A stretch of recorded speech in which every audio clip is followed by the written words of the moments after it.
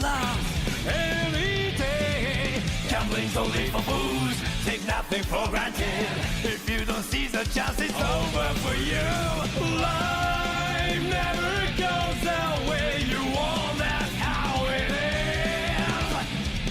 No matter what happens, face it all head on. Whoa, fight like a tiger, walk in the park, play the hero till I die.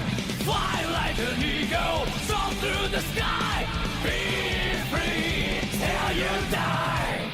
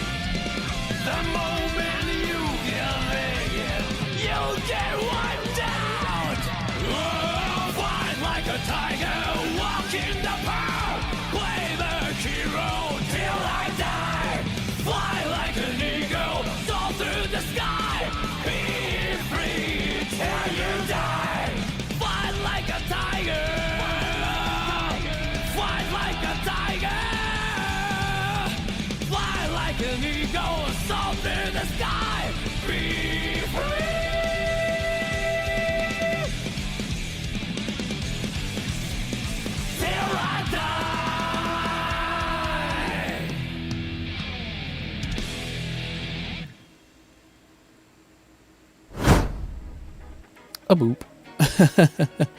hello everybody. It is Suncat Sunday and I hope you all are doing well. I hope you all are doing excellent. And yes, I completely forgot about that. And yes, also Sam is here on time tonight. But yes, guys. It is so good to once again be online and, of course, do what I like doing. And, of course, that is just being me in front of the camera and just, acting like my regular old self, You guys know you guys know how this is by now. But regardless, though, I hope you all have had a very, very wonderful... Sorry, frog in the throat. I hope you guys have had a really good week so far and an amazing weekend, things of that nature. I hope you guys are doing just excellent, because I'll be honest with you guys, I've been busy again this week. Been more busy than I would like to admit, just simply due to the fact of having to, do so many different things, do a lot of just getting things prepared for the big house move and stuff like that. It was mostly what I was, doing this week for the most part. And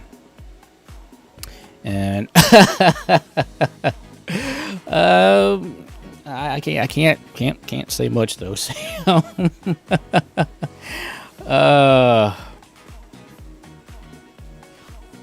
This is why I can't take Sam anywhere. Oh man. And, oh, cool. Glad to hear that, Gabriel. Glad to hear that. Yeah, hey, I always just like hearing good news from you guys, I definitely know, considering, all the crazy junk that's been going on in the world recently and things of that nature and such. It's good to hear good things, and whenever you guys come onto the live stream, my major thing is always to make sure that, you guys are enjoying what I do, what I talk about, because again, to me, this is a show about nothing. I'm like, we've been through this, I don't know how many times now, guys, but, I'm still happy for the fact that, you guys enjoy just jumping on and just, just enjoying what I do. I really appreciate each and every one of you for just, spending Sundays, Tuesdays, and occasionally Wednesdays with me, just doing blah blah blah stuff.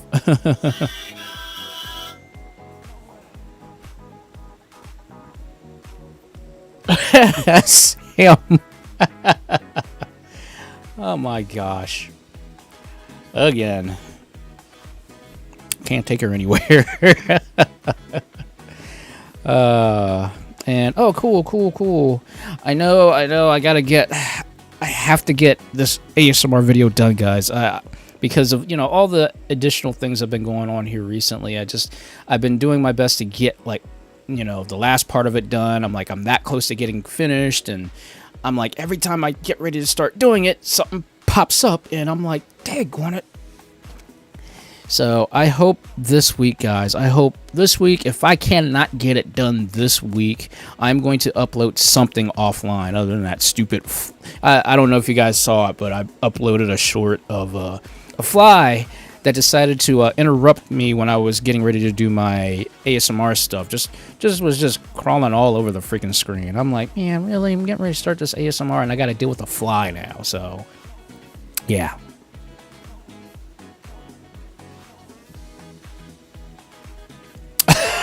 Yeah.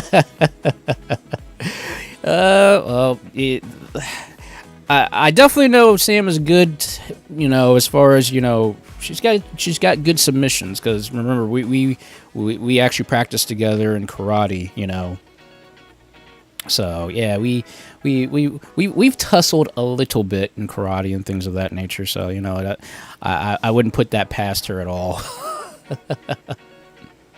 Although I don't think she'll be doing like any people's elbows on me. I don't think she'll do anything like that. But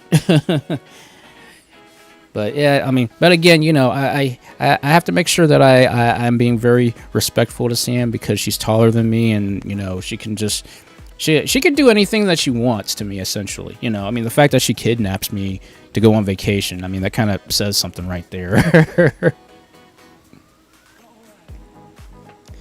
But regardless, though,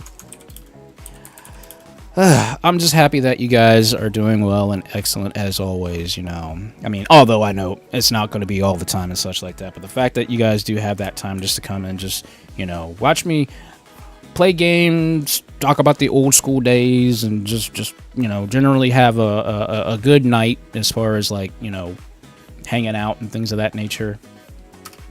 I'm appreciative of this, I really am. But I definitely know we got to talk about some stuff during the Sunset Corner. That is for sure.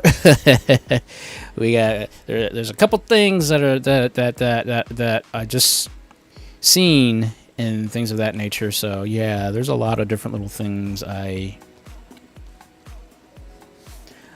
definitely want to check out and things of that nature. So yeah, or at least talk about, because there's new cartoon series that came out just yesterday, and then the other day was something else that came out. But I'll definitely talk more about that during the Sunset Corner, everybody's favorite part of the show. And oh crap, you know what? I totally forgot about Dreamcast Day. Oh, I totally forgot about that. But my Dreamcast is in storage someplace, so I would have to dig it out. As I do want to actually eventually hook up my Dreamcast, guys, and actually start playing Dreamcast games on it, because I got a bunch of Capcom fighting games on there that I would love to, mess around and play and stuff like that with. Because Dreamcast had a lot of good fighting games and just good Capcom games in general. So, although I am still missing Third Strike in my collection from that. Third Strike and Street Fighter 3. So there's still little things I still have to worry about as far as things I want to play and things of that nature. Sam. Oh man. Yeah, that's about the equivalent right there, guys. And then, yeah, this is true too. I mean, the Dreamcast was a Naomi board if you think about it in the technical sense. So essentially, the Dreamcast is basically the the more cheaper version of what the Neo Geo was, because the Neo Geo essentially was the arcade board itself, basically condensed into for the home and things of that nature. It was still crazy to think about, like, how much back then the Neo Geo really was, just the console itself, and then the actual games and such. So it's pretty crazy to see, like, where a lot of the games came from and how expensive the cartridge were back then.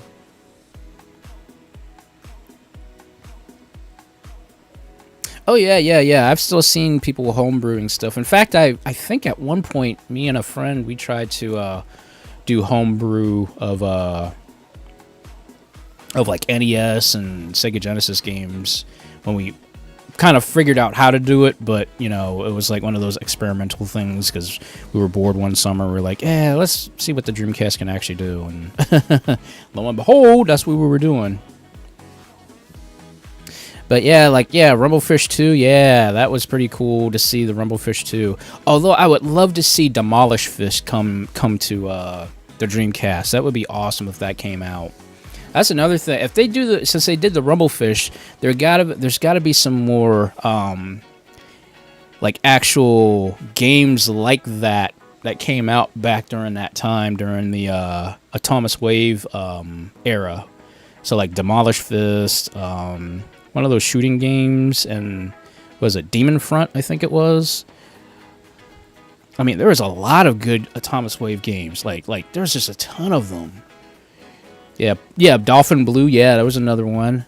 Like, the only reason I know Demolish Fish so well is because I actually got the emulator of the Naomi board, and we all hung out together when me, Sam, Shorty, and Slicker, we all hung out, and I would bring the big red machine of a laptop over and was playing it and stuff like that. And there was one thing that I know Sam will never forget, and that was that Pimp-mobile that came out in that one stage, and you could literally pick up your character being like a regular looking normal person, picking up this gigantic Pimp-mobile looking car and tossing it. Oh, she lost it. It was hilarious. But that's like one game they have to bring if they're gonna like start doing ports. They have got to bring Demolish Fist. That's the one game I want to see happen. And yeah, I forget. I know what you're talking about, but I can't remember the name of that game either. Yeah, see, she knows. She knows. That really brings back a lot of memories, that's for sure. Because actually, ever since I did get the new laptop, I haven't imported all of my emulators and stuff like that over yet. So, because I'm really giving heavy consideration to start using RetroArch. I want to start using that as my main base emulator rather than using all my separate program emulators that I've been used to using since, my gosh, I think the last emulator, or the oldest emulator I think I had, was actually MAME FX32 or something like that, I think it was. But that was back in 2007 when I had got that thing. And I mean, it's still good to this day, because I mean, it's a good Windows version of MAME. But outside of that, I haven't really found anything else as good. So I was like, okay, maybe I need to switch on over to using RetroArch just for that fact. Because I use RetroArch actually on my tablet and on my phone whenever I don't have the good old Switch around. I use that for my retro emulators and stuff. So yeah, there's a lot of stuff I still have to kind of tweak about the laptop yet and things of that nature, but I do find it very interesting how the homebrew, selection of games are so good. You would think, oh, why don't they just port these things officially and things of that nature? But I also know copyrights and, a lot of those, licensing issues and things of that nature. Because, it's actually, what was it? I actually got pole position the other day on the eShop. And apparently it's not the original USA version, it's not the international edition, because of all the ads that's basically littered on the the signposts in the game. So they had to use the Japanese version. So that means that I have to learn, instead of using, you know, miles per hour, I have to use kilometers per hour to like know when to shift, because the actual shifting is far different in the Japanese version comparing to the international version. So instead of shifting at 120, 130 miles an hour, I have to shift at 150, 160 kilometers an hour. So it's something I'm trying to get used to. But still brings back memories and still as hard as ever, especially when you're like, you only have like 60 seconds to get to the checkpoint and stuff like that to make a lap. It's pretty crazy, but it's still pretty awesome to know that people still enjoy like those old Namco games. But they're still sitting on games that, you know, are still buried deep in their vaults and their libraries, like sequels that we've never played and things of that nature. There's a lot of different things that have, you know, that are still hidden behind like all these walls and stuff like that. I mean, I'm very happy about the arcade archives and stuff like that, but it's just the fact that, you know, we still have, yeah, exactly, like Alien vs Predator. For God's sakes, we got that amazing game. I mean, yeah, we got the arcade 1-up version, but where is the actual console version that we can actually play at any time and not have to worry about buying some ridiculous, you know, arcade cabinet, fake arcade cabinet that has it built in, you know? It's like, come on, man. But nothing we could do about it, licensing and all that other stuff. But it's possible. I mean, come on. I mean, look, we somehow got the atrocity that was Marvel vs. Capcom Infinite. So you can't tell me that there is a limit with all these different companies. I mean, look, Mortal Kombat is getting all these crazy, you know, cameos and stuff like that. Come on, just give it to us. Give it to us, please. I know, cause I love Lynn in Alien vs Predator. I love giving those air throws. I love her charged fireball-esque close range attack, and she was fun to play with because she can clean house. But my gosh, there's like a lot of other like arcade games I would wish they would come out with and stuff like that. And I'm like, and of course Sega's sitting on a boatload of arcade games that never reached you know, consoles and stuff like that, home consoles. You know, although I was very surprised to hear that the new Like a Dragon game coming out is actually, for the first time ever, we're actually getting a home version of Daytona USA 2. Home version. Never is done before. That, and also what else?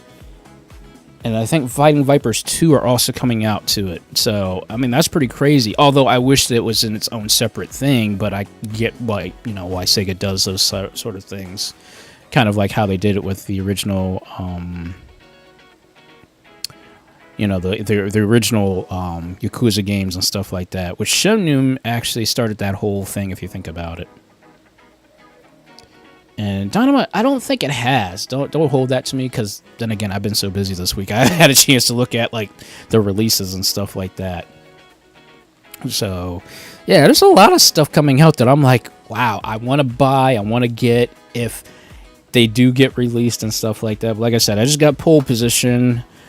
I got what was that one game? Oh, dang it. Because I know, I don't know why I keep wanting to say Buskonovich, because obviously that's, you know, that's from Tekken, but they based the last name off of that game for the character. Bosconian, that's it, my bad. Bosconian, I just got that too, and something else. But I just been like buying a lot of these retro like games, because apparently Arcade Archives is just releasing a lot of good games and stuff here recently. So, but again, I'm an old schooler, guys. I play a lot of old school games, and I've not stopped playing these games because they've been so good. And the fact that I can play it on a Switch now and play these anytime, anywhere, it's a literal godsend for me, So I'm like, back in the day, like I said, one of the biggest things was like my thing of technology, or my idea of technology, was like having a school bus that had TVs built into every single seat and being able to play like, the NES and stuff like that, or the Super Nintendo with the Sega Genesis right into the bus seat.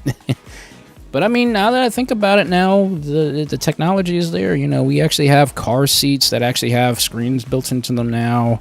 Our cell phones are literal computers now. It's crazy where technology has taken us, and even from the fact of where we are as gamers now, the fact that we can now take our games anywhere and play them at any time and such like that. I mean, yeah, even from the concept of having a laptop and doing the same thing, but it's a lot to sometimes take in from where I grew up from to where we are at now as a society, in terms of technology and stuff. It's just, it really, it boggles my mind, but at the same token, it's really awesome how things have changed over these years, And it's also, and it's even, greater to the fact that, here it is, just last week we were playing the new Teenage Mutant Ninja Turtles, DLC, together. I mean, not in the same, house, not in the same room, but literally across, parts of the planet, essentially, I mean, it's crazy to think about where we can go from here, as far as like, I mean, look, I'm literally streaming, and people all over the world can watch streaming now, which is crazy, But I'm thankful to, have all this technology at our fingertips to be able to, like, do what I do now, compared to what I could do, like, I don't know, 5-6 years ago. It's just wild how, our technology is snowballing, where we can try our best to try to keep up with it. But like I said, guys, every day I'm looking at, new technology. There's some kind of new technology news that comes out. And if you don't pay attention to it, if you let any kind of technology news pass you within a week, you will be surprised how much builds up over a week if you don't pay attention to the technology news and stuff like that. But again, I have a passion for technology. I love just knowing the amazing, skills that are required to create this technology, and to see what kind of new, inventions from technology have arrived, or what's coming out. I mean, I never thought I'd ever hear anybody say, oh, we're making a water-cooled laptop without having to have anything else needed or necessary. No external thing is used. It's crazy to see, where we are now from that. It blows my mind. It really blows my mind. And I can only imagine, what else, we might end up seeing over these next couple of years too. Where else is technology going to take us? Where else are we going to go with technology? I don't know yet. But hopefully one way or the other, guys, we're just going to be sitting back and relaxing and enjoying the ride, because we can't stop it at this point. I want to see what the new Switch 2 is about, because you've heard about the big reveal stuff that's been going on around recently and stuff like that. That they had a special screening behind closed doors of the Switch being shown off and stuff, the Switch 2, which is like, it's kind of crazy to hear. But then again, of course, is that a rumor, or did it really happen? And I mean, we don't know, but it's still the fact that, they're saying all this crazy stuff. And, if their dates are somewhat accurate, we could see the brand new Switch come holiday of next year. I mean, I'm not putting it past Nintendo. Nintendo has done some crazy stuff in the past, but, but that's one thing I do give Nintendo props for, is being very innovative. They know what to do and how to do it. And yeah, they'll milk it for every dollar and cent we got, but that's Nintendo. That's what they'll do. But anyways, here it is. I don't talk to you guys for 20 minutes. It's not even the sunset corner yet. So let's go ahead and let's try to at least make some distance as far as getting further in those 2 games tonight. I hope, anyways.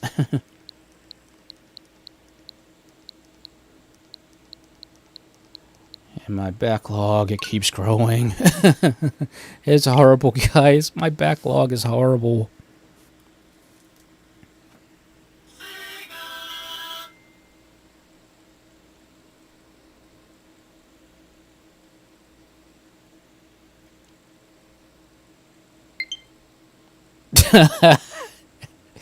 Right.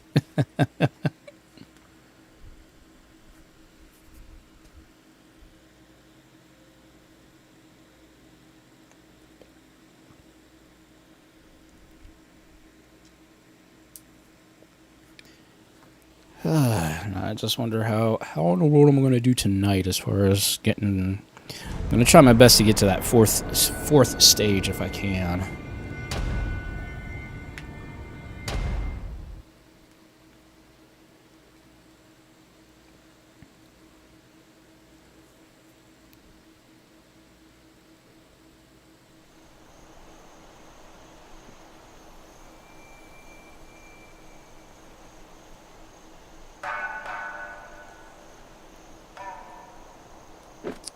Alright, I hope the sound is okay, everything sounds good. Actually, I should pick up that, that old sword.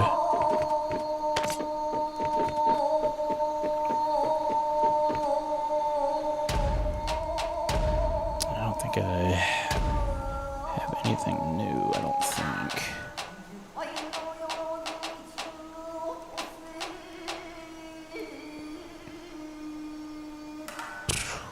Legend of Fragments, 130, good lord.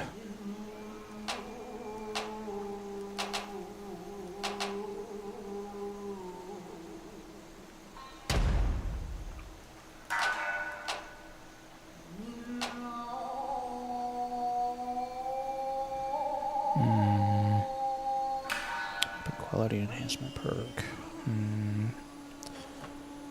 That gives me +1/3 on break, so might as well, because I definitely want to have a club, at least for the bosses. That's like going to be like the greatest weapon to use against bosses.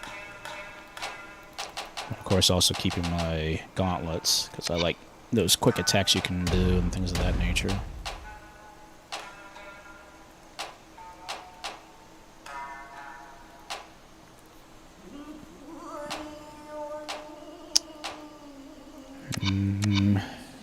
There's not much else I could do right now.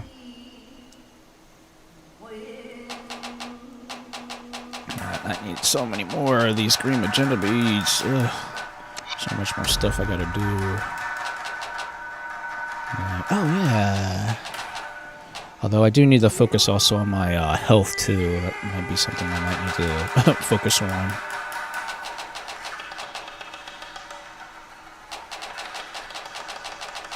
Because they do say to, it said the way it sounded like was the fact that, okay, you need to get at least like 4 or 5 different like ranks for your health at least. But then I'm like looking at, there was that other skill, which I think was 5% of your maximum vitality for every 5,000 coins you get. So let's do that.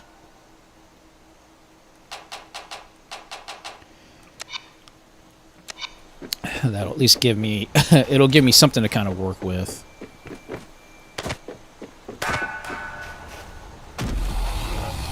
Alright. Wish me luck, guys, because I don't know how this is going to go tonight.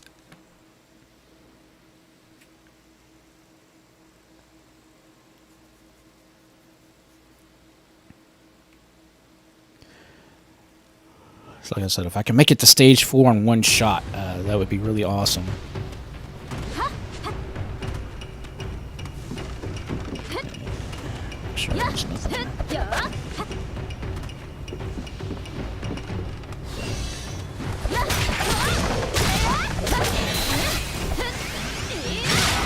There we go. Getting criticals already. That's a good start.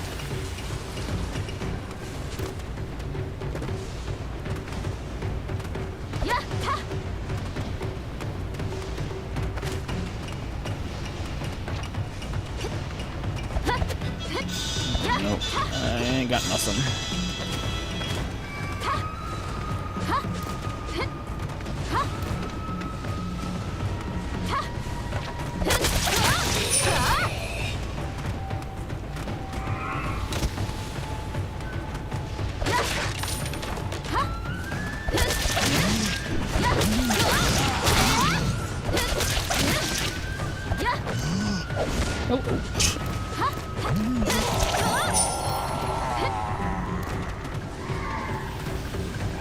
Purple soul, nice.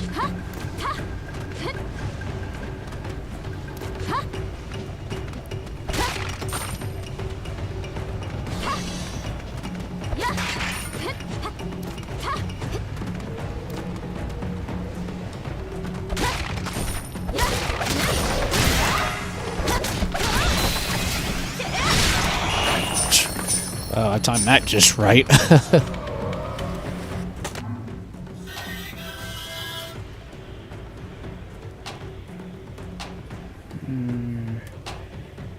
Yep, that's the same thing. Dismantle, thank you. Oh. Nice counter.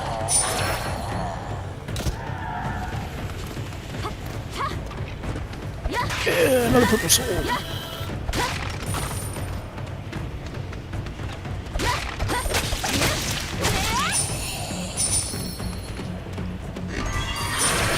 Yes, blue soul.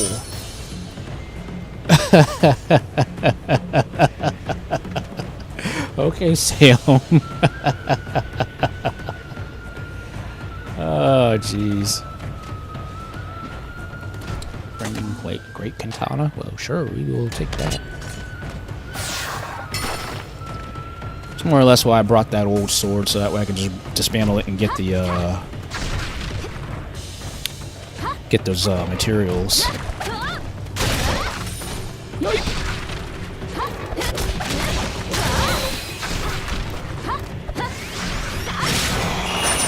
Nice. So that's a... Oh wait, that's got a one straight specialist. Yep, I'm gonna take that. No, you don't.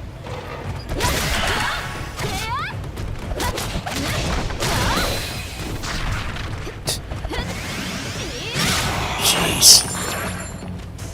I'm hitting so many, so many counter, or, critical hits. And, okay, dismantle. Yeah, we'll dismantle that. That's only attack of 20. Obviously, it's not going to do me much good.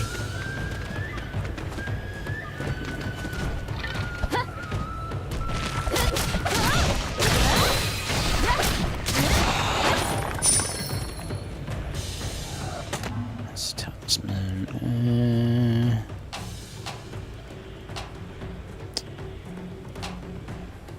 Well, it does 5% more in regular damage, but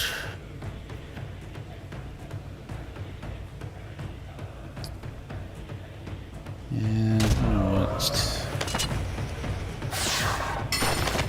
I'll take it. So why not?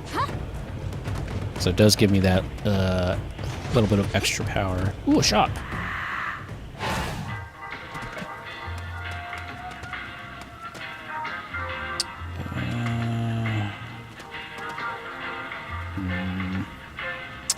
Not much to go with.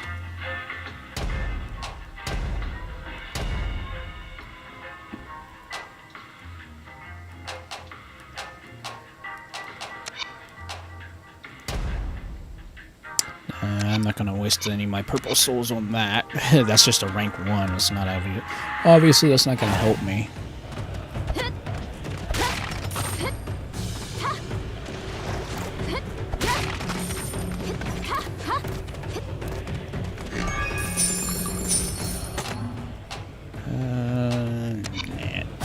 Dismantle. Yeah, there's another green magenta bead. Yes, another blue soul. Dismantle, because I got that. Purple soul, nice. I'm getting lucky with souls, at least. There's another one up there.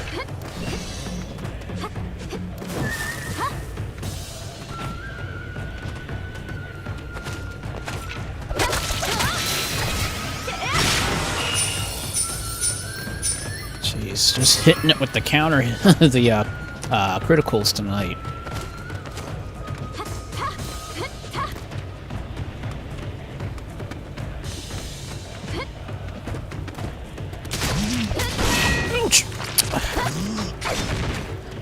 Dang it, of course when you get hit you lose your transformation state.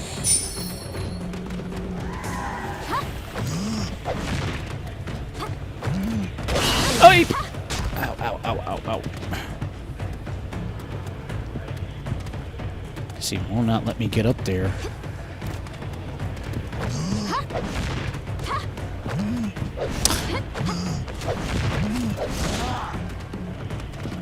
Okay.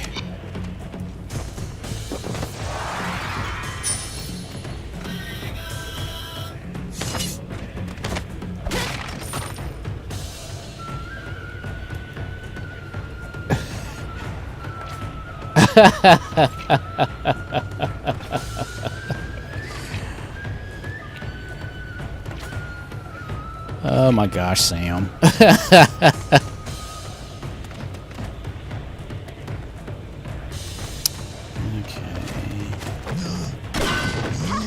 Ouch! Jeez.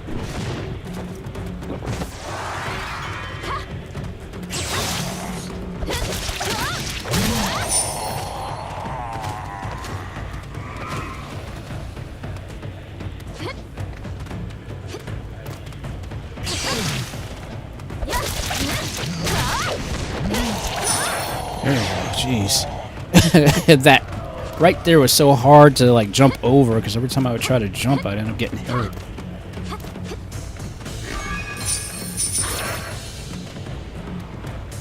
Oh.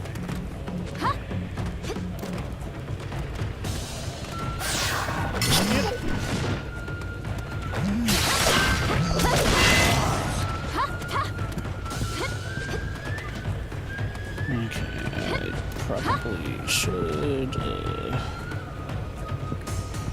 And let's use the blue silver. Get myself some health.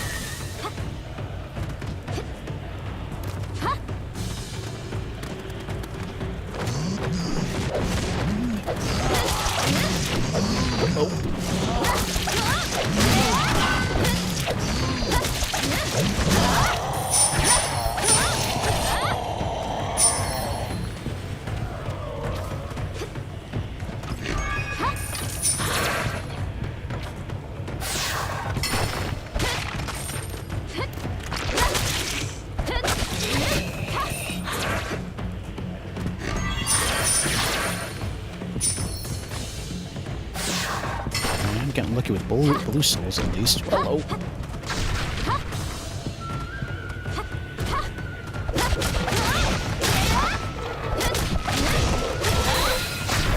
Ouch. Jeez.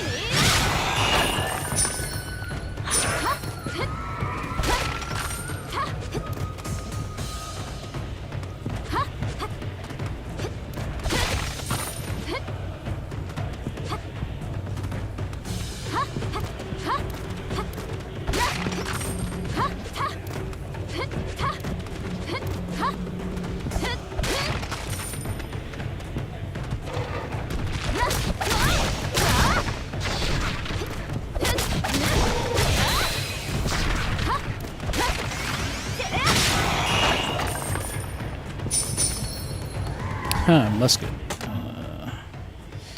Yeah, because I need to do some actually far... I would rather have something that lets me attack from a distance.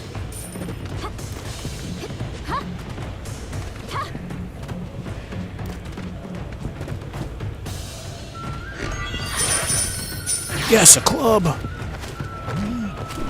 Okay.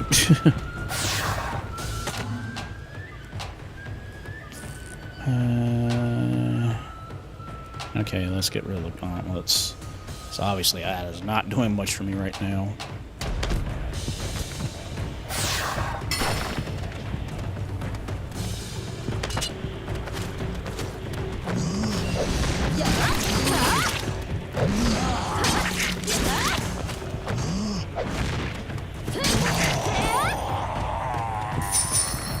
At least the sword has a good distance on that, so...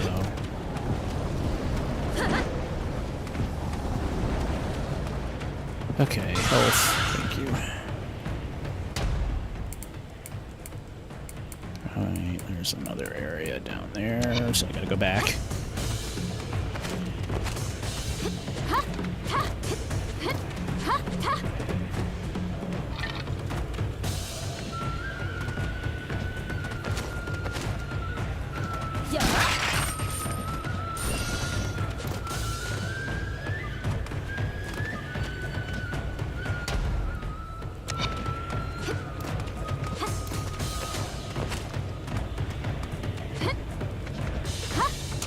Ouch.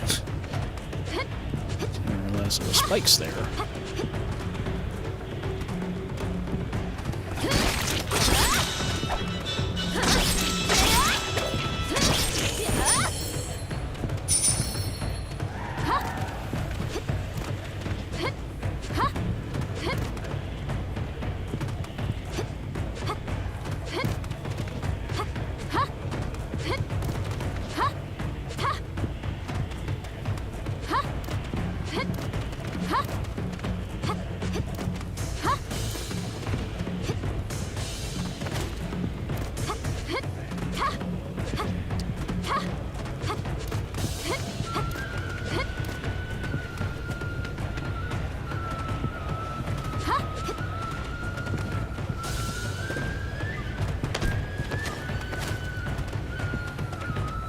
Alright. Got 13 purple souls, but I don't think there's not much I can do right now with that. Oh, that could give me plus 20 on attack, but nah.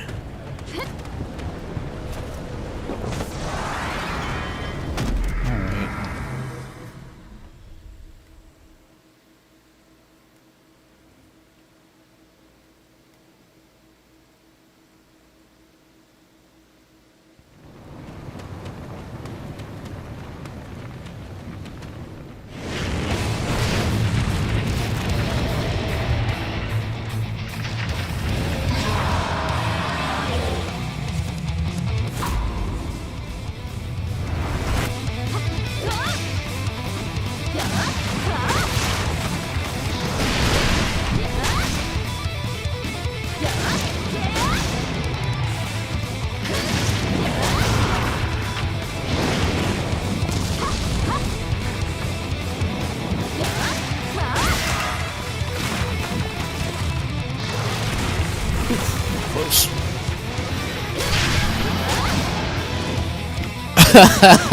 Yeah.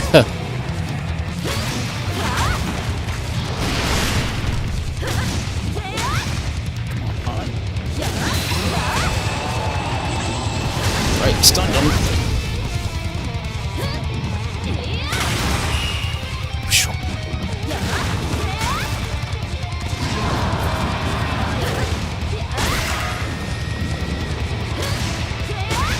Just got him. Nice.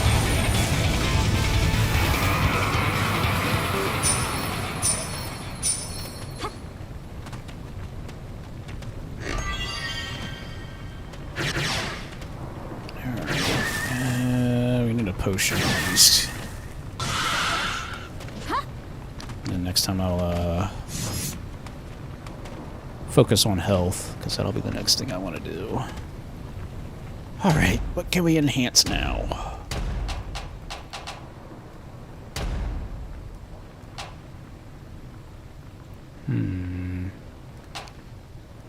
Okay, plus up on 20 on attack.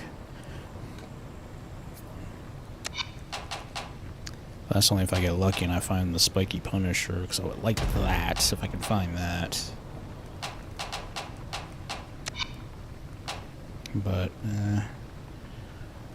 probably be more smart to focus on focus on the nameless mass, probably. and kind of like work on both of them intertwiningly.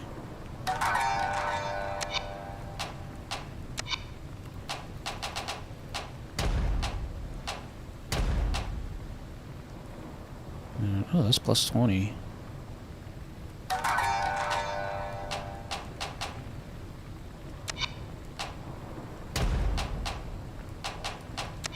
So I can get out of that.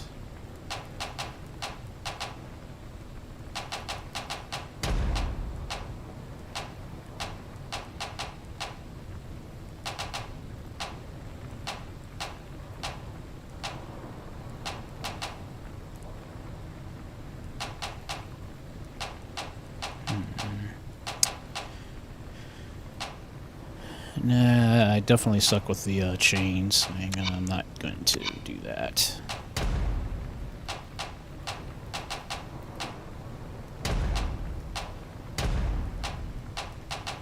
Well, let's use the frontal magna blade so it's completely taken care of.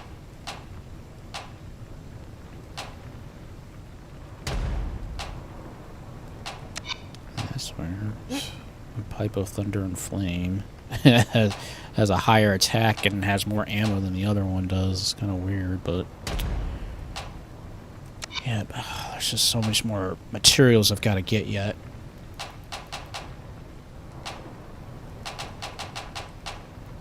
So I'm nowhere near in terms of unlocking anything else.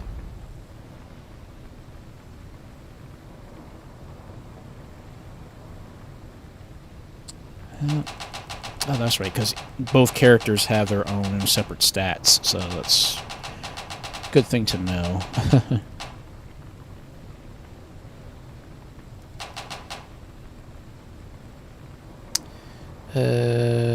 Regular damage multiplier by 5%. Yeah, we need. I want to do some more damage, that's for sure.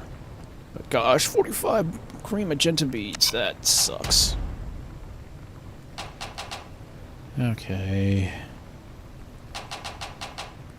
Material recovery.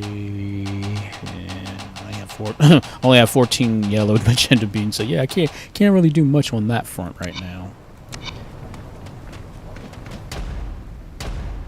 But we can raise weapon ranks, which I will definitely do that for the nameless mass.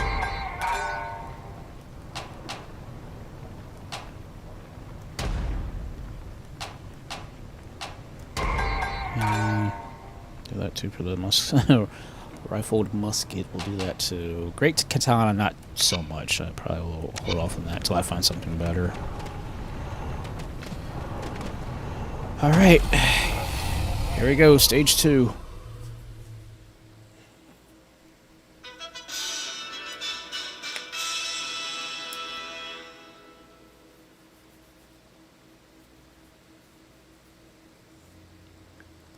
So I'm gonna do my best to hold it. If I find a club, I'm holding on to it.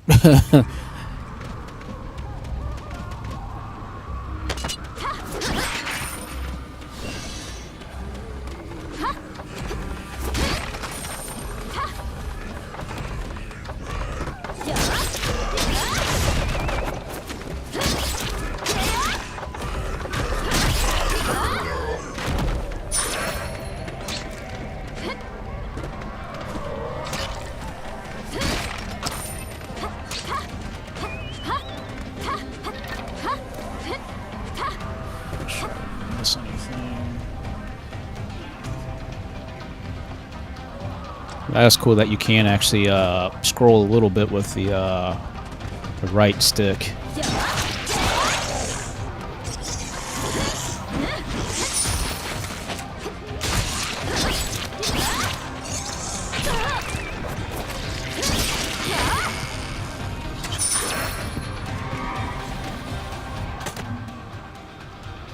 Really? Of course I would find a better musket. Just dropped one rank, but you know what?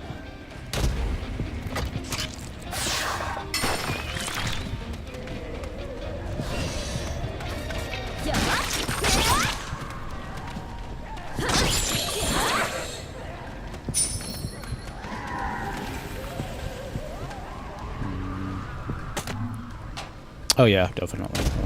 Switch that.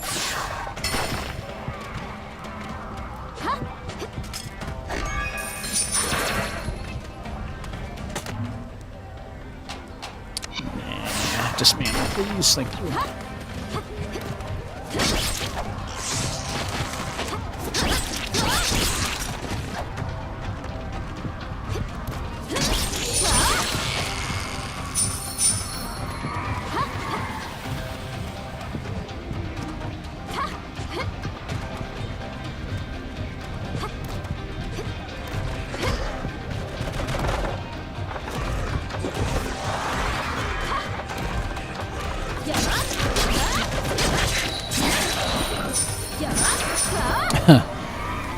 That was a smooth move.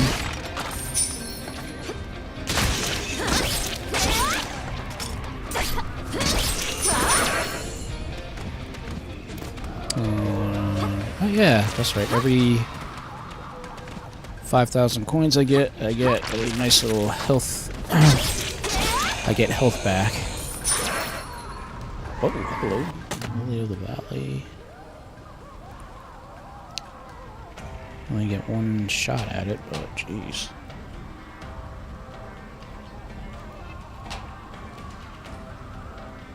See that magma bracelet? Oh my gosh, it does a lot, but I would probably rather have the magma bracelet because that's a one-shot use item. Use that, and you'll be sitting there waiting for the thing to reload, and it could take up to 20 seconds. I'm like, I don't think I want to wait that long, but it does give me some good material at least. Blue soul, thank you. Cannon spear, that's rank 5, but don't have everything I want. So it's like you have an excellent rank, but if it's got nothing unlocked, then it's kind of pointless.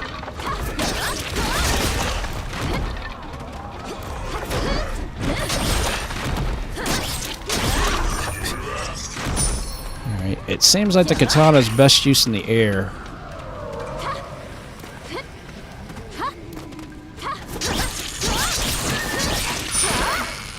Yep, and you can actually chain combos right after you land, so wow. So it's better to start from the air to use your katana and then start doing follow-up attacks on the ground. Alright, ladies, do you have anything for me today? Nope. Nope, you don't. But, you can raise a rank, maybe? Dang it, I need another purple soul.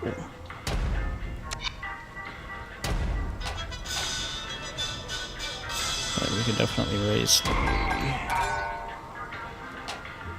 the sword up. And that's it for my purple souls. At least thankfully the shop does at least allow you to rank up and stuff, which is good.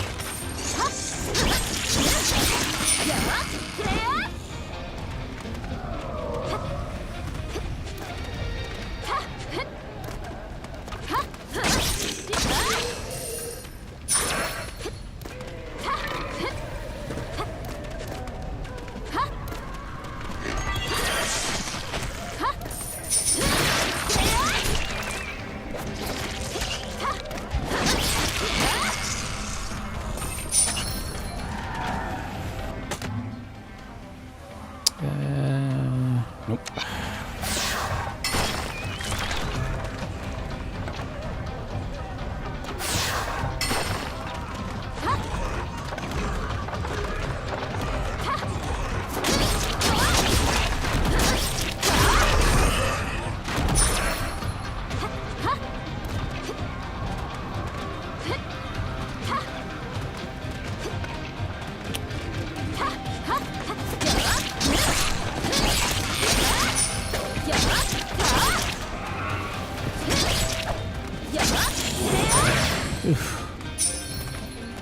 Health, please.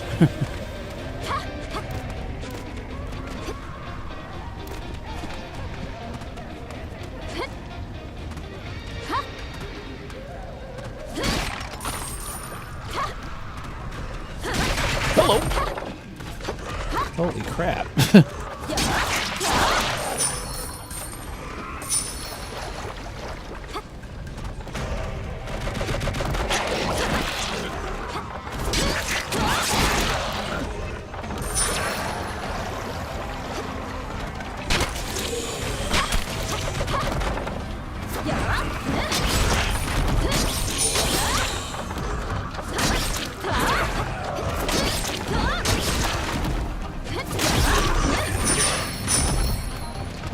That was a little close. Ooh, wave destruction.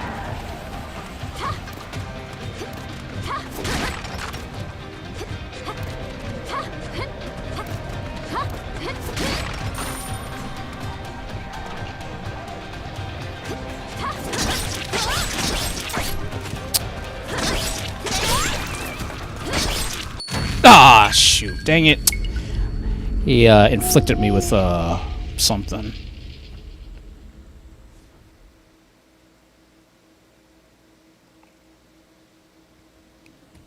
Well, there goes the first attempt.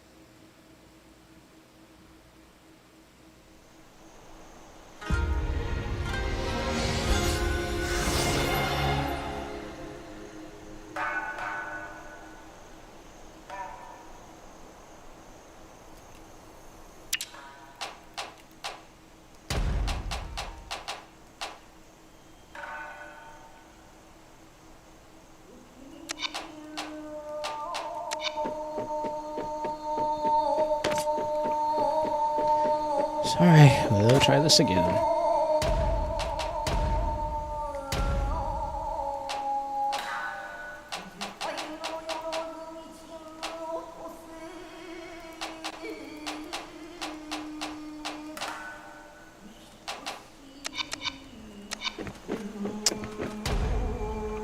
Actually, you know what? I might have a better luck with...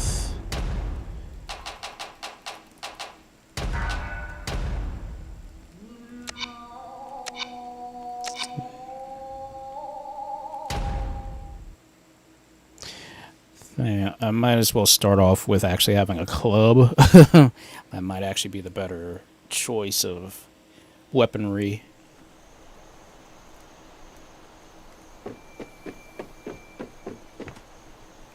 At least for bosses.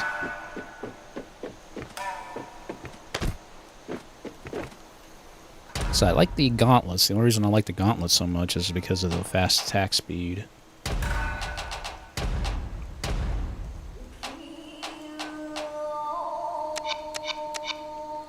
But I mean, that thing does what, 400 damage? Or oh, okay, it does 323 damage right out the gate. Plus the, at least the katana does have at least its fast speed priority too, so it does have a higher attack speed, obviously. So, well, something's better than nothing.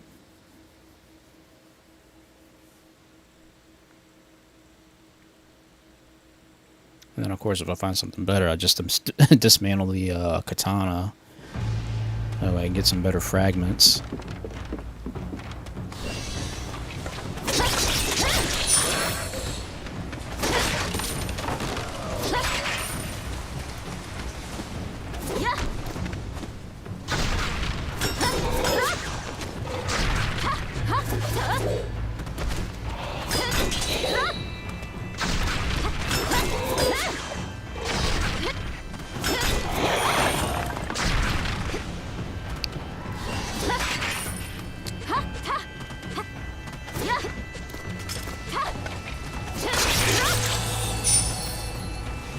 Yep, this katana does have fast attack speed.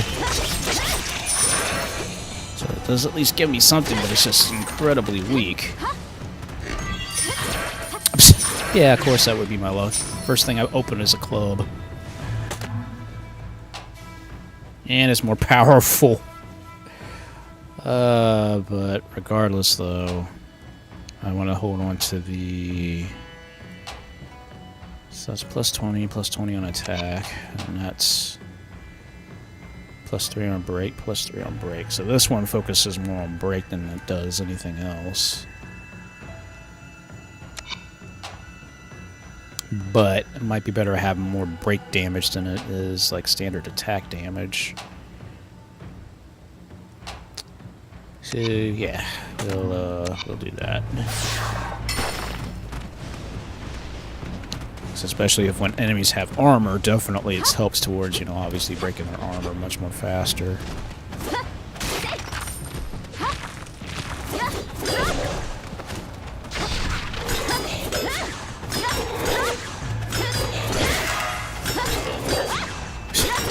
I had him in hit stun, couldn't do anything.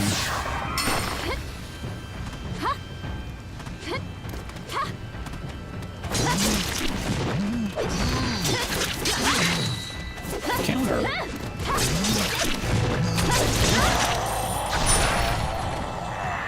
Alright. I got lucky going to a shop already.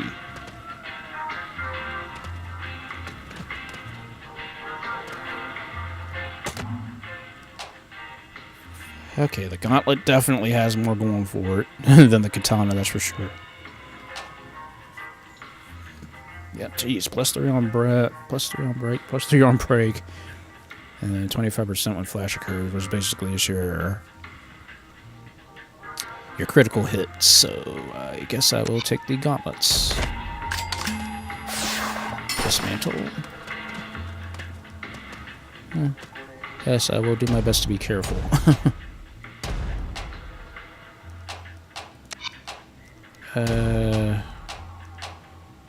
Let's increase the gauntlet. But I do need to get some sub-weapons. I need some sub-weapons. Like, actual good sub-weapons. Yeah!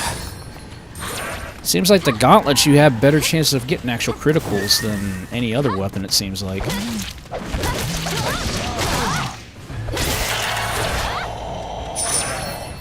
That's why I like the gauntlets so much. Way of hiding. Okay. No, we don't. No whip. This ain't Castlevania.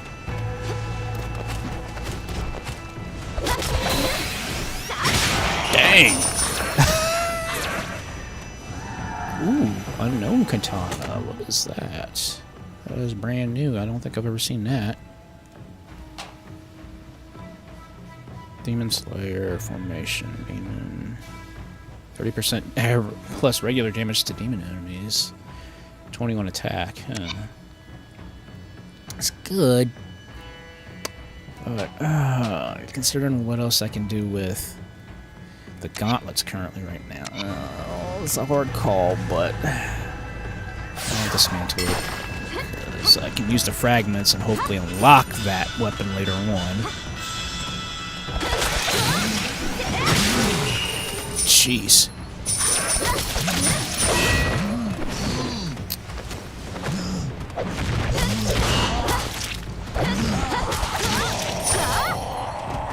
Gosh, why are the Onis always so hard to kill like that? Okay, give me health, please. I need to get +3 on health. If I can get +3 on health, that'll at least give me a better chance of getting, when I recover health, it'll actually increase my health recovery even more.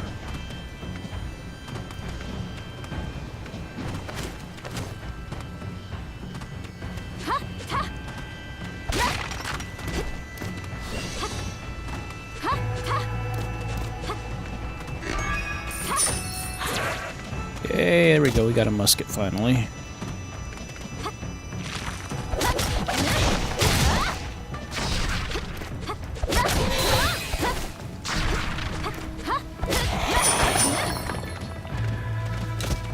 And a bomb. Okay. Let's see. Let's swap. So I actually like having my firing weapon on my R trigger.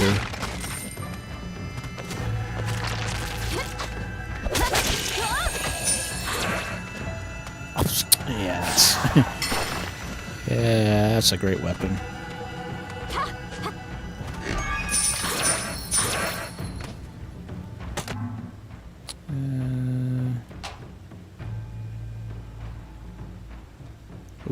receiving a bleed stack.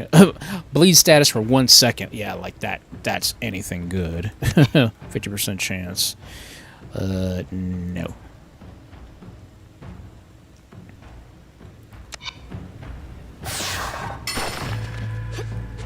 I mean, a status for 1 second. Is that actually good?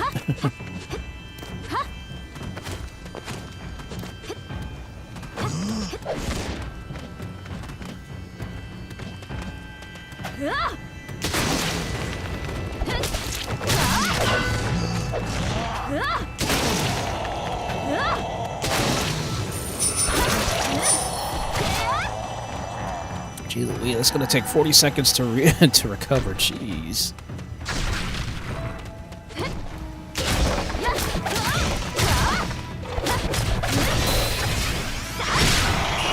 Phew, good timing.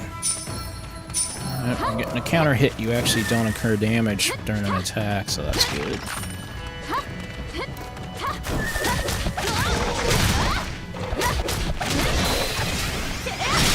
See? Perfect timing.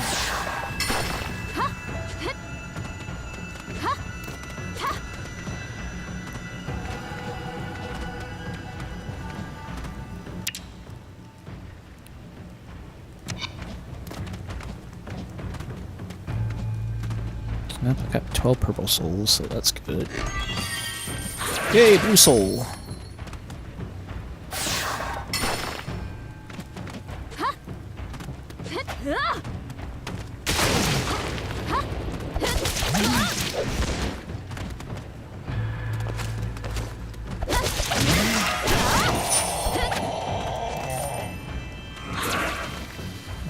Plus 5 on break, so yeah.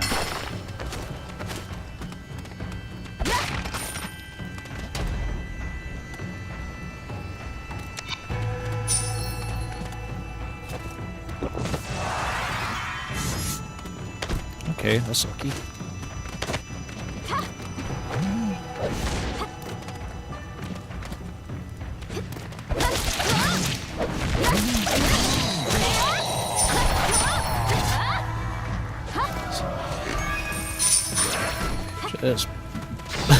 Just getting lucky hitting these jumps from behind like that.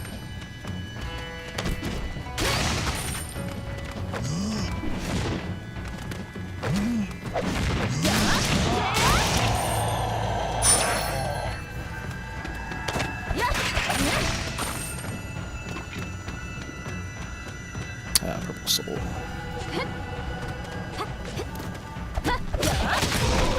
I saw you hiding.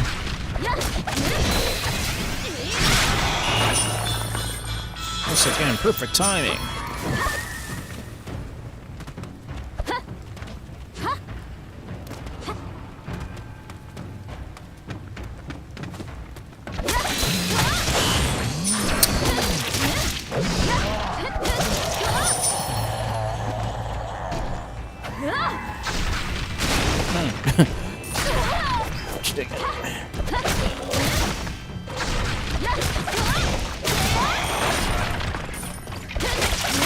I hate the fact whenever you hurt them and they have a rock in their hand, they still can explode.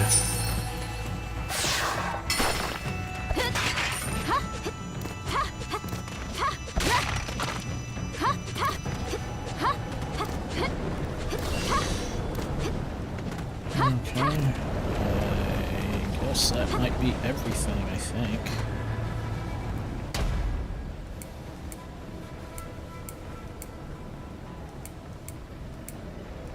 Oh wait, there's another area I missed over there, so I guess I'll have to go back. Again, trying to explore every little place I can.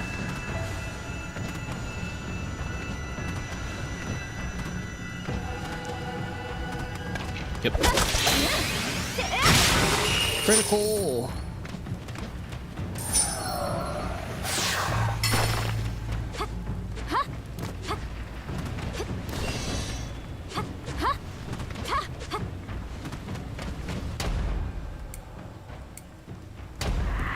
That's everything. I don't think there's anything over here. Nope, guess that might be it.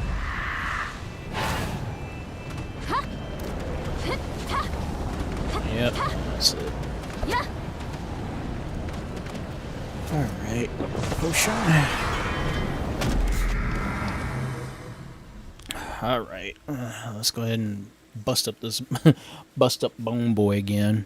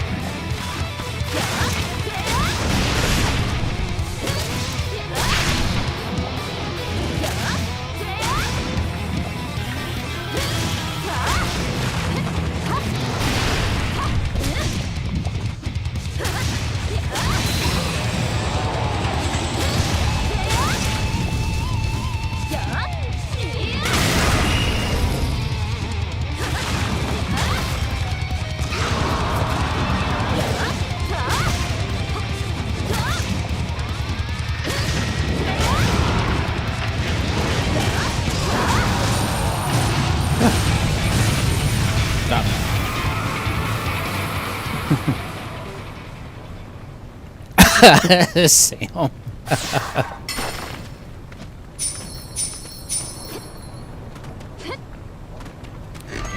It's like, I can't help it. He's gonna kill me regardless. Okay. Okay, +3 on health. That's good.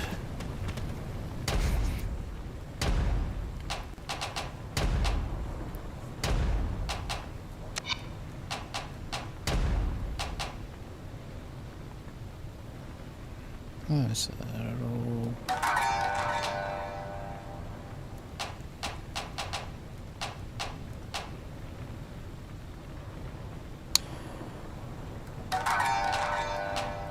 Oh, that works.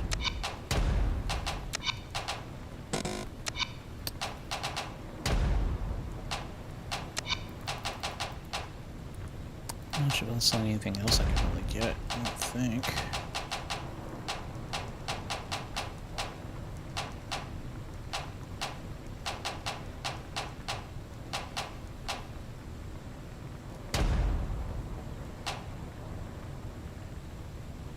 Regular damage to earth enemies.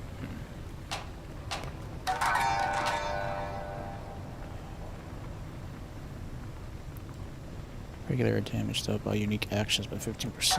Okay.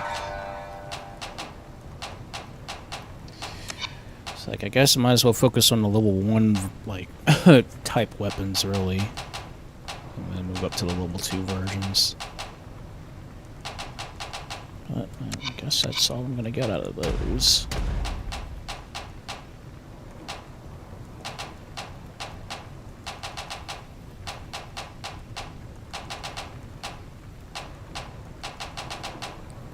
Oh, wait. Was there something? Okay.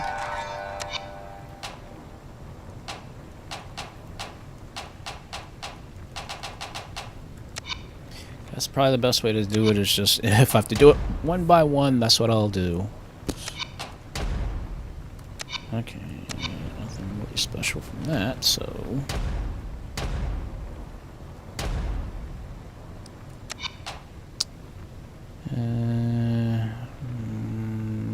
might have to focus on the gauntlet.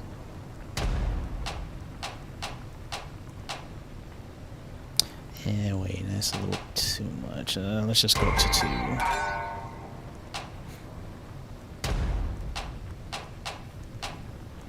Dang.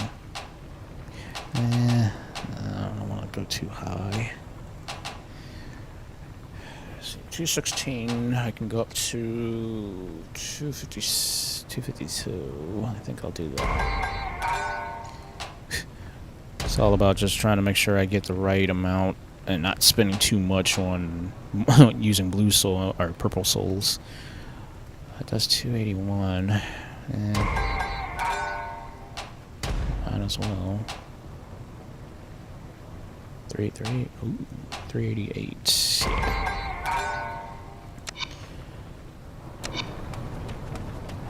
All right.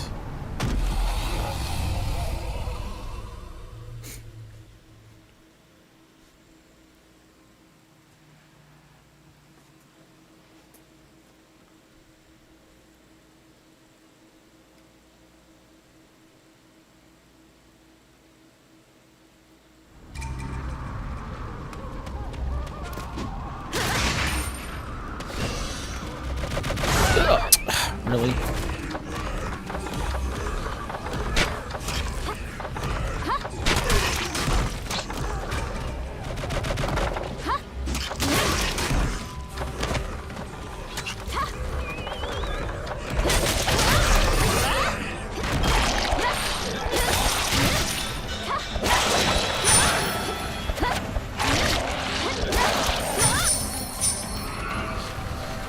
It's very cool. Whenever an enemy attacks you from off screen, you can't see them.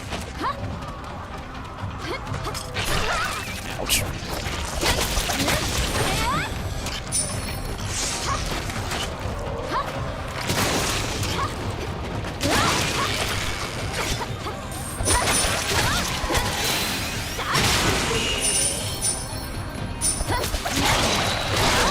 Ooh, nice counter.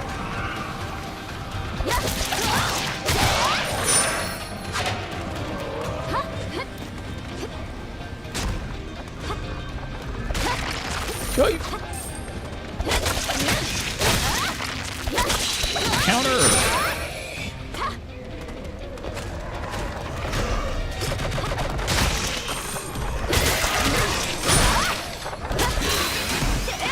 Critical.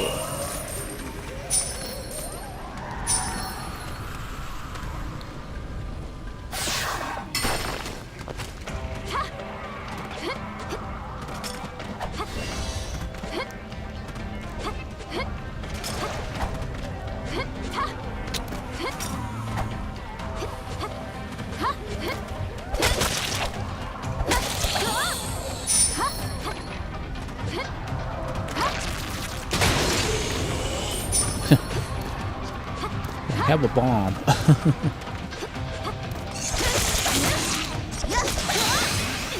Critical. Ooh, that's nice. Wow, that looks that looks pretty cool. Yeah, that'll. Yeah, sadly I spent those purple souls and that money, but you know what? 547 on attack. What else do you hit? Reduces charge time by 1 second. Oh, okay. Well, 1 second off charge time definitely will help, so we'll do that.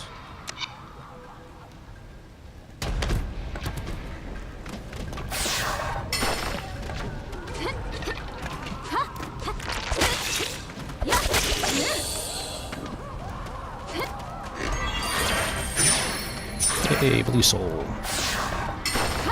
Don't need no stinking umbrella.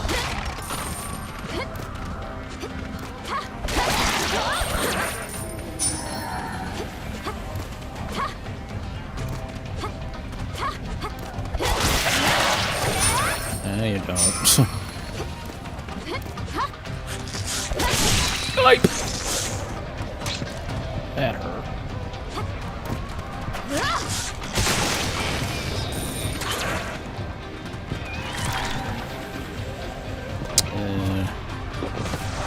Take a potion.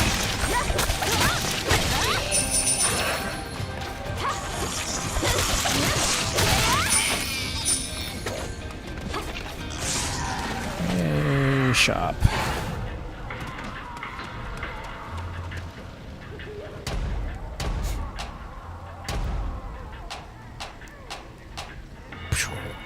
$625.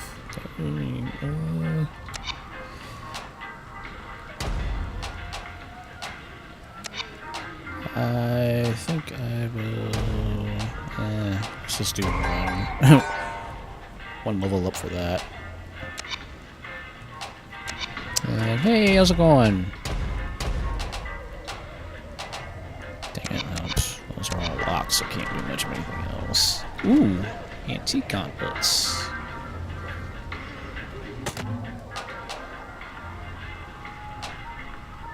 That's 3 on bright, 3 on... Oh, sheesh, I'll take those over the unyielding gauntlets, that's for sure. It's only 750 coins, so... yeah, I take it. I take it.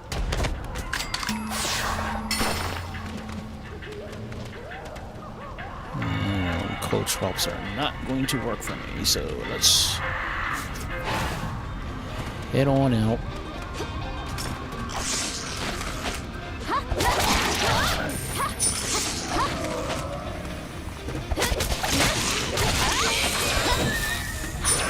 Dang, got him in the corner, can't do anything.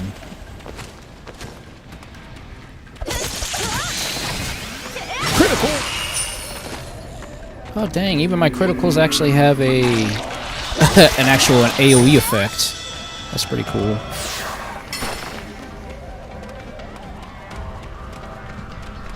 Oh, that's good. Good, good. Nah.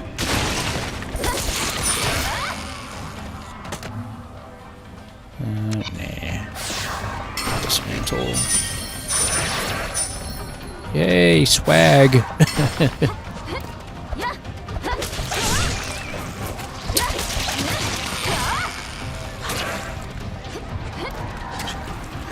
I got infected with something again.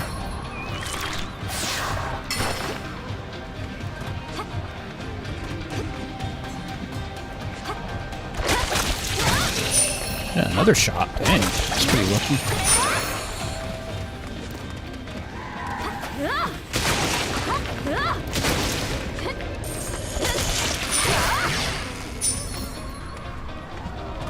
I need another blue soul so that way I can get a potion.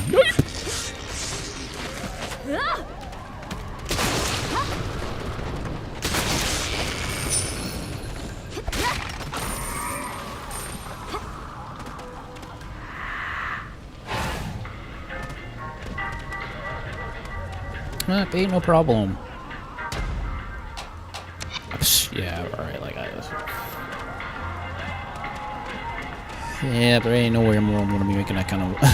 Oh, I'm not gonna be making that kind of money that quick.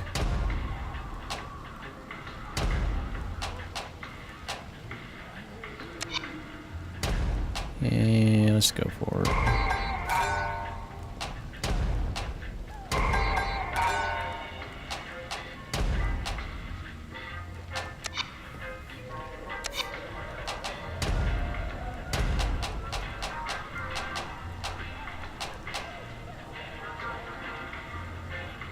Okay. We'll activate that.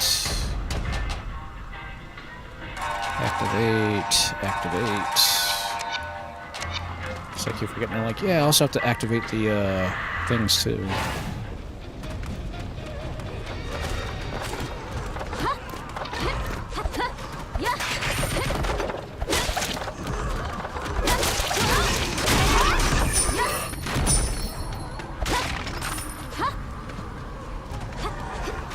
No, you don't.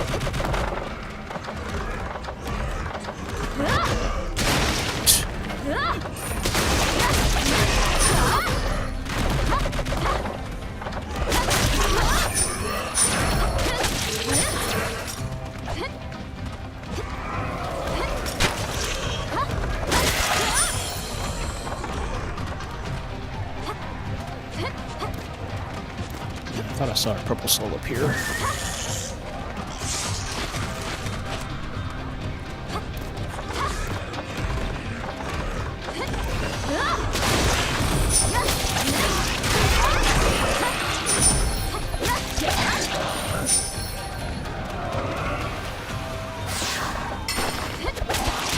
No, you don't.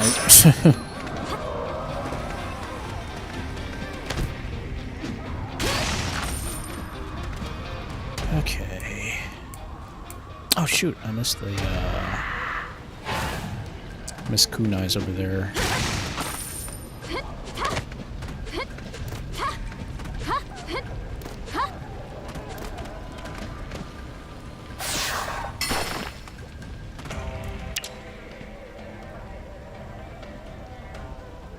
Okay, so, nothing over here.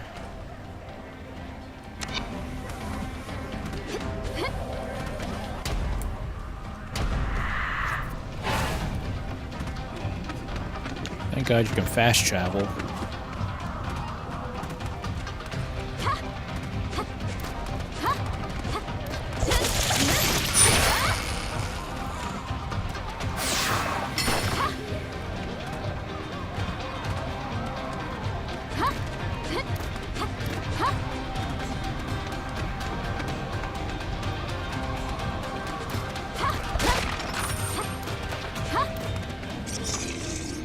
Okay, pick your poison, up or down.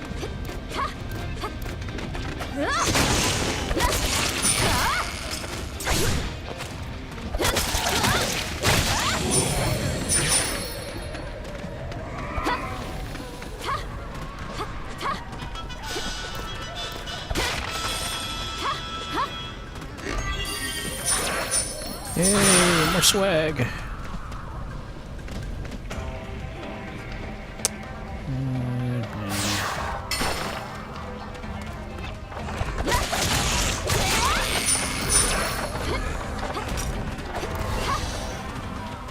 Aha, there's the boss.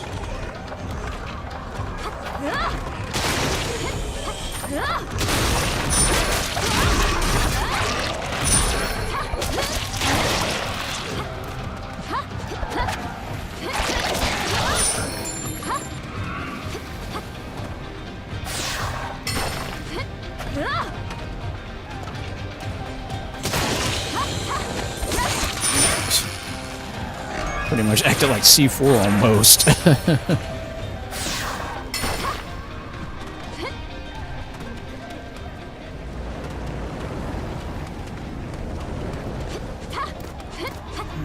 Alright, we gotta go down.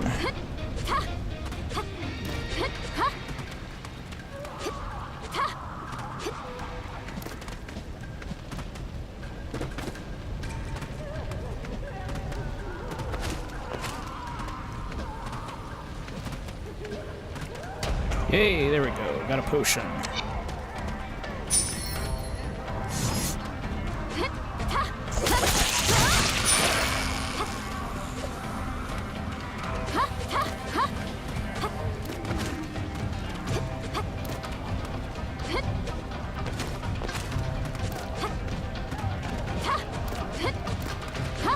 Okay, I'm assuming that's everything.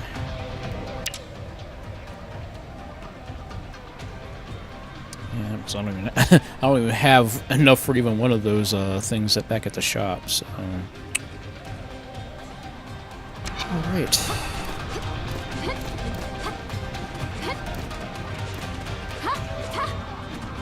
All right, let's go kill the centipede.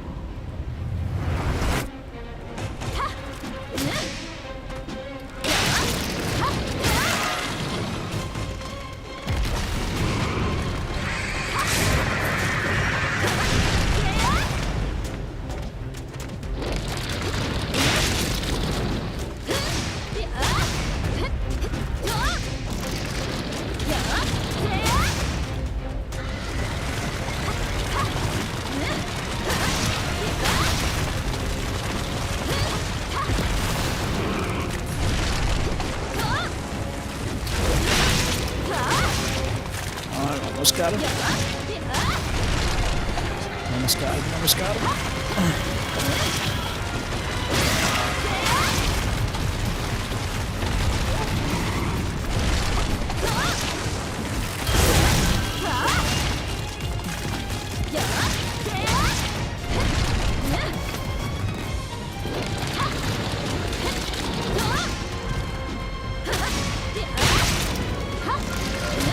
Alright, broke the armor.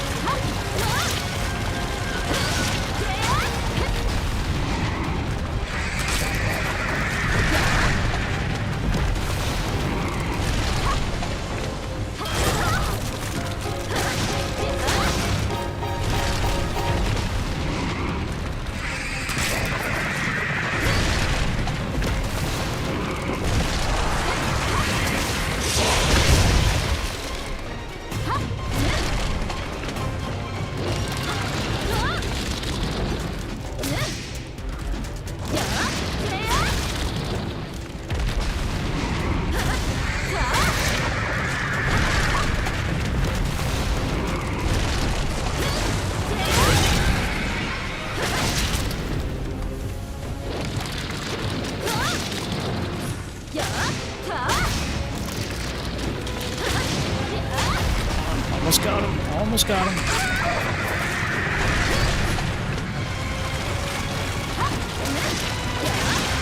Yes!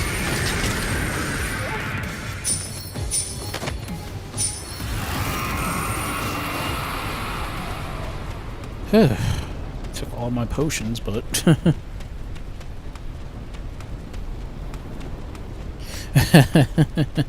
Like, don't worry.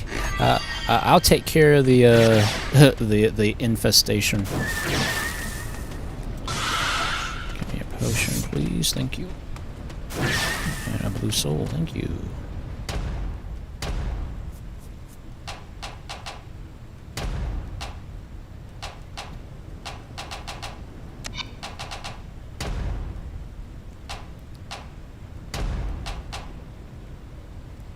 Okay, so we'll do 5 damage then. Of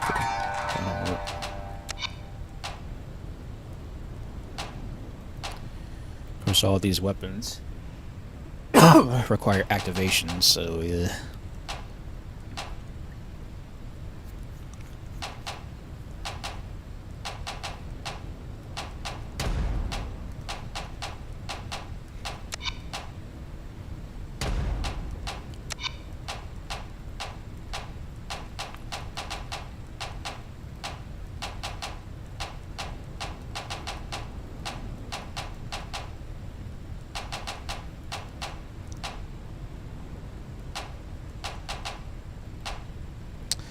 How much else I can do right now, at least as far as that goes.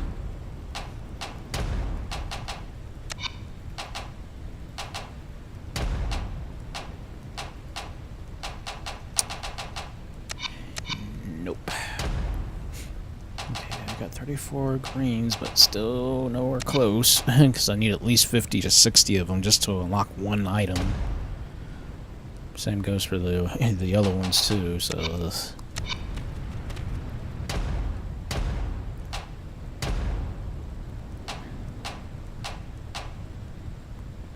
Okay, we can raise weapon rank.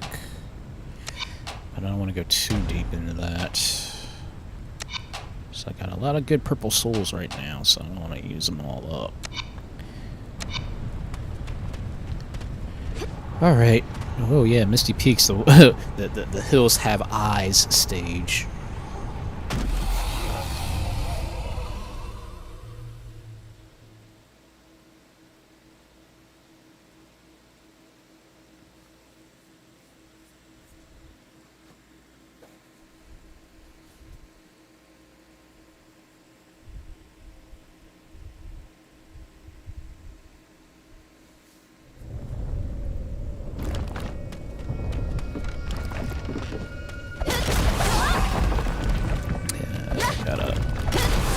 Destroy the eyes.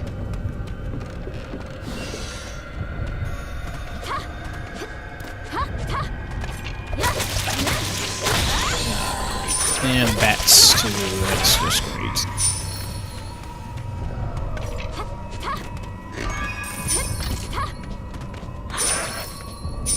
Oh, my swag.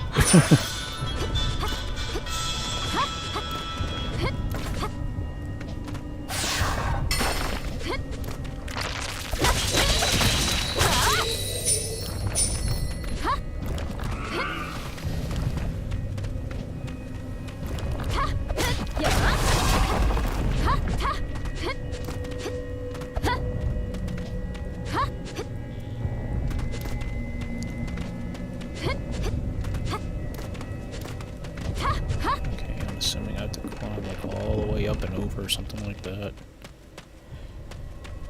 Yep, so I gotta clear all the eyes out first. Bats! Bats! Bats!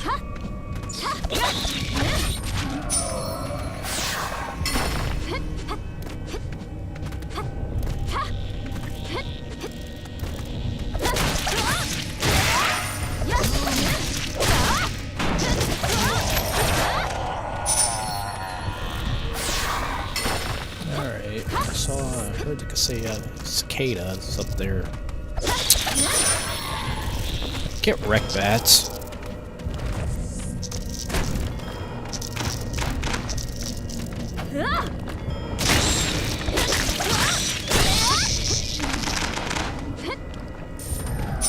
I remember things. Get wrecked, bats.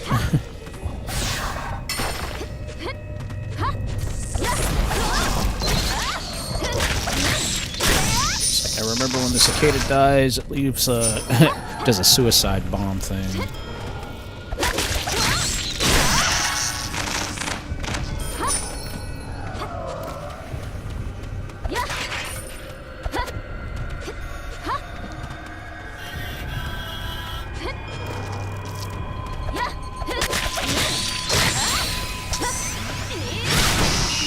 Yeah, critical.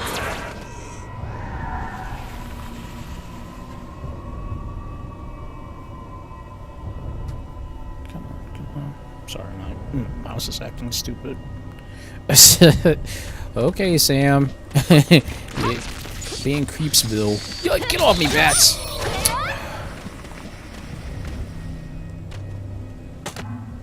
Oh yeah, that's a definite. It's the only. Wait a second. Sky enemies and Earth enemies. That's the only difference. But that has so much more in attack. That's a +6 one. Oh, that's a rank 6, so yeah. Might as well take it.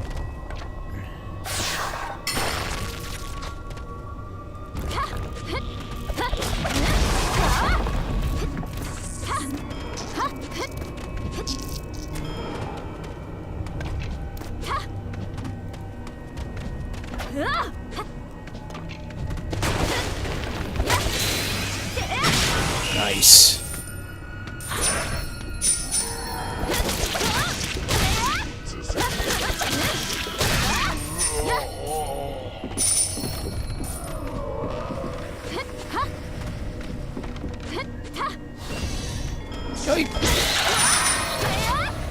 What was that? Haggler's Invitation?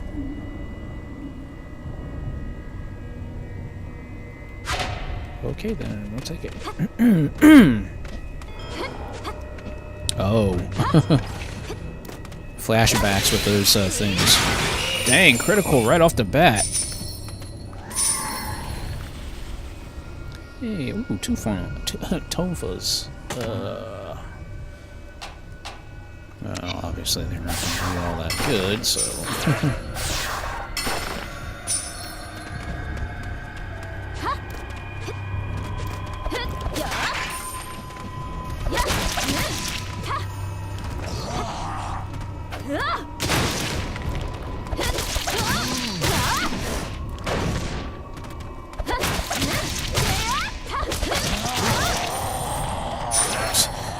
I'm gonna break through that guard.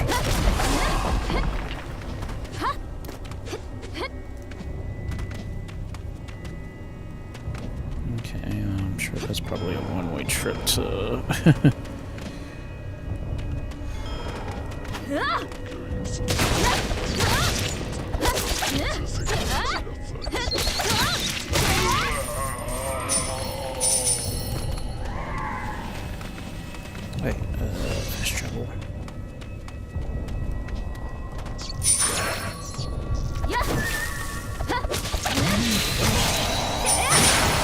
Yeah.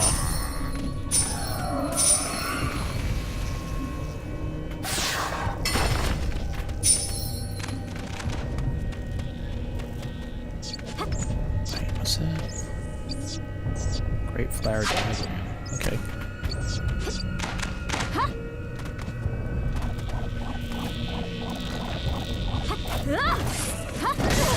Oh, jeez. I did not realize that was something that was going to actually attack me.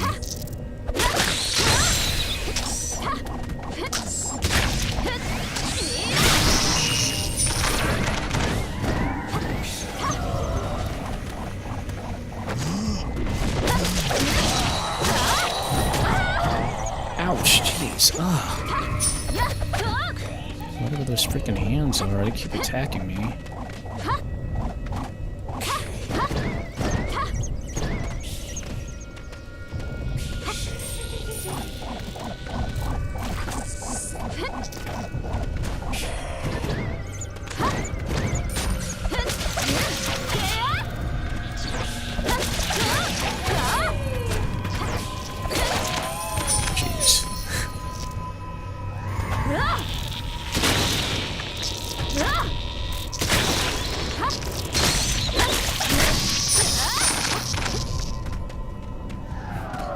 Again, one thing I know how to do in any kind of game is use a grenade or a bomb or something like that. Something that has an arc to it when you use it. Yay, purple soul.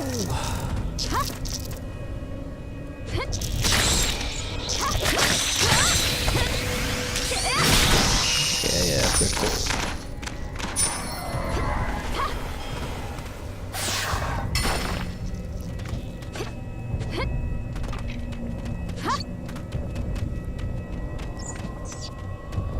Bats up on the ceiling.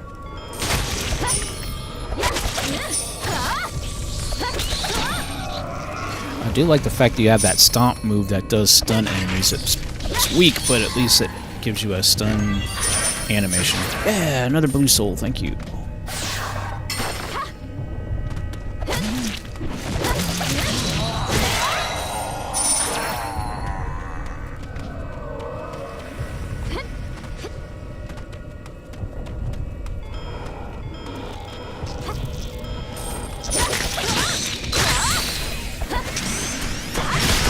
Critical!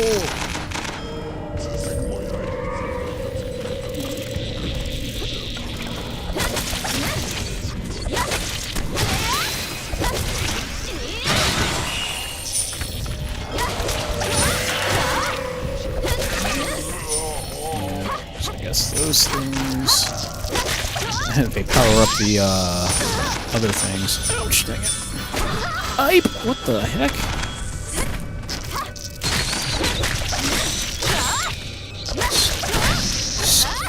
Cicadas attacking from off screen.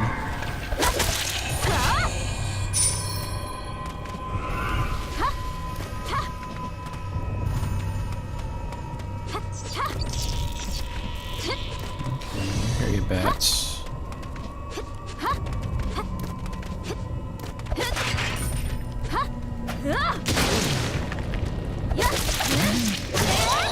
Counter.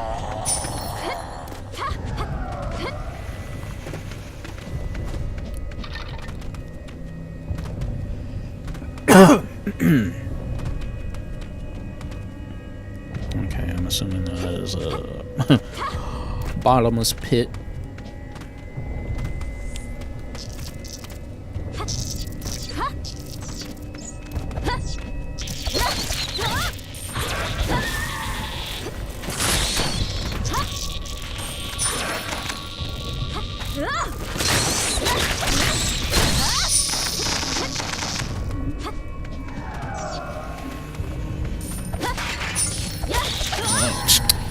Stupid bats.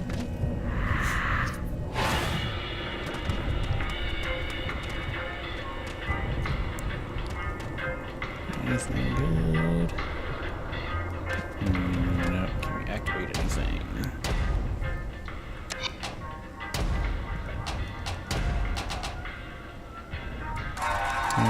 Yep, 5% on damage.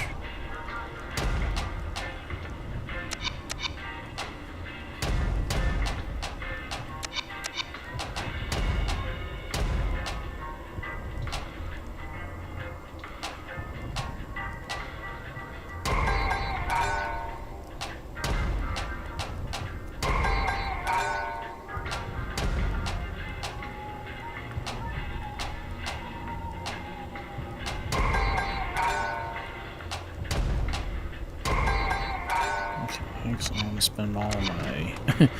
I don't want to spend all the souls. Get off my bats!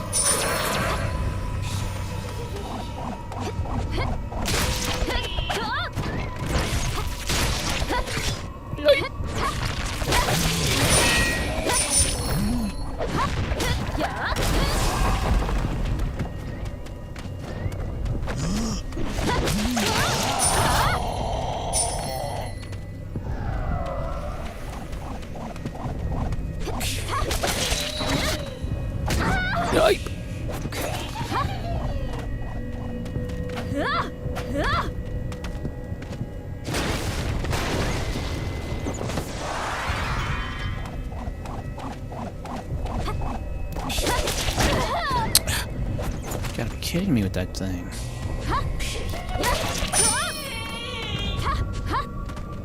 Jeez. That thing is super annoying. The fact that it can knock you, like, practically, like, that's the kind of enemy, like in Ninja Gaiden, that would knock you off cliffs.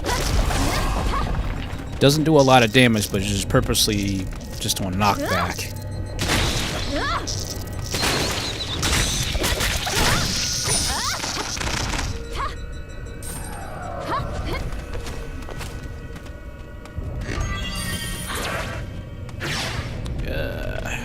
I do need another potion. Dismantle.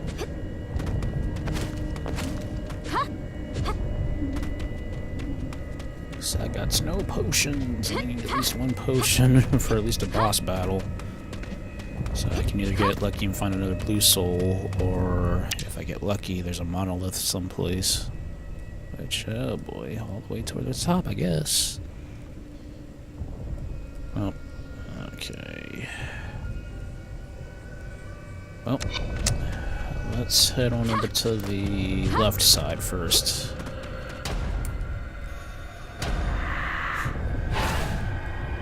So this is a huge area.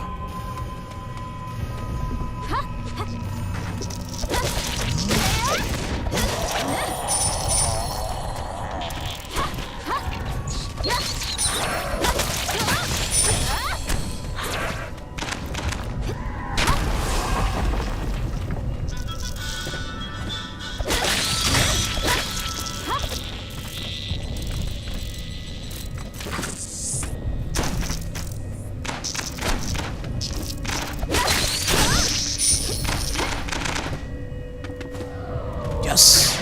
Thank you.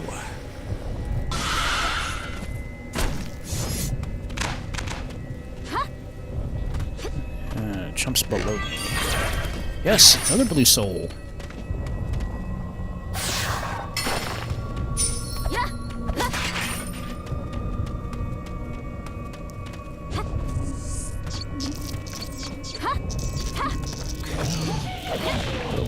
Rock and hard place.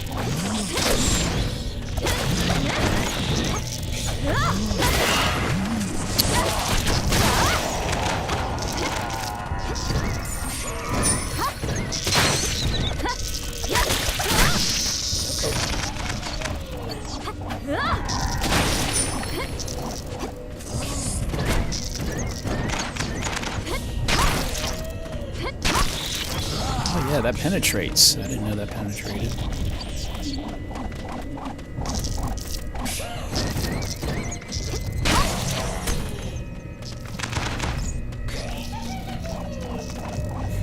Come on, recharge. Reload. Give me something.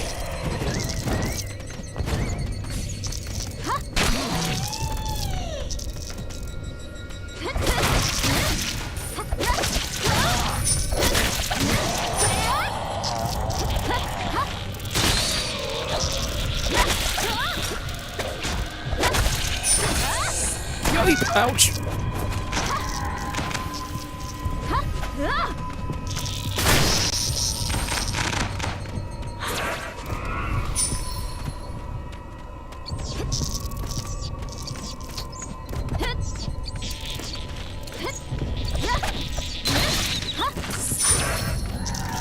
Stupid bats.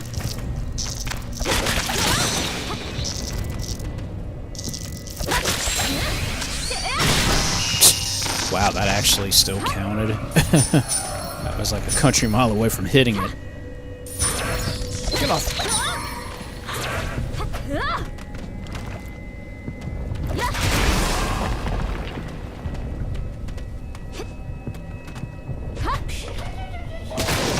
Oh boy.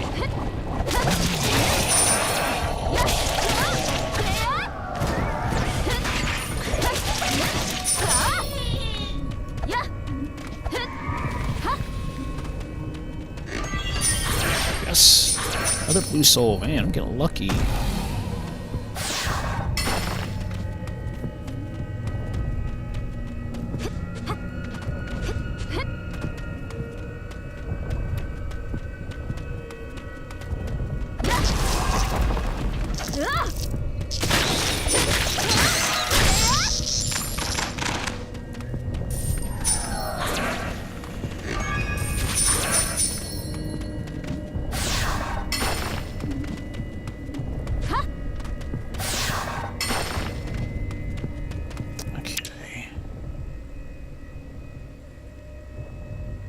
Okay, well, gotta head back up.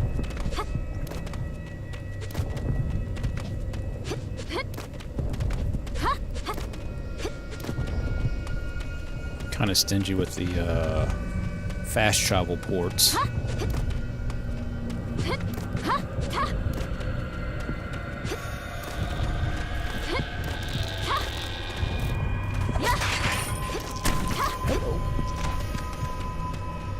Ah, there's a monolith.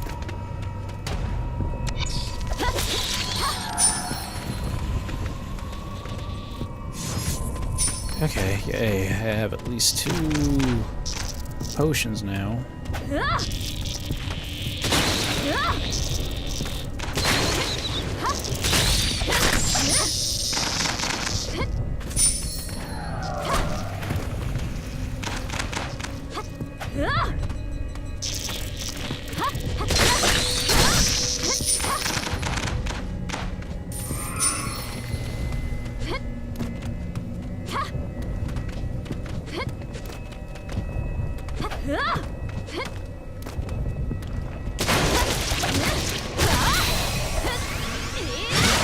Nice.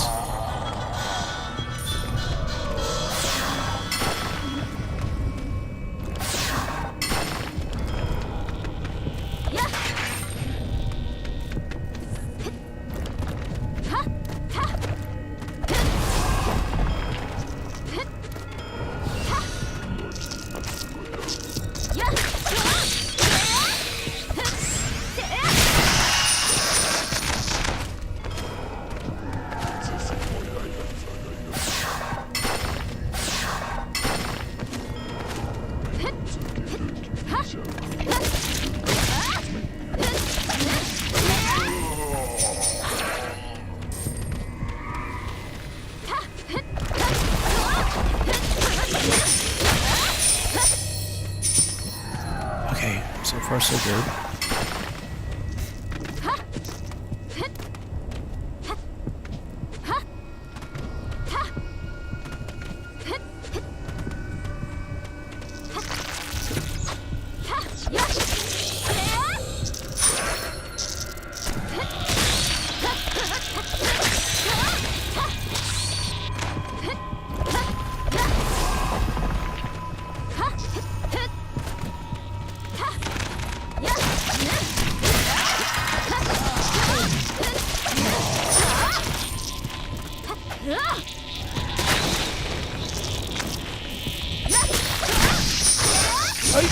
Dang it.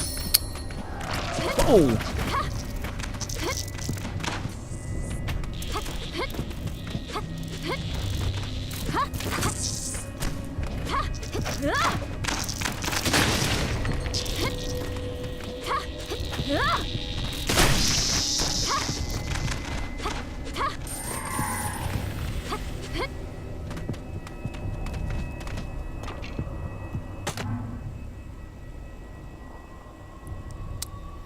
Nope.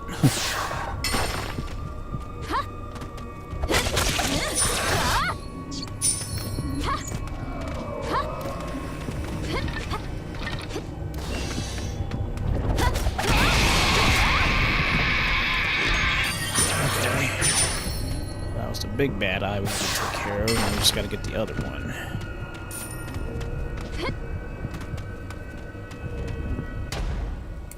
Which is, okay, way over there. We gotta go back, gotta take care of all these other chumps first.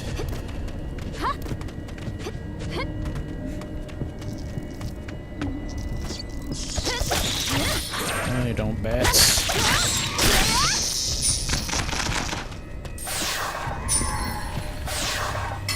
Ooh, what's that? Okay. I'm getting lucky with finding all these diagrams and stuff. Okay, I heard bats. I heard them. Aha!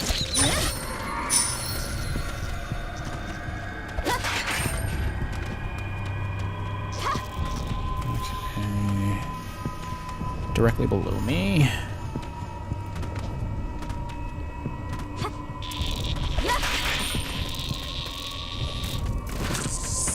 Whoa.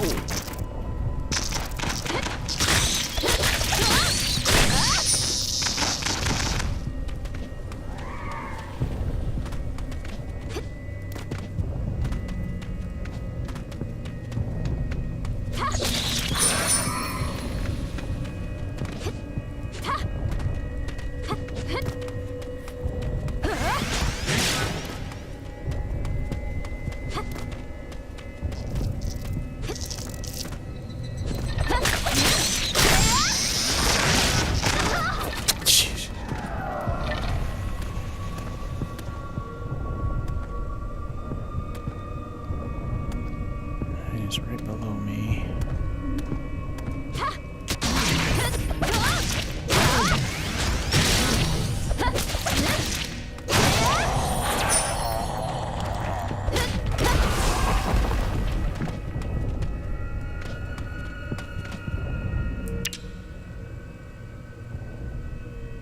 Okay, I think that's it for that side. Now I gotta go all the way over there. So, well, as close as one is below me. Warp point.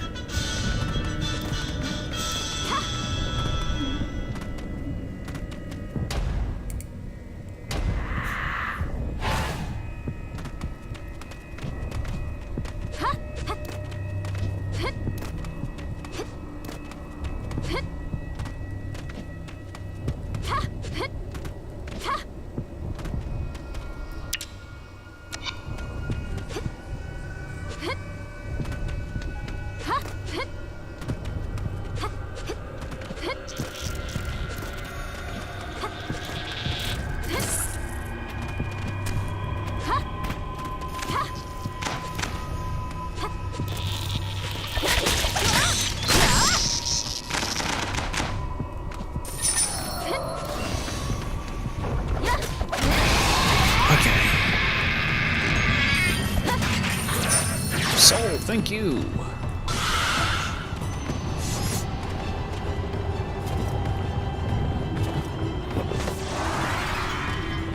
All right. Oops, missed.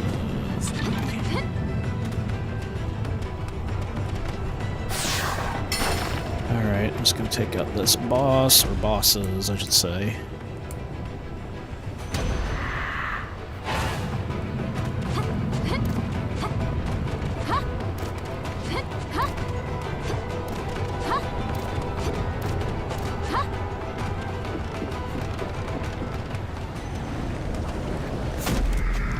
Alright. Let's see how this will go, guys.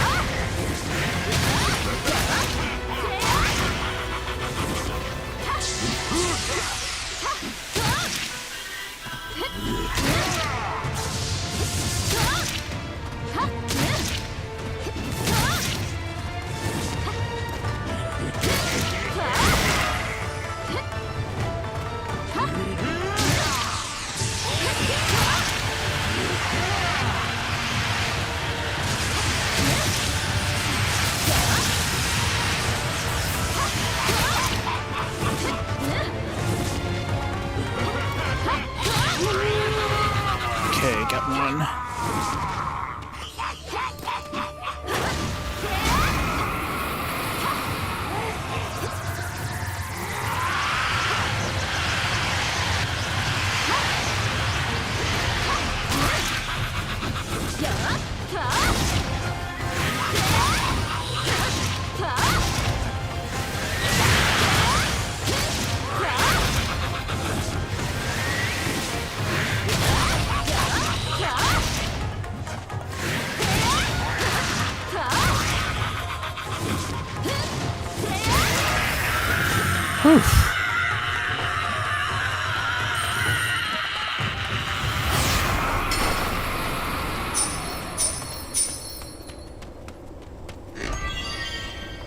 Ugh. Crazy fight. Yes. Yay, potion. Tell ya, that club. that club does some damage.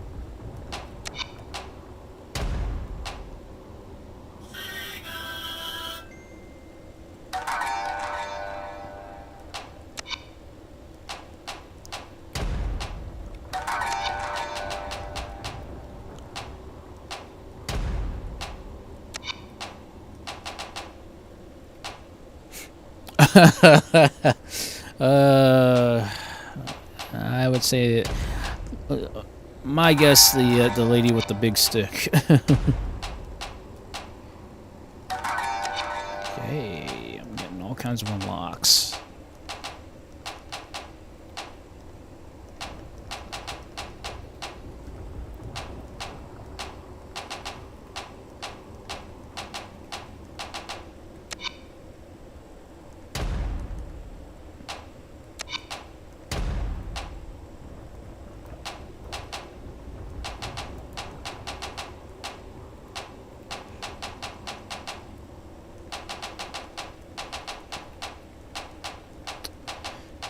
Much else is needing to be unlocked, sadly. Oh, talisman.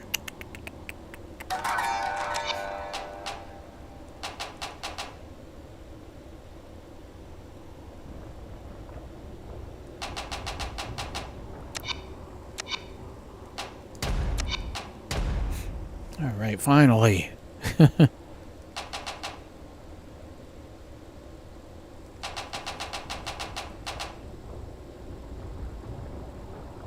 Destruction. I have hiding. Carnage Seeker.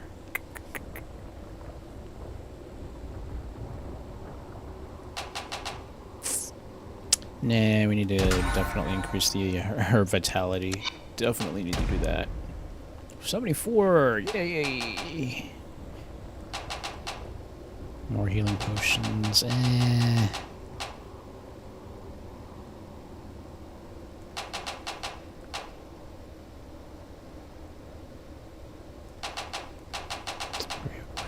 Headquarters invitation. Oh, 5% discount at shops. Nah. 10% of your maximum vitality for 5,000 coins. Oh, weapon rack order.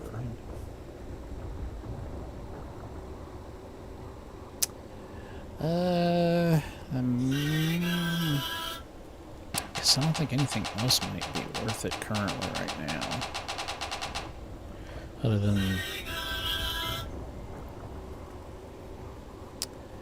Other than some other stuff. Sam.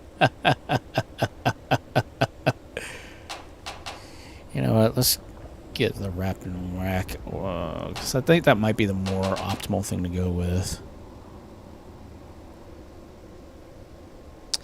Because 5,000 coins is definitely a nice start, especially getting those other things. But I think initial weapon rack will definitely help, especially if I have to restart. Alright, what can we, 39 purple souls, jeez.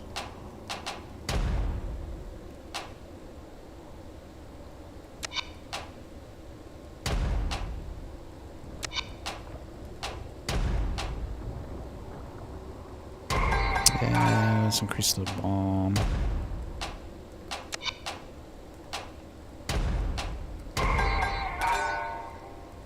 Okay, definitely don't want to go spin crazy. I got to hold on to the purple souls as much as possible. And everything else is activated, so, yep. Alright. Let's keep it rolling. Proceed to the Avenue of Pleasure and Illusion. Okay, brand new stage finally, guys. Let's see how this will work. Uh-oh, I think we're getting ready to fight a sub-boss.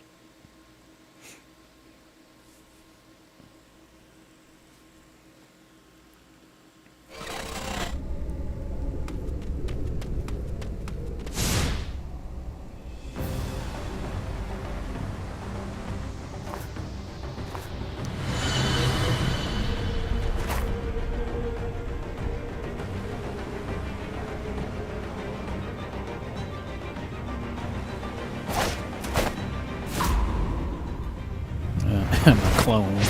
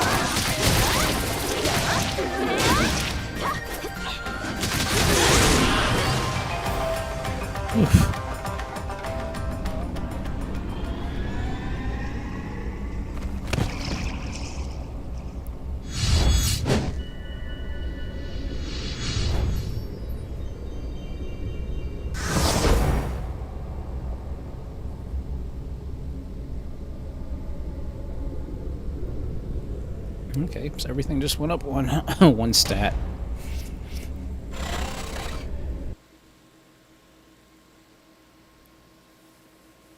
That was a little bit rough, but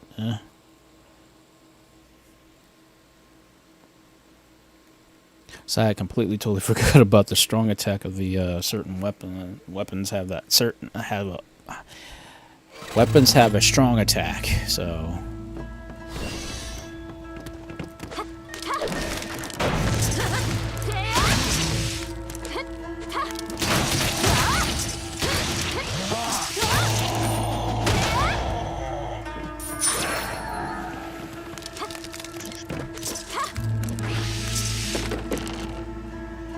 Move to the rear.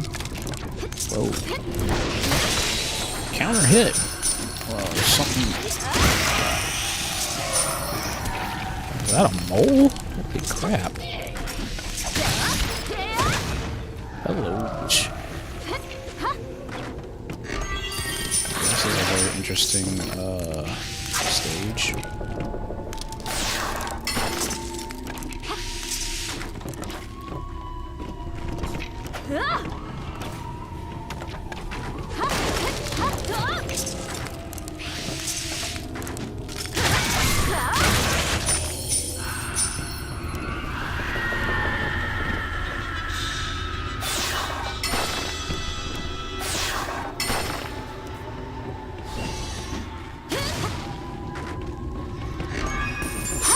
Swag!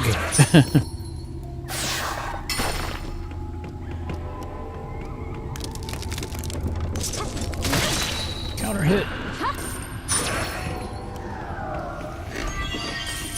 More swag. Yeah, another boost soul.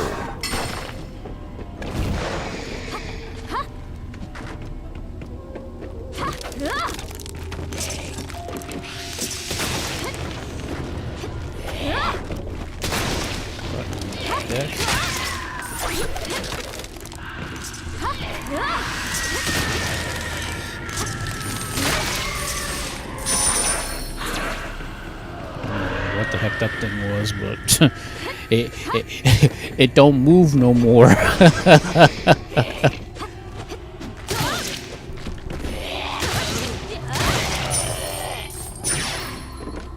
Ooh, dang, I'm getting blue souls like crazy.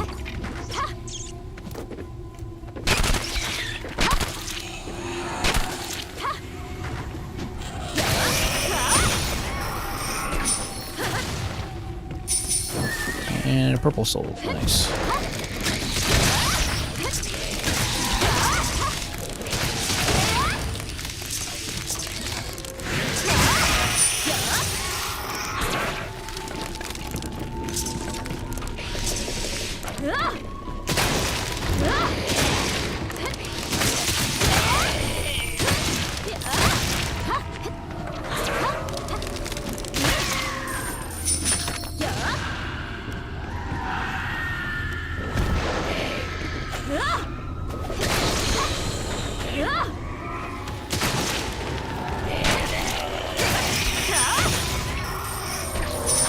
Holy crap, I am getting like a lot of items. Ouch! Really?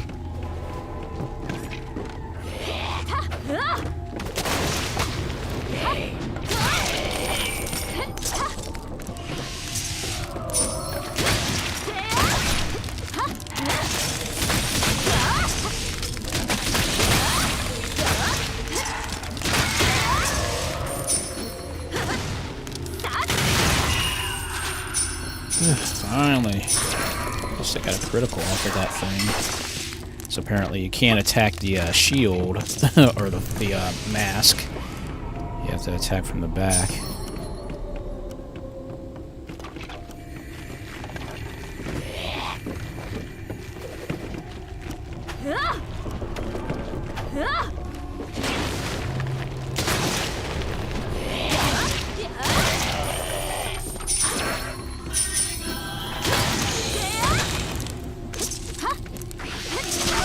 Ouch.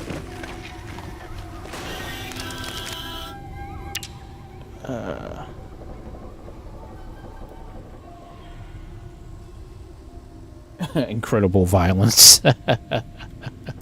Okay.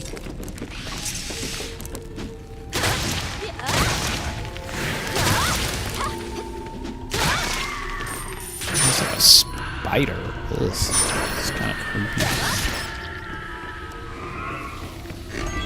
Swag. Yay, a potion. Thank you. Yeah, because I don't want to grab too many blue souls, otherwise I'll miss getting a potion.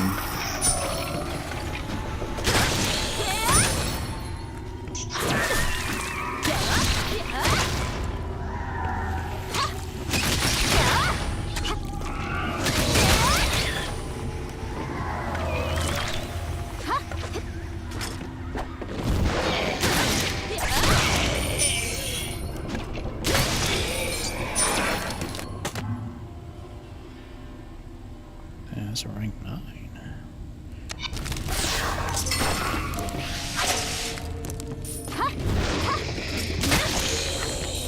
It's nice now I can one-shot skeletons.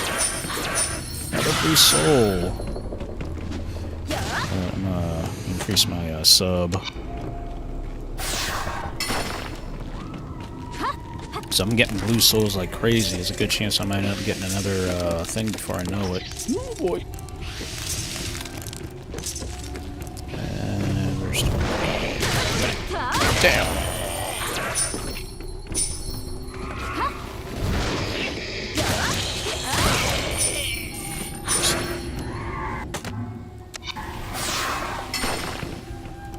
It's hammer time.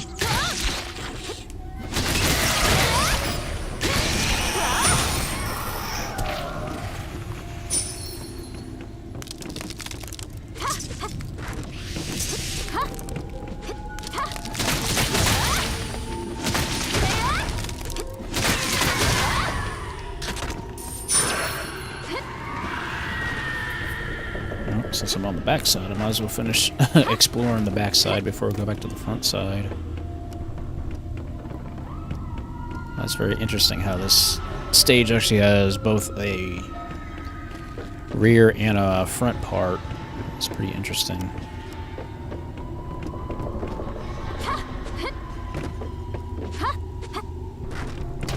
Hey, another monolith. Okay, well, I got my I'm maxed out on potions now, so I can probably work on upping my main attack from the blue soul, the next blue soul I get.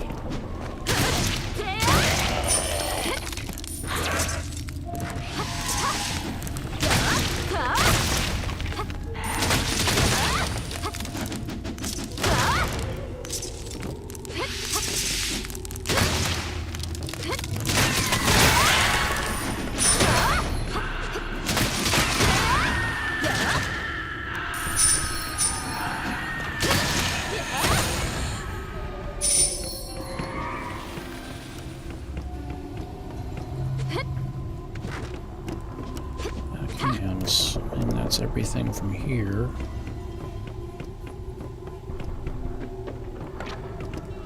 Yep, so that's everything else is going to be on that side, so...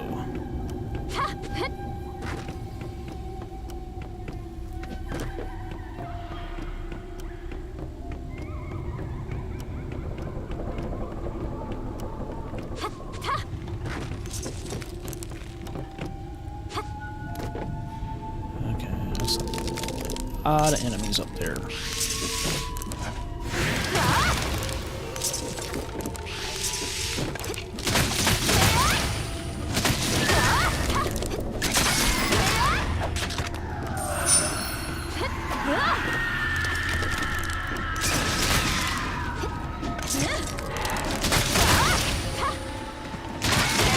Hey, good old bomb to the rescue.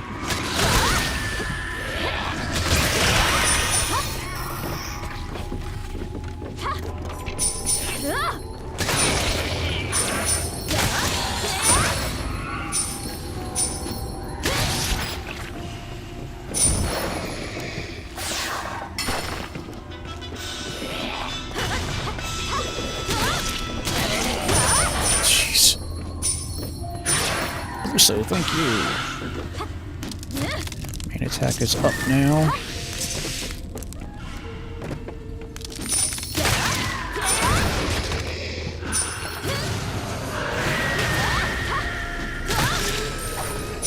That's right, I keep forgetting you can actually cancel out of your attack animation.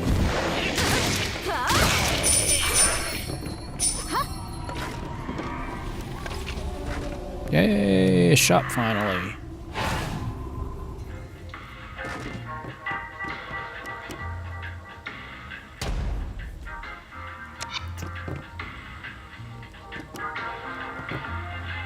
Ooh, that's a nice one there.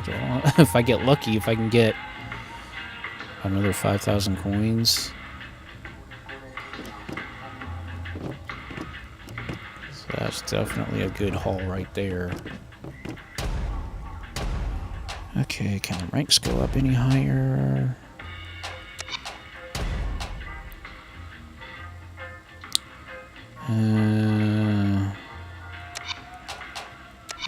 I think I'm good for now. I might come back whenever I get ready to fight the boss. I think I'll increase the ranks then. That'll probably be the more optimal thing to do rather than spending them now.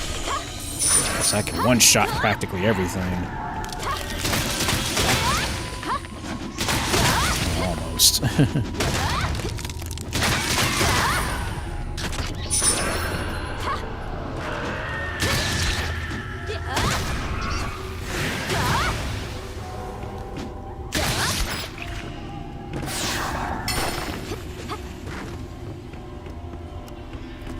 Right.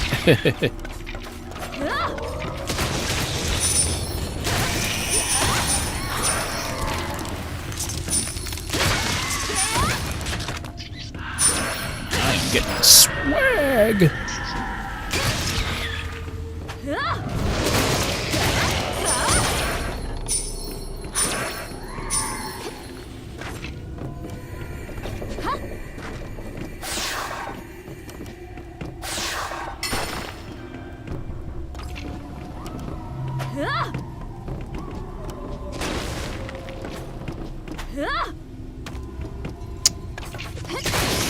Oh, I was not going for style points, but I'll take that. I am getting so much swag right now. Yeah,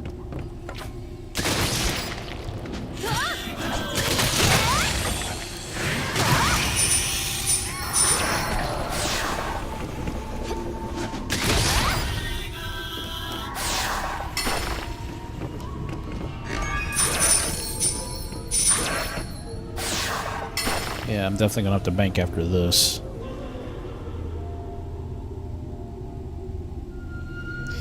Yeah, I know. A lot of people have been telling me to get that game, so I might end up having to get that maybe. Oh my gosh! So much swag.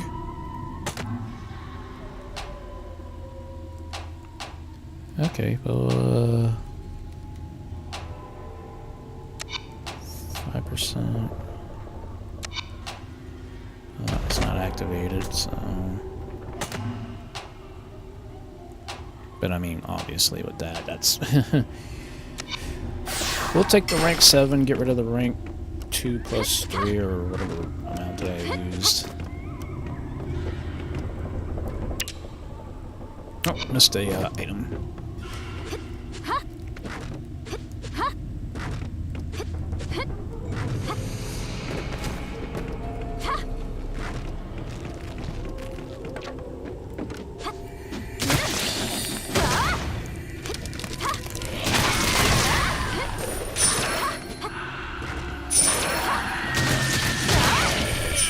Jeez. It's crazy how a club basically allows you to be Sonic basically for a second, doing spin jumps.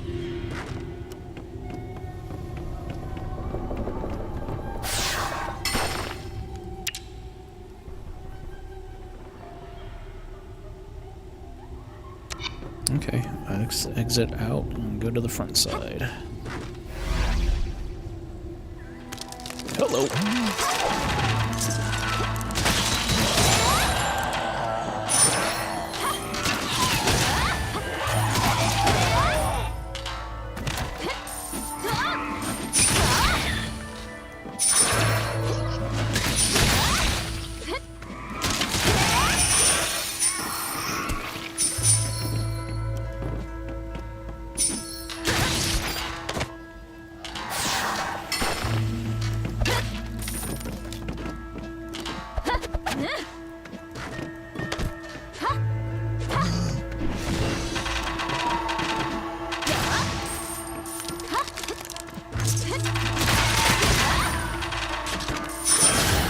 Ah, dang it.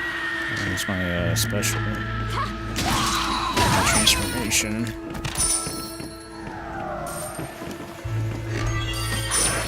Yay, blue soul.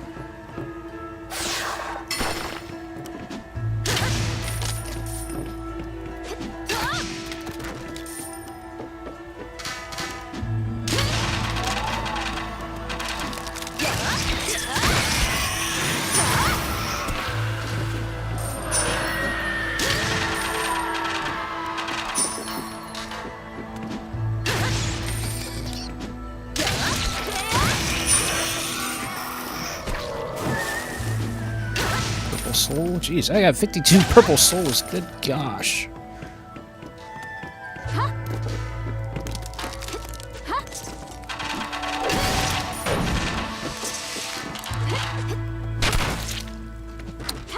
Of course, can't penetrate the,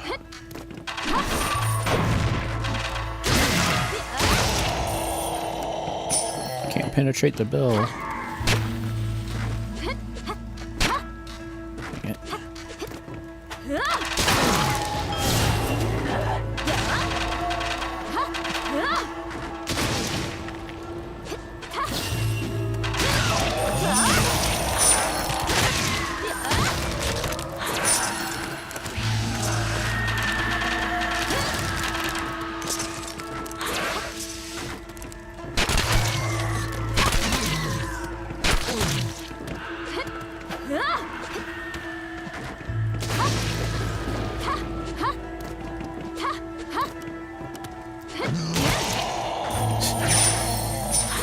All that swag, baby.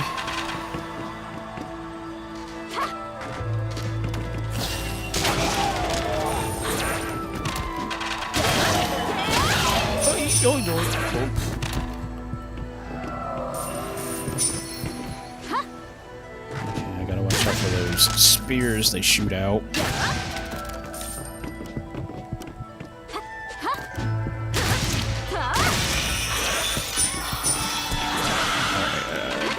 Myself.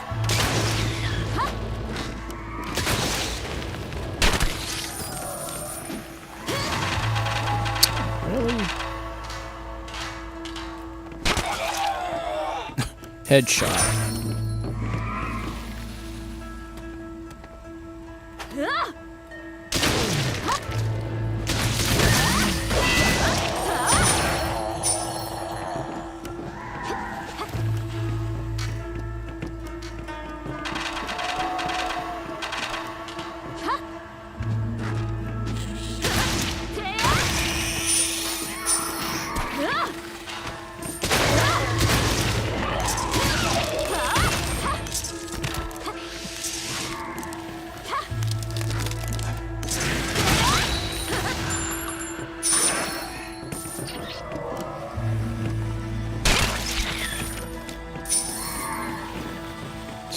Crazy how that thing can penetrate very nicely.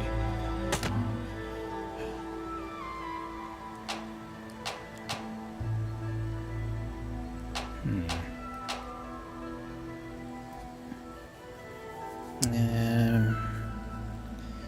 I can use some magnet bracelet. Now see, that's better. For million blood, targets hit by all attacks have a 10% chance of receiving bleed status effect for 20 seconds. That is much better. Well, let's take it. Another diagram, nice.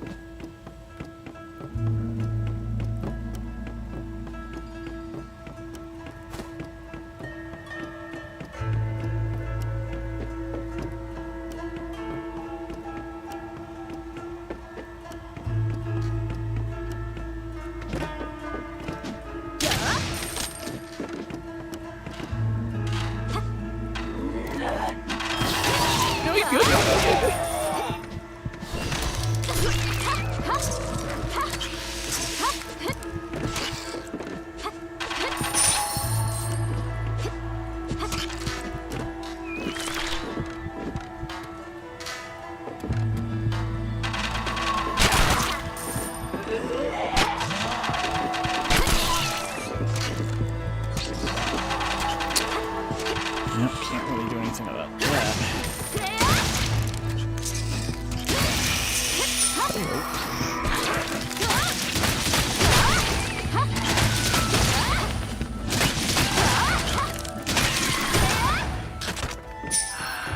Nice. So that actually incurred the bleed status effect, which was nice.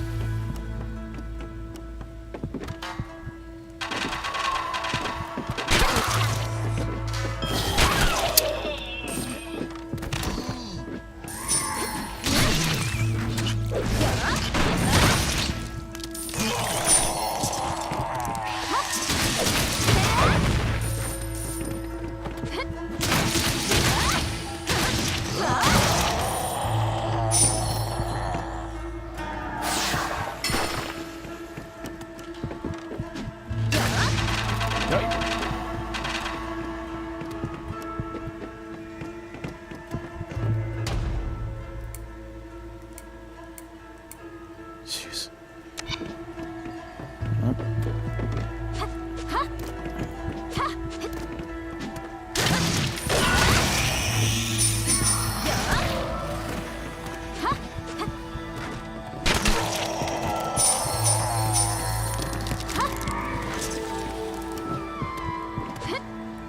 Okay, better heal.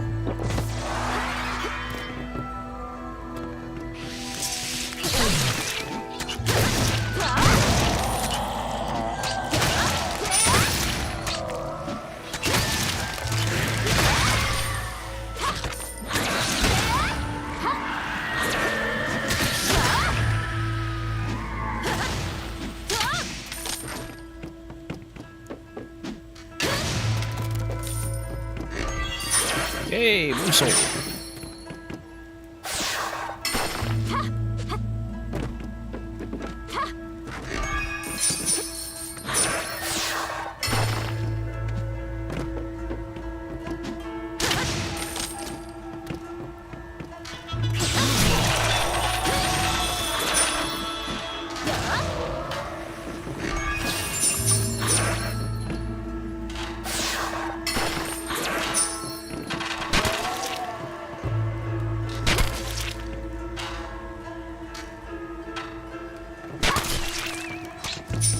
Lead status.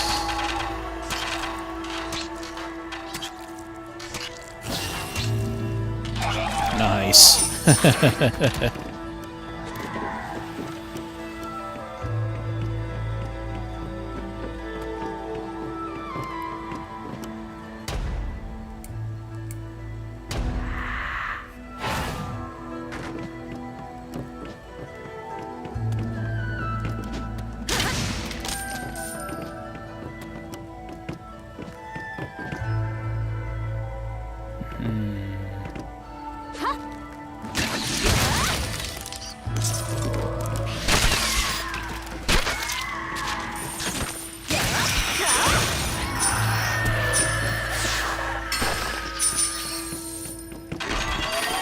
Yes, Uso, gosh.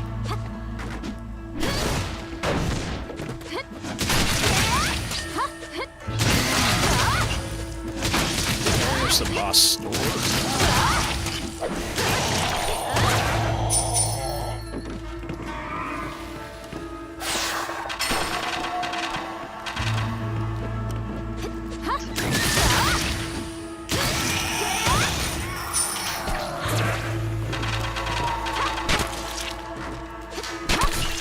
Lead status. Jeez. That is crazy, guys. I've been... Apparently this is one of my better stages to use. Do crazy things in.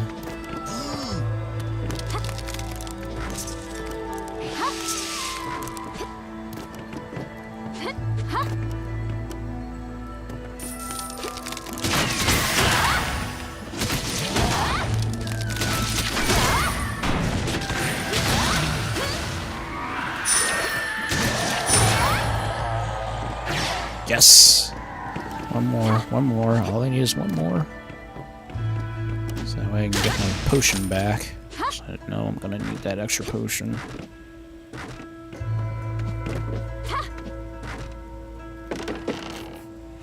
Alright, back to the rear, and then we'll just have to,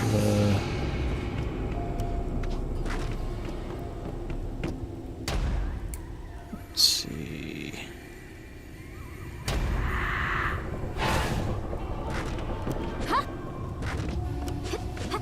Take the door. Hello.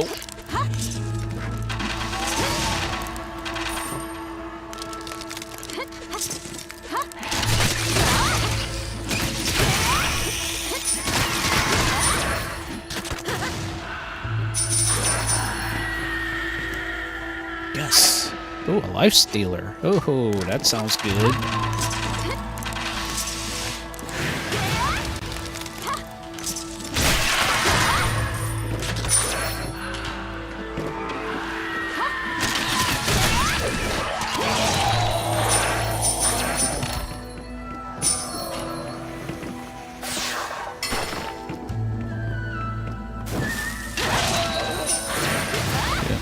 I just one-shot that thing. 12-foot diagram. Jeez, I'm getting all kinds of stuff.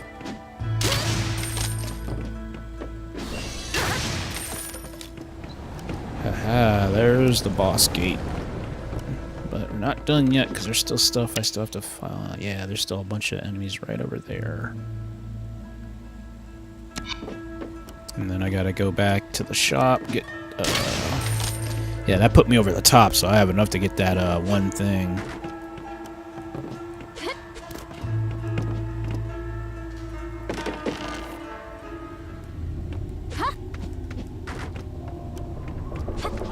So I just have to remember to come back down to the bottom corner so that way I can go to the boss gate.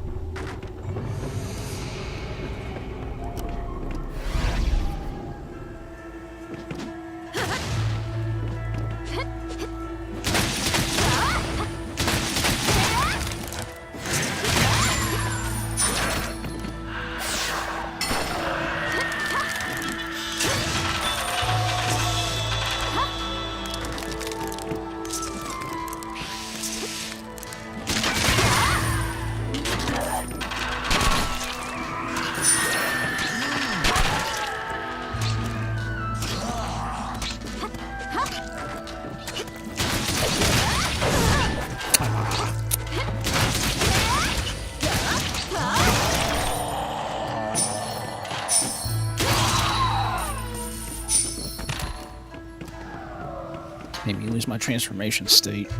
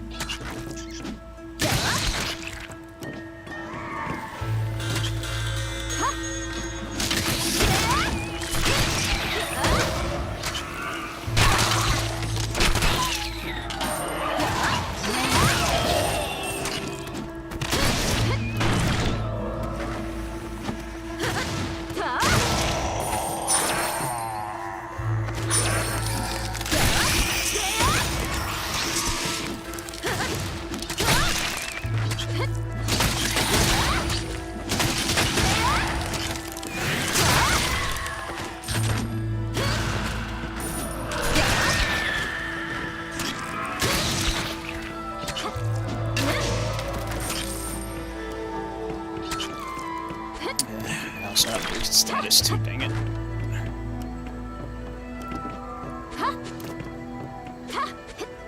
Alright, I'm just gonna get this shop.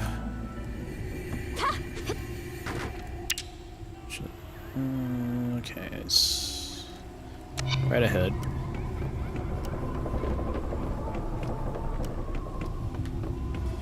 Get to the shop, and then we just gotta go back down, and then go take on the boss.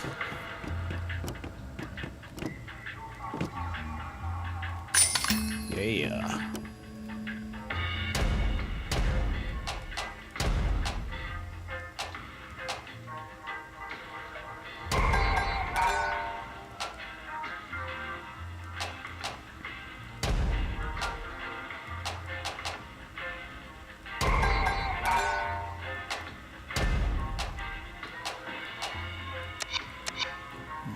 That's about it. Almost it for my my spending.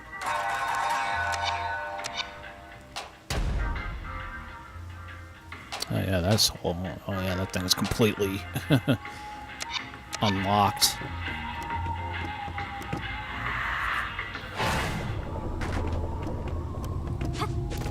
All right, we just gotta get down to the bottom corner.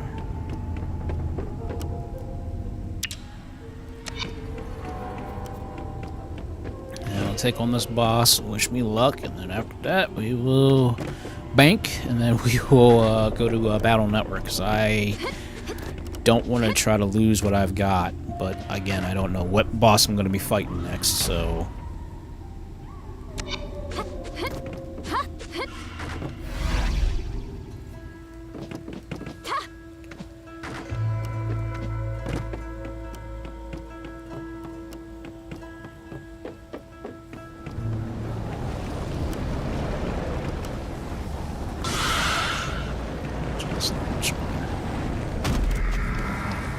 Didn't give me much with health, so this.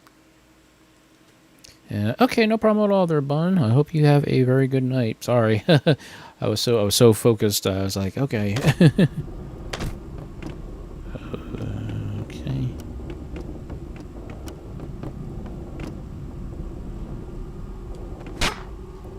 Okay.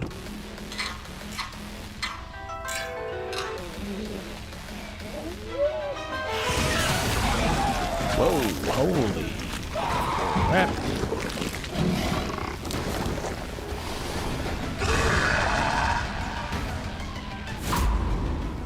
And it was a good thing that Bun did check out, because I know Bun can't stand spiders.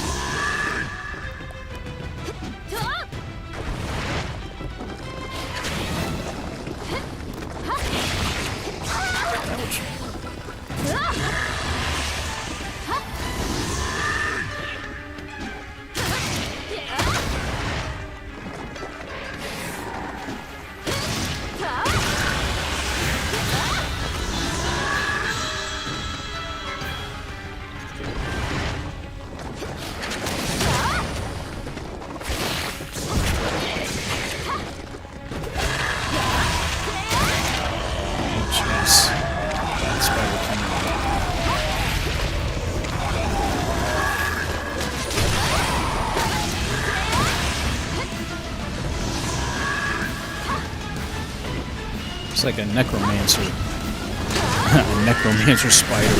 Whoa. Jeez. That hurt.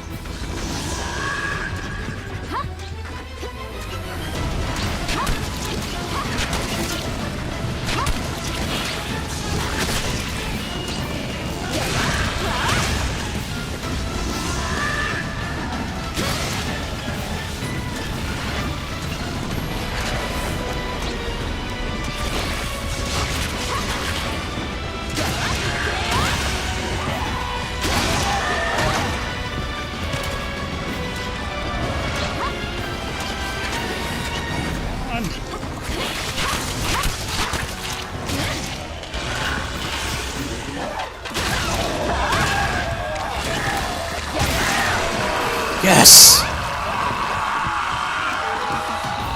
Oh my gosh. Wow. That was an annoying boss. Good gosh.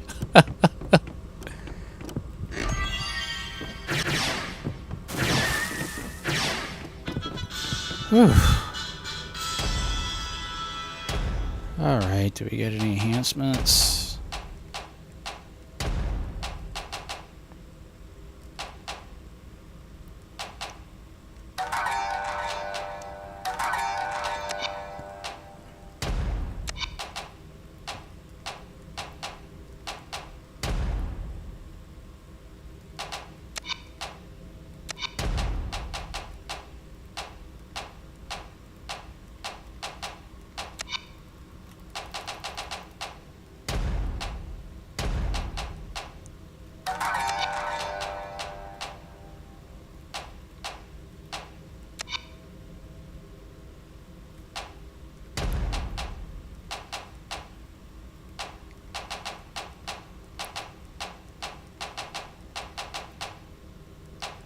Wait, is that enough to unlock something? Oh, cool. So I can unlock those.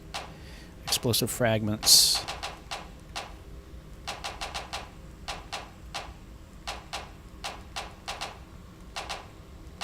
Gosh, just this stage alone allowed me to get a lot of good stuff.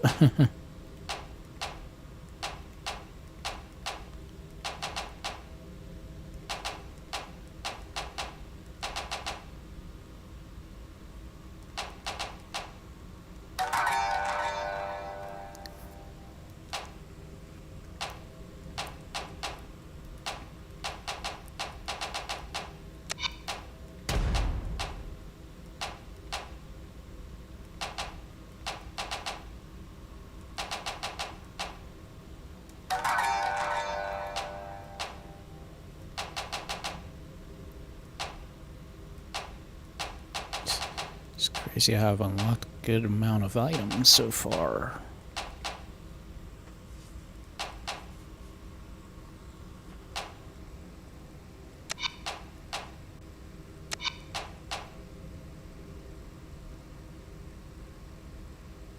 Parasite status effect.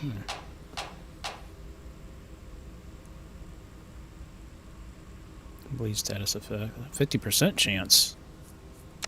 But that's only one. Man, you only get one. That's the only thing that sucks about the bombs. You only have one for like the better items.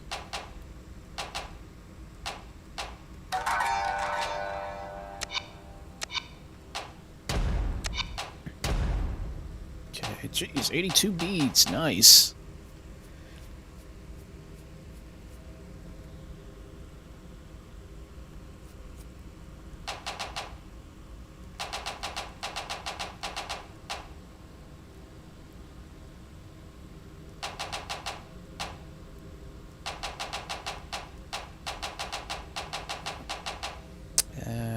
Let's do Wave of Destruction.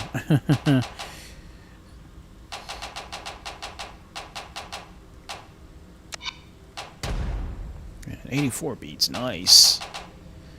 Okay.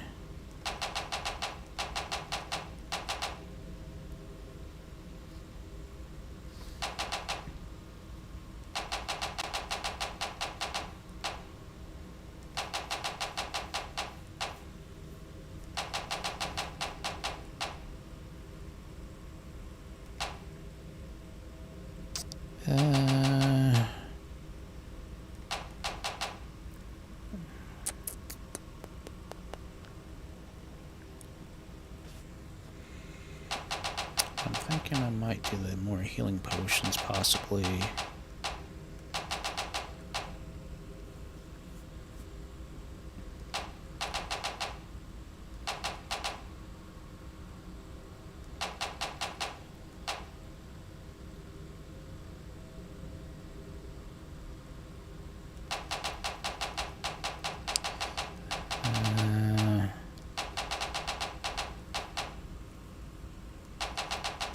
Or, yeah, you know what? I might have to do the one with 5,000 coins.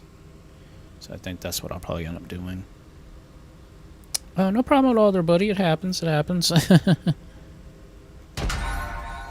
Yeah. Start a stage with 10,000 coins. What?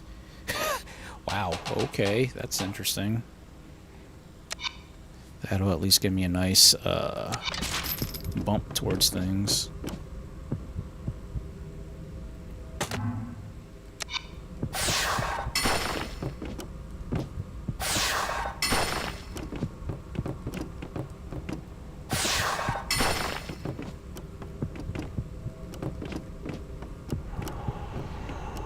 Okay, I'm totally banking. It sucks that I have to lose all my equipment, but all the material I've gotten, I don't want to lose that.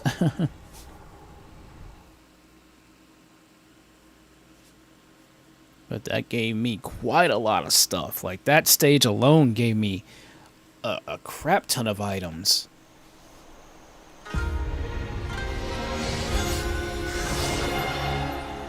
Yay, I did it. I made it to stage 4.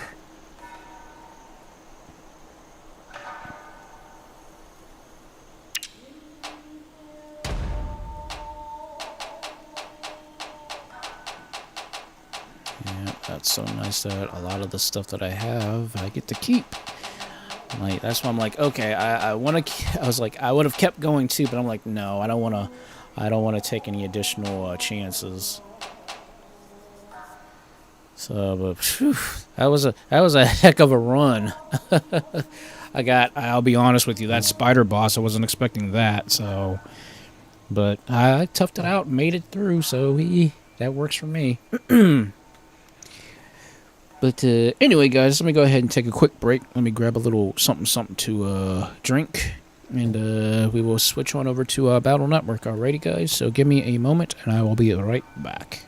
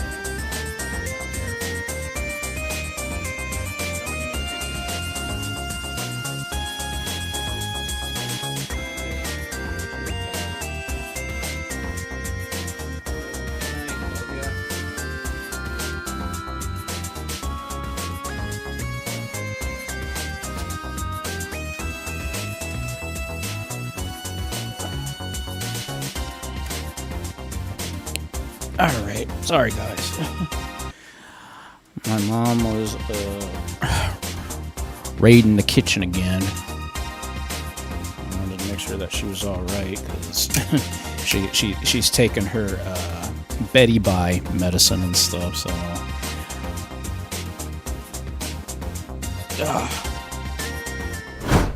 So I just wanted to make sure she was alright and things of that nature.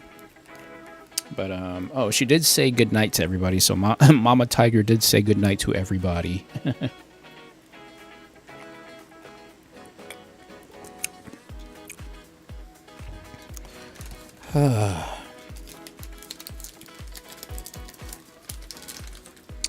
But I went ahead and I snuck me one of these granola bar thingies, and I got me some of the more of that Prime hydration stuff.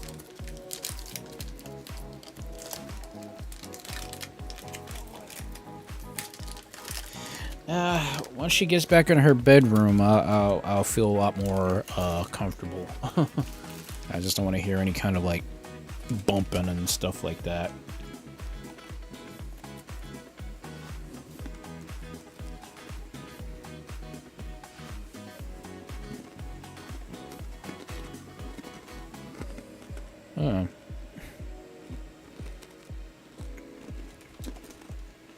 These granola bars are kind of hard.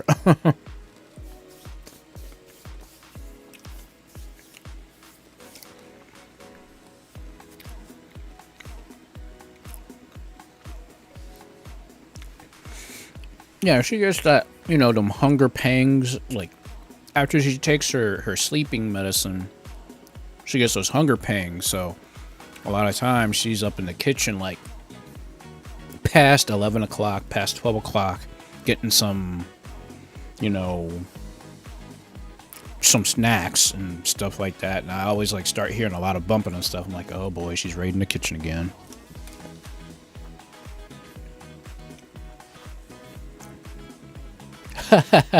A Charleston chew. My gosh, I haven't had one of those in like years. Between that and like, what was else? Like, I think a whatchamacallit and a Fifth Avenue. Those were like the ones I haven't had in like years.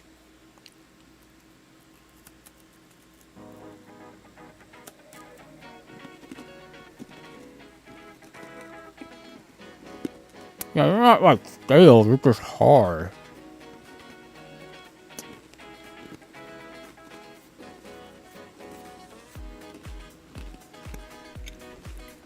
I mean, it's good, don't get me wrong. It's just the fact that it's like freaking hard, you know?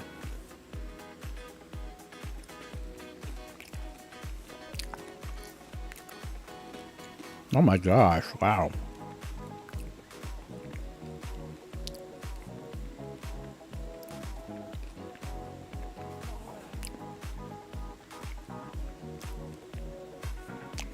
Quite frankly, I can't remember what a Tarzan 2 tastes like anyway, so... That just shows you how long it's been since I've had one of those bad boys.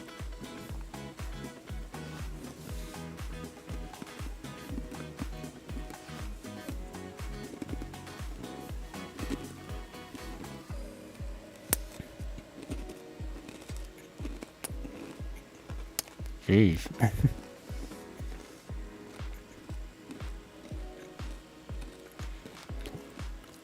Like I said, like I've had certain candies and stuff. I'm like, what is it? There was like I had a sugar daddy once, and I got everywhere. That's just like just chocolate taffy and stuff.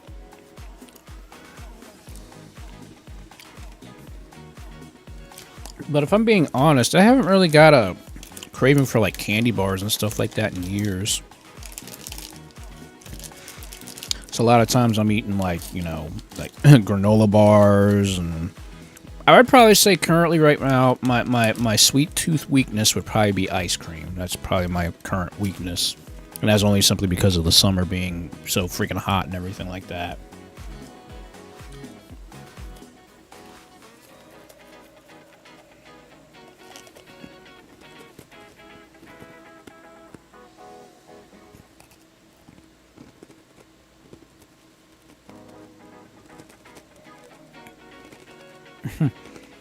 That's understandable.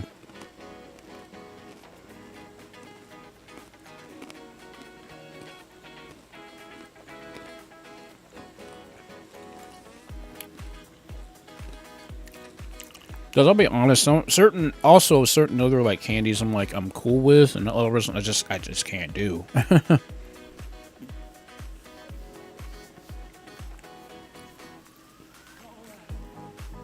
So I know my brother, he'll eat like like Reese's, like he eats Reese's like all the freaking time, like Reese's cups just constantly. I'm like, that's too much. That's too much chocolate and peanut butter for me. Although I'm the one in the family who has really weird eating habits. Like yeah, I won't eat like Reese's, cups and stuff like that, but I will eat the Reese's cereal. I'll eat those in a heartbeat because they're so good.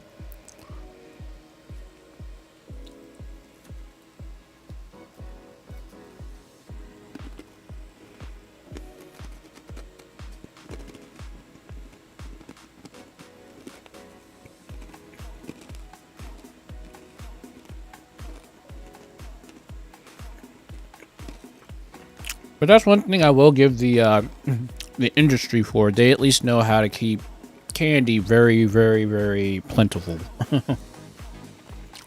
Especially during Halloween. I mean, my God. Went to the store this afternoon. And the seasonal aisle, just jam-packed full of just Halloween candy and stuff.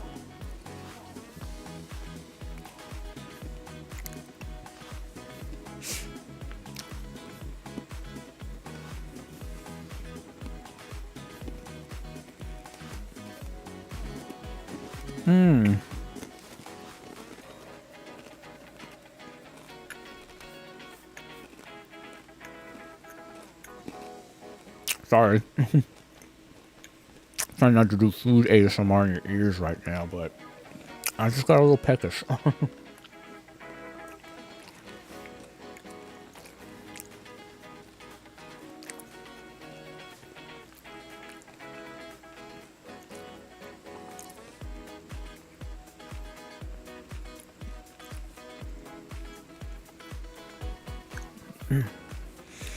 But I know, speaking of candy stores, there's actually, when Sam kidnaps me, we always check out that one candy store that's in the mall.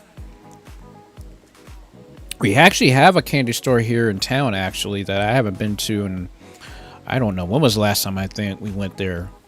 The last time we went there is when Slicker decided to get actual bacon soda, like actual bacon, like, bacon that you would eat. Like, it's actually soda in the flavor of bacon. And I tried my best to drink it, but I couldn't drink that whole thing. I was like, this is something, I was up for trying something new, but then there's just some things, that man was never meant to temper with.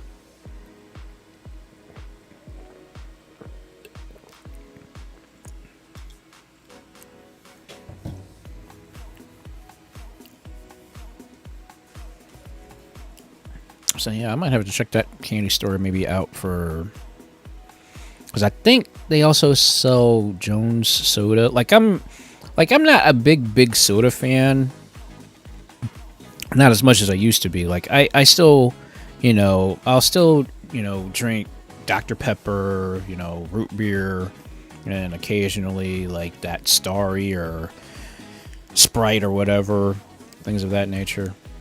But there's something about getting a good soda that's actually caffeine free and pretty much all natural that it's really good. Like, that's why I love my my Reading Draft. That's my favorite soda brand, because of just it's all natural to a certain degree. I think the only thing about it is it's got that food coloring in it, but everything else, it's cane sugar. It's got what else? It's naturally caffeine free, so it's got no caffeine in it and stuff. But I always get the black cherry kind because I'm a sucker for cherry, sadly.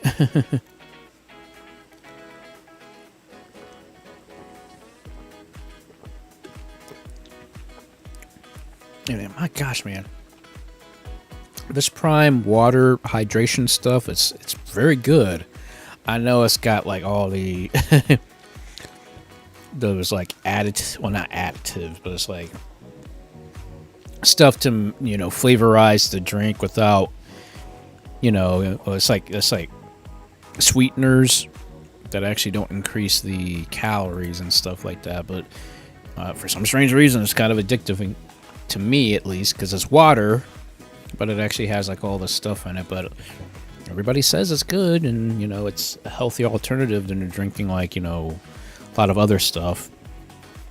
So I'm like, okay, yep, I've been sold on this stuff. Plus, I can find it for $2 a pop, so I ain't complaining about that.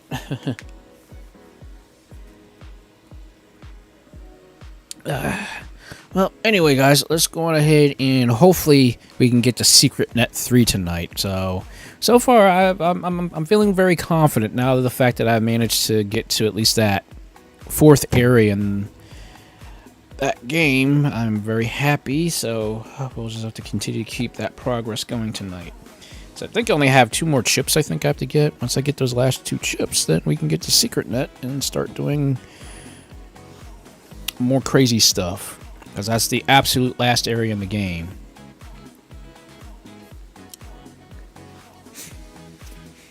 So the question is, what last 2 chips should I go after? Or at least the 2 chips that are going to get me to that next area.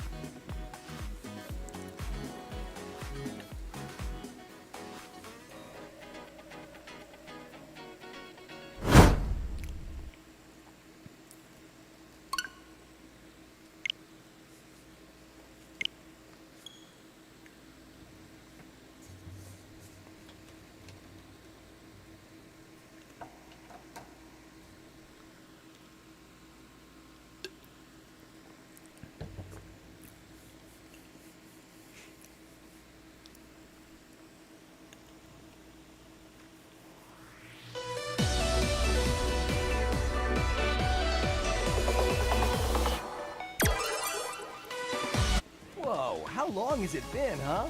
I was about to go see what Lamb was up to. We got this!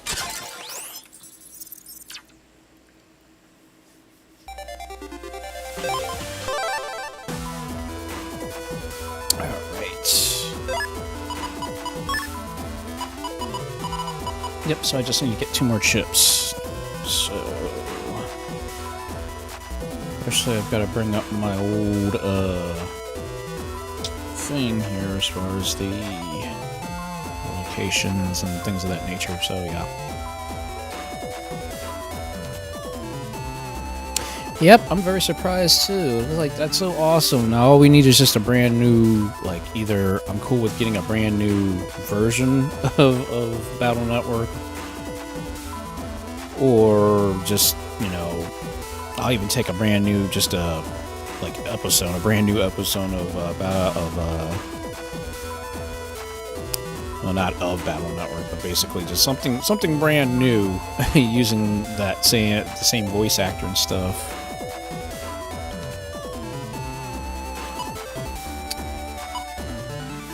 Let's see. So I did get a good amount of stuff.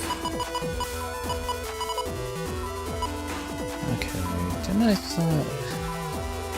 thought I said something about doing like Airstorm 2 would be like the last one, so that way I can go to secret. Basically, the last chip should be in SecretNet 2, and that should automatically get me into SecretNet 3, I think.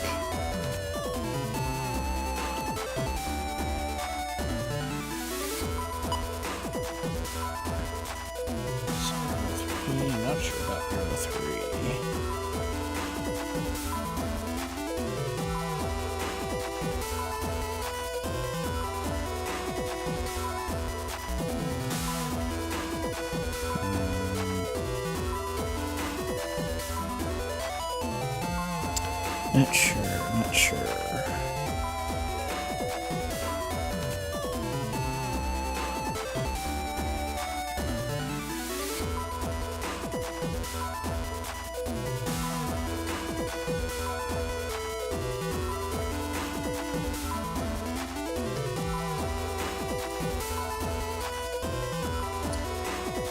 apparently, that's gonna suck if that's gonna be the one I'm gonna go after.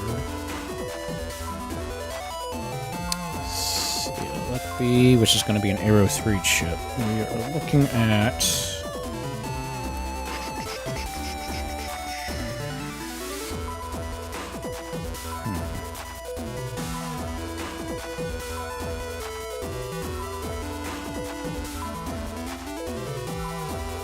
School server comp.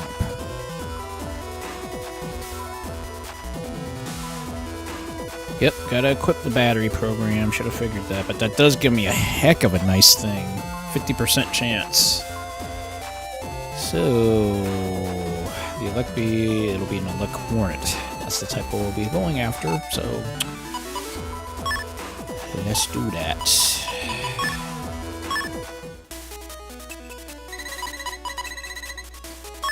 The fish program, please. Quick battery. Ah, shoot.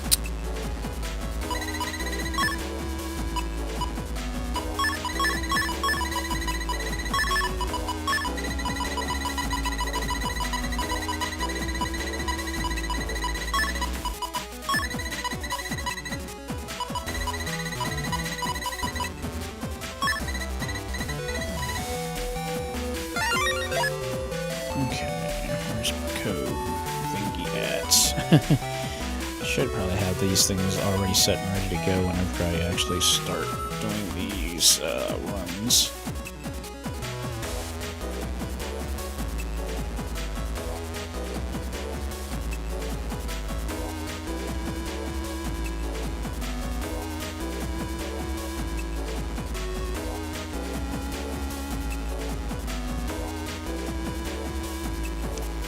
Let's see.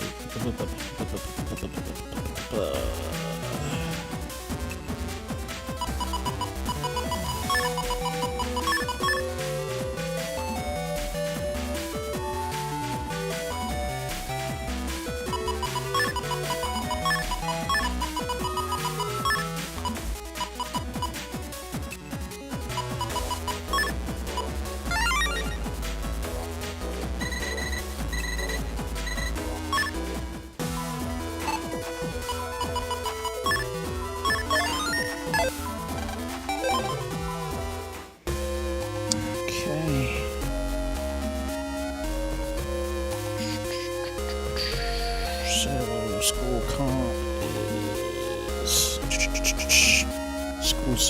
school server comp, so it's actually inside the school itself.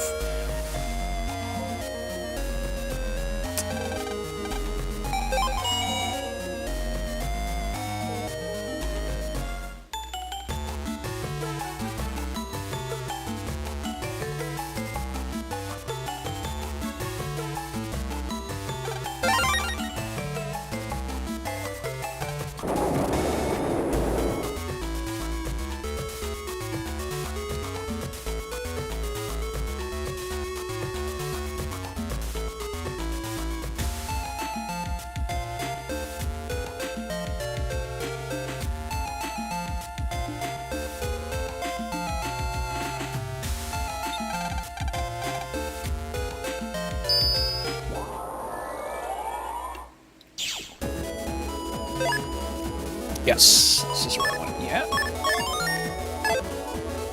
I should still have this collect program still installed, so hopefully I might get lucky. Okay. Oof. Oh, jeez. Of course, I have the that stupid HP bug.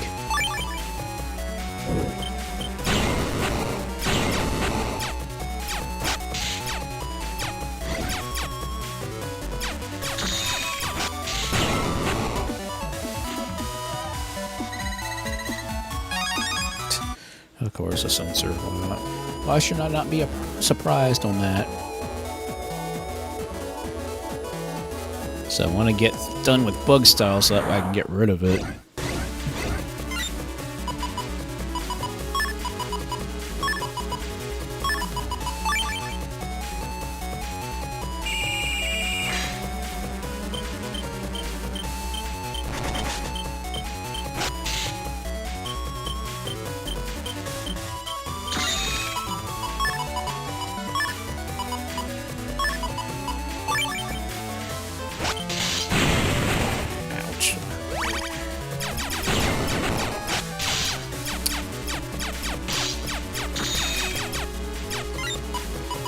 Like, bug style is okay, but it's just because of the random bugs that you get is the only thing that sucks about it.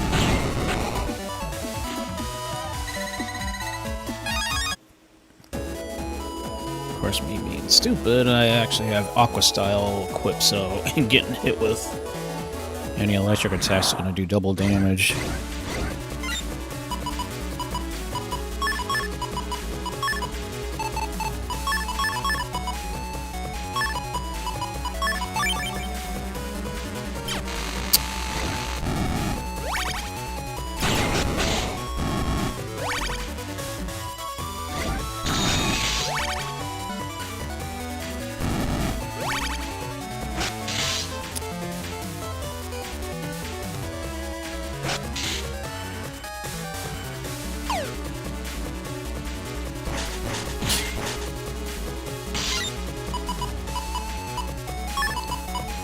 Jeez, I'm supposed to get program advance.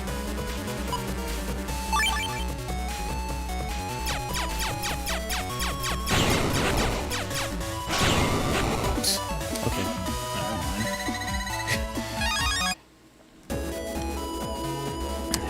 mind. Trying to get the best combination is going to be pretty tough. Okay, this should give me the actual chip. I mean, there's no way in the world I can't get anything else but this chip.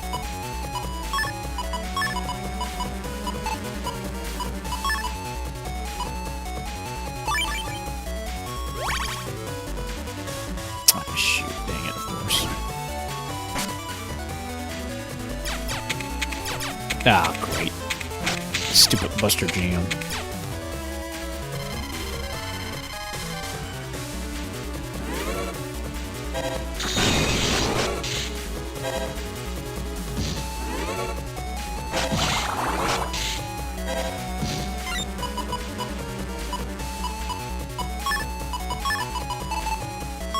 I can use the snake.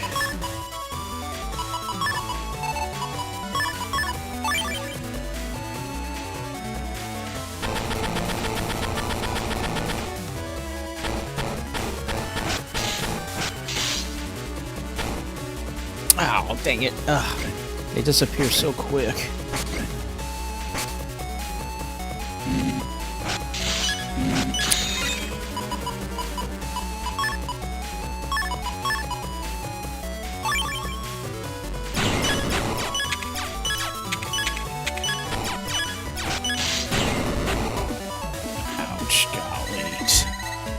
Okay. Yeah, that definitely hurt, but that's fine. But thankfully, jacking out does refill my health, so...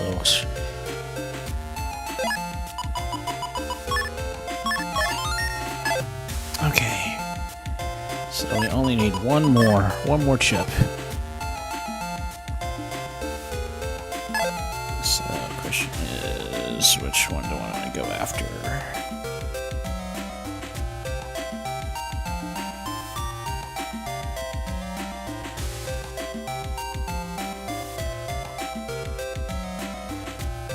Okay, Secret Net 2. Wait, was that the Shadow Chip I think I was going after?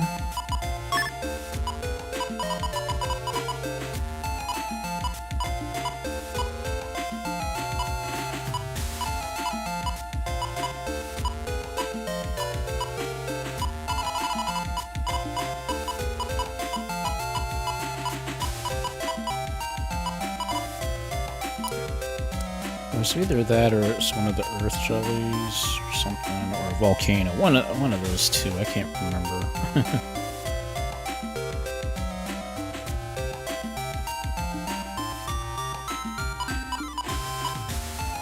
Was it the Air Storm?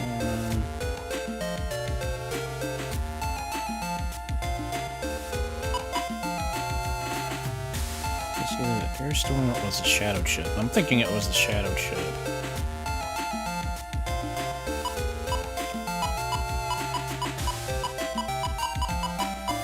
Oh wait, never mind, I got Shadow. Never mind, I thought it was that, but I guess not.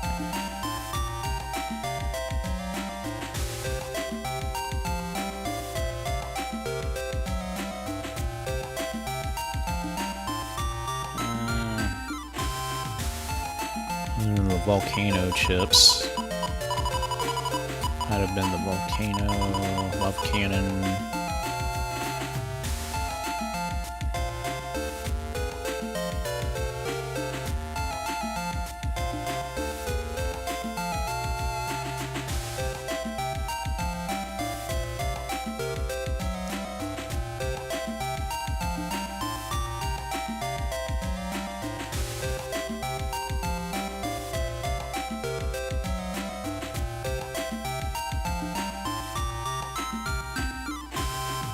Lava cannon too.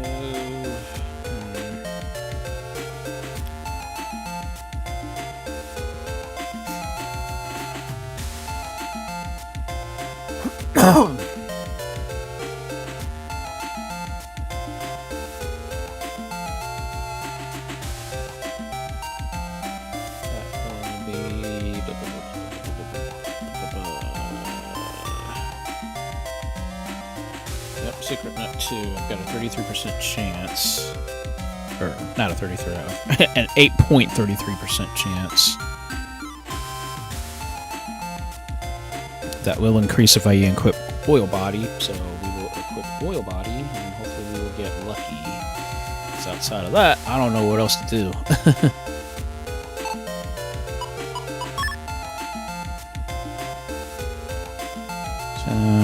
Let's go ahead and equip this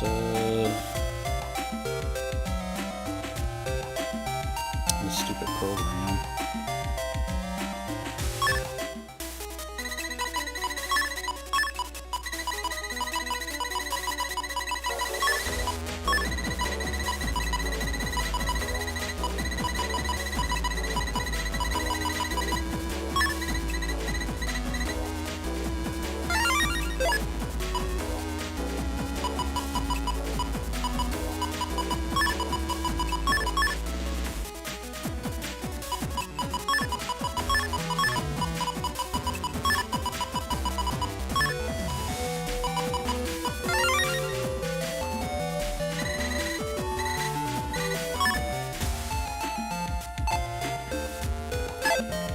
All right.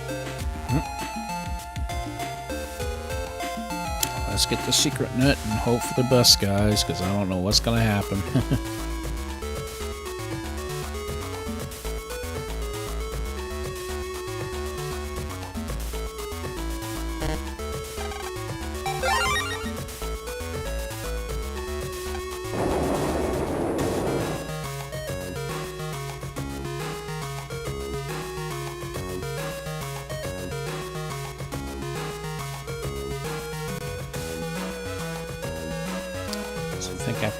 Once I get to Secret Net 3, then I have to go and see if there's any other bosses to take on, because I know eventually I have to take on Proto Man.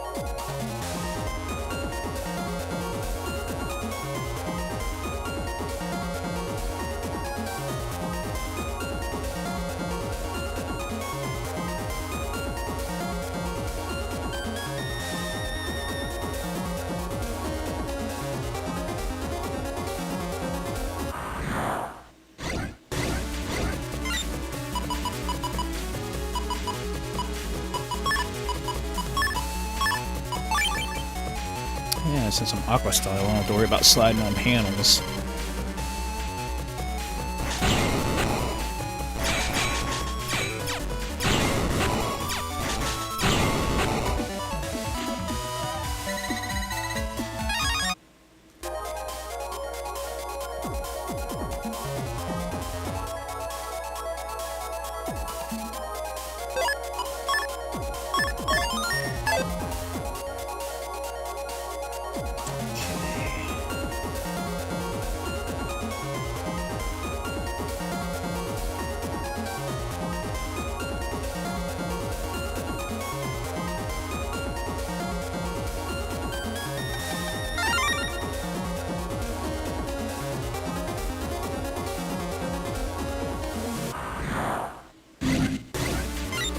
Oh boy, Smasher. Of course, oh great, of course. It gives me the stupid HP book again.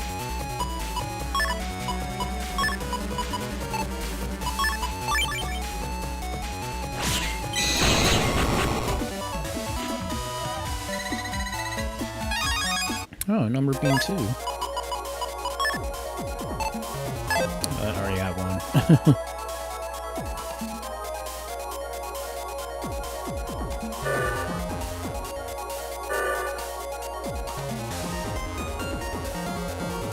I think I got that. Got everything I wanted from the shop over here. Oh boy.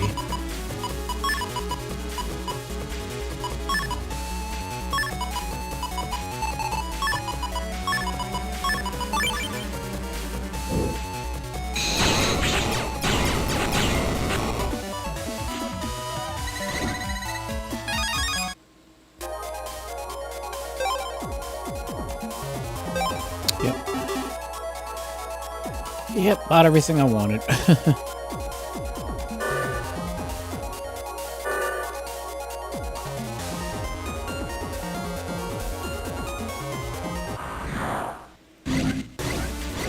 Jeez.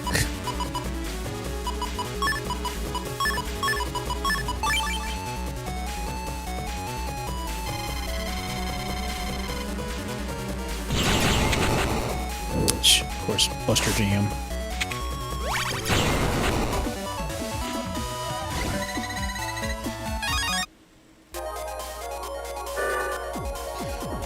More or less, but I just don't like the negative bugs that you get. I mean, the positive bugs, most of the time you end up getting like an invincibility thing, but other times it's like you get like the worst bugs. Oh yeah. We got a shot. We got a shot. I don't want that thing to get on.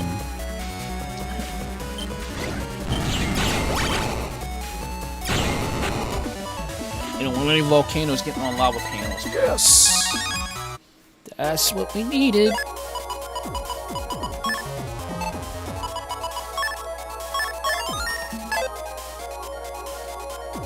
That is all we needed.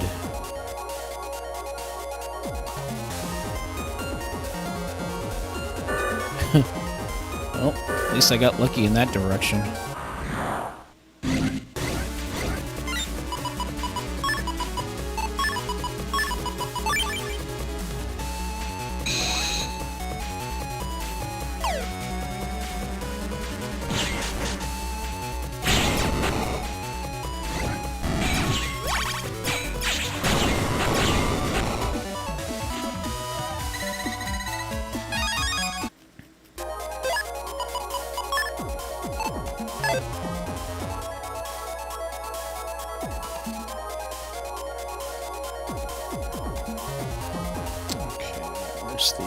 There it is. I was like, where is the... Where's that thing hiding behind? Oh, crap. Yet again.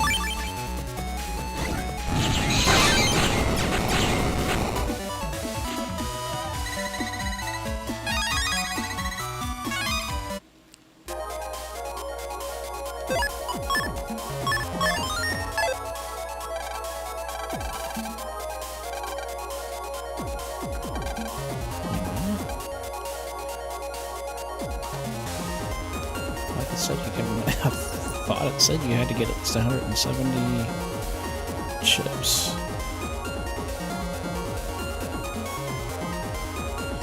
Okay, give me a second, guys. Let's see what else I have to do.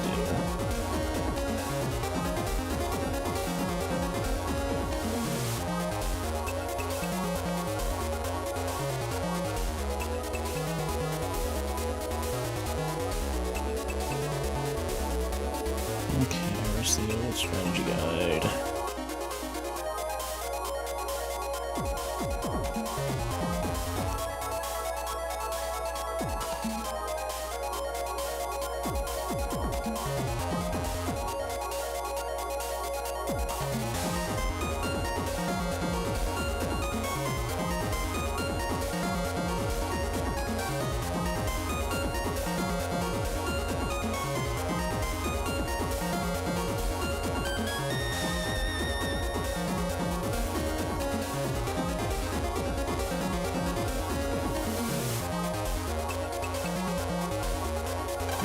Storage strength, one of the greatest of all powers. Until that time.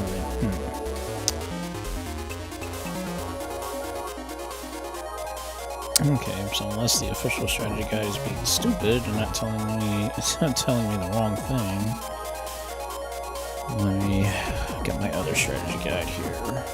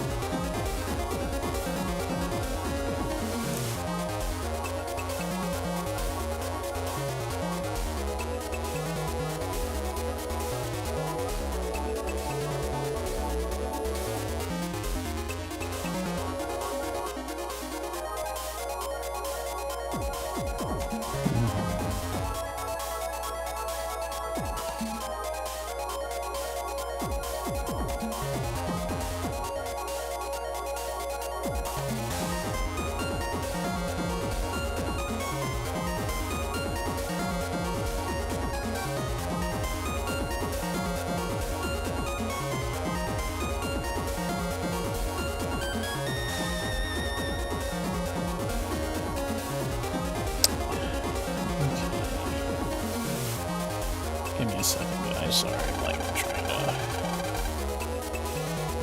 figure out what else do we need.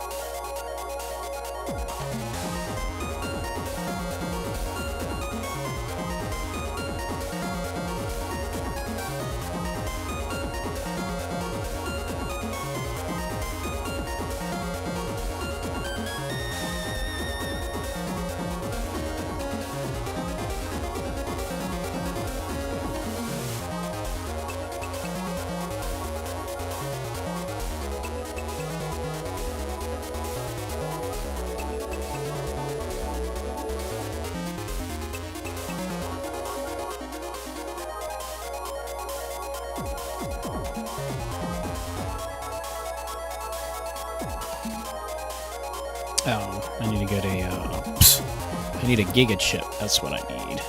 That's the problem,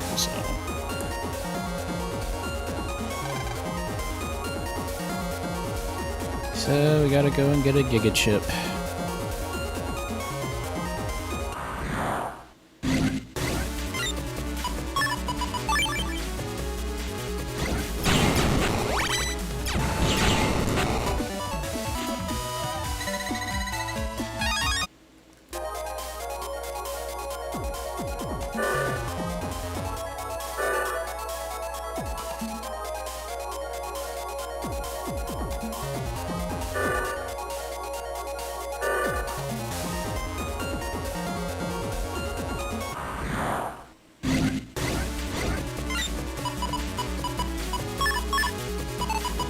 At least at this rate, at least I can at least get hopefully get ready for another level up.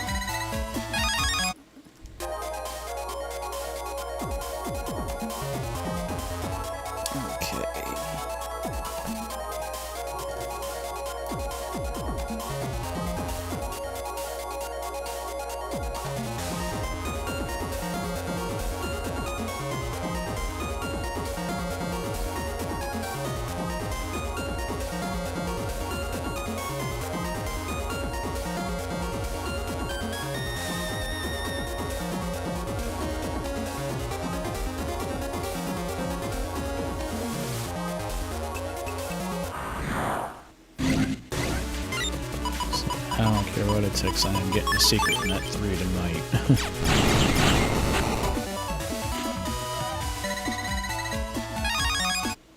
Oh, there's your totem 3. Yay! Of course, I got a totem 3. That was enough. Oh, that adds to the collection.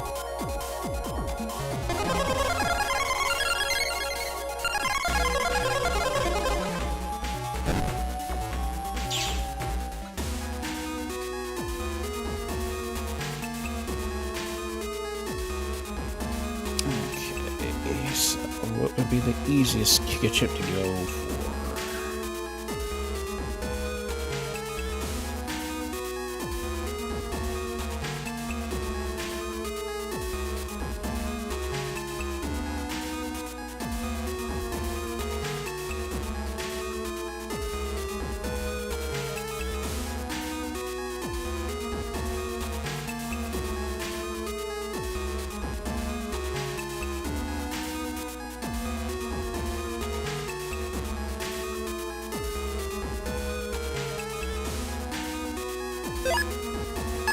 I'm still short to get that one.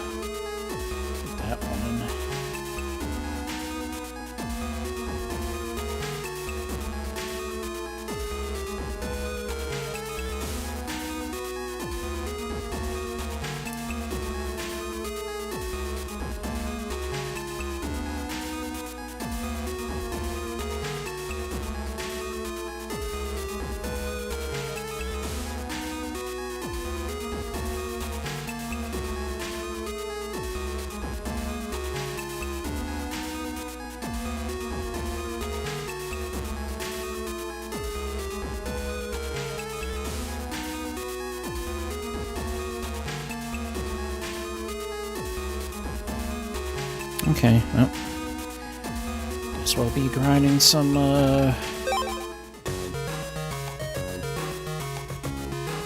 bug frags. But I guess if it works correctly, I can just go back to,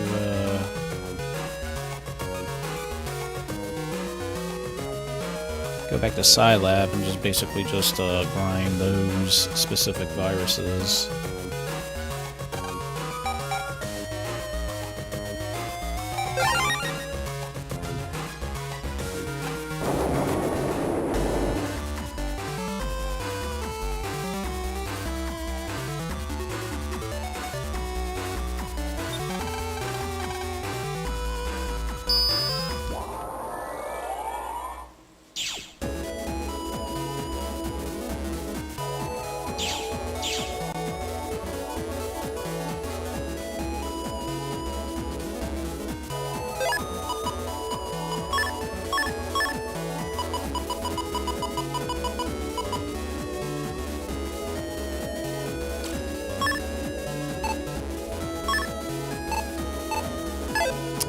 We can just use the totem virus and basically just grind for counter hits.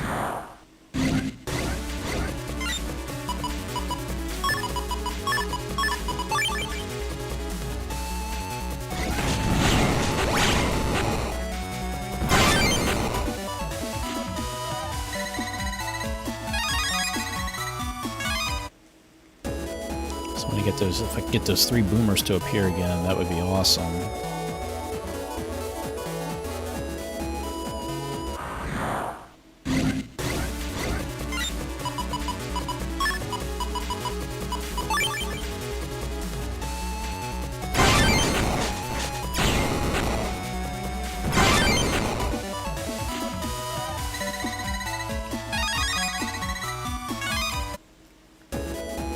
Of course, it's timing a good shot since I have Buster Max on.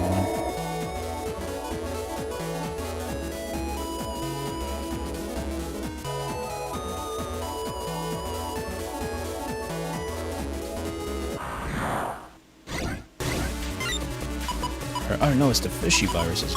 My bad.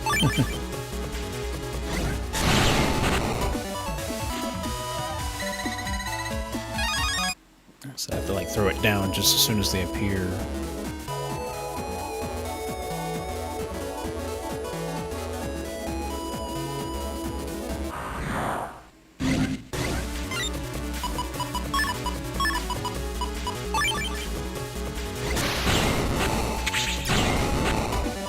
And of course I've got the dumb Buster Jam bug again. Ugh.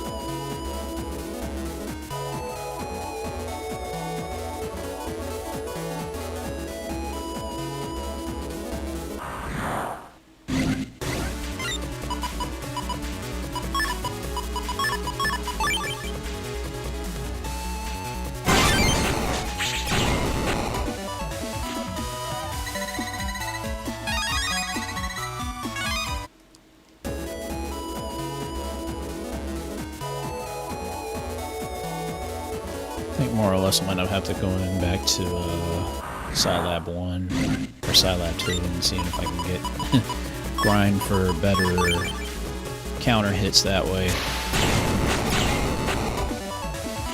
And that's might happen to do.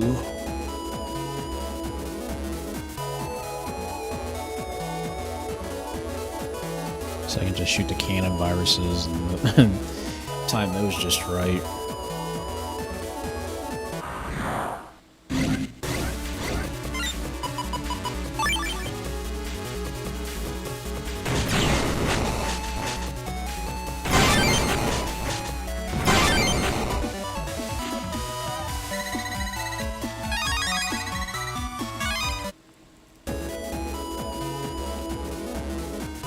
Again, I had that stupid movement bug too, so of course that was that kind of threw things off.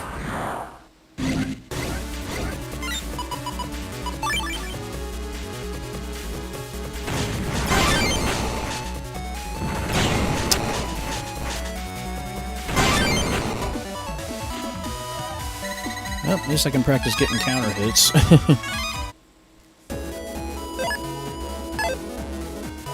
Alright, 24 to go.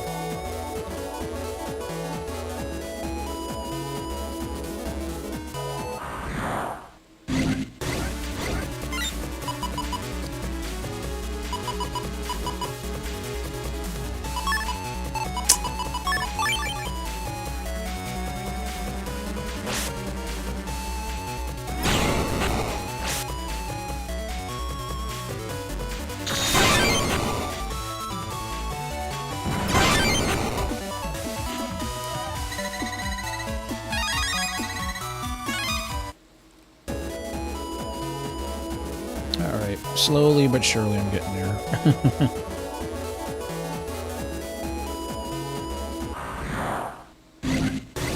Oh, jeez, of course, ratties.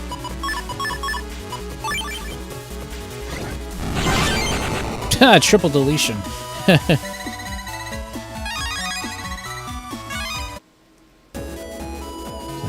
just light the ratties on fire. That'll take care of them.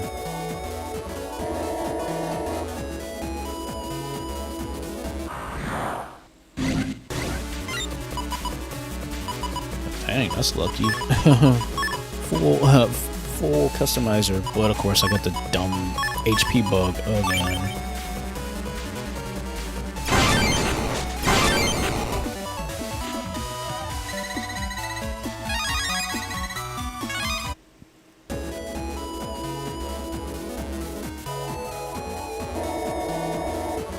I'm almost there. I'm almost there.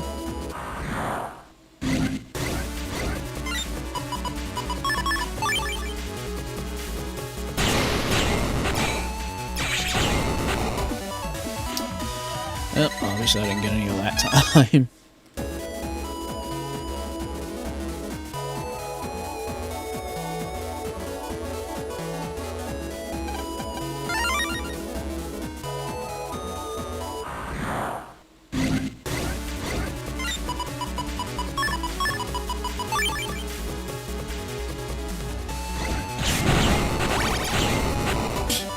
Dang it.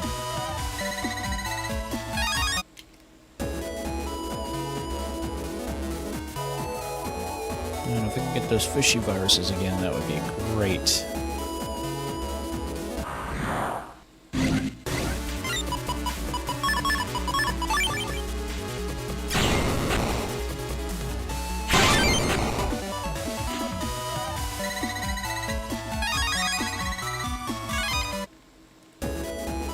Trying to get those boomer viruses.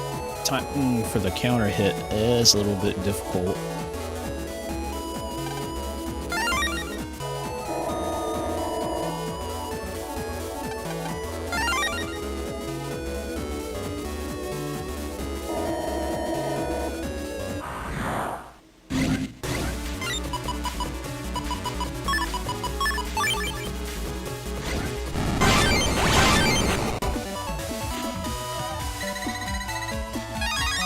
So like I have to throw that thing down as soon as the battle starts if I want to get a counter hit on a fishy virus.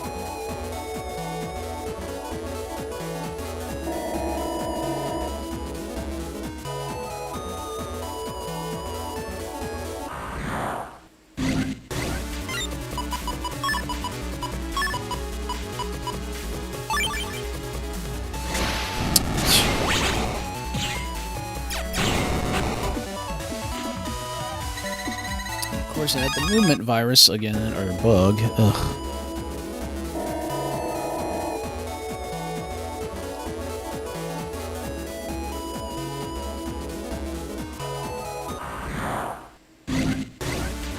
Nice. Okay, this work. Oh, dang it! That stupid movement bug.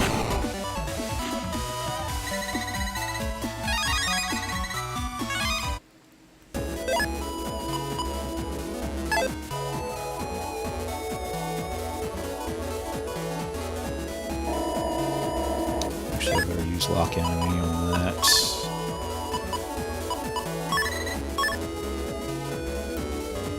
Maybe I will actually get a chance, and it won't give me that dumb movement bug.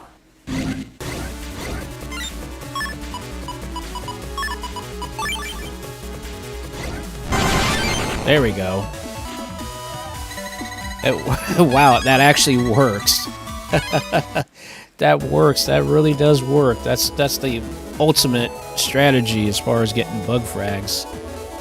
Getting getting triple fishy virus. Of course.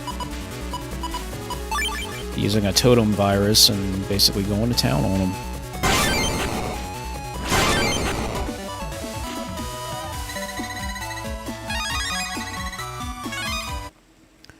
So I was like, okay, that first time I did that, I was like, there's no way in the world that could possibly work again. But lo and behold, that can work. So that's like your perfect optimal strategy if you want to grind for bug frags at least. And of course, the lock enemy, like, okay, I got lock enemy, you know, on.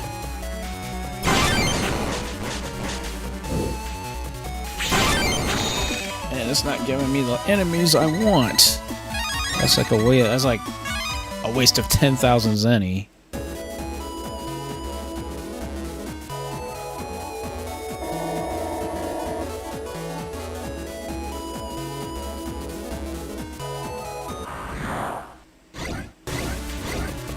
See?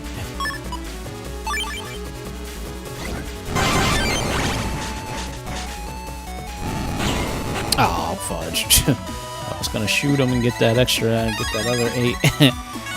Get that 8, but no, I forgot. The totem does 2 rounds of those flamethrowers.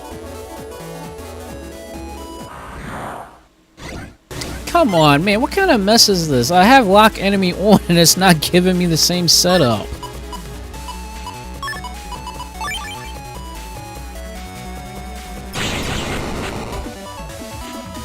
That's like a waste of money.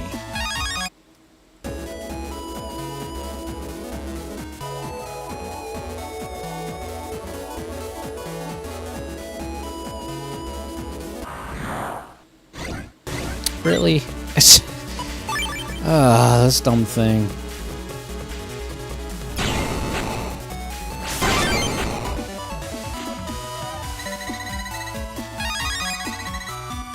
Apparently the game knows exactly what I want to do. Yeah, that's stupid. That's so stupid. Oh, there's 10,000 zenny I'll never get back.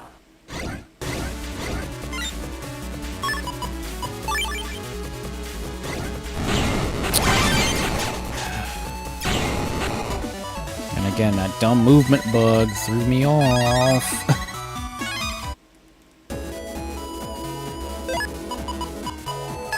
Okay, well, that put me over the top, so...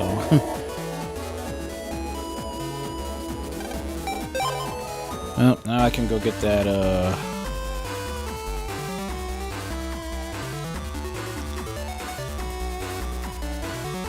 sorry.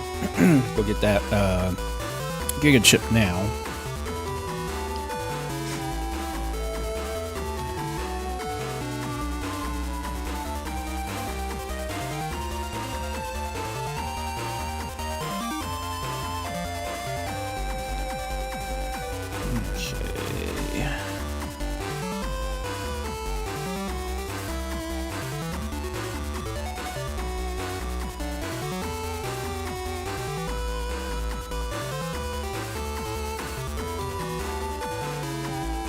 Alright, so we're heading to Undernet 2. Oh, because technically I didn't have to jack out.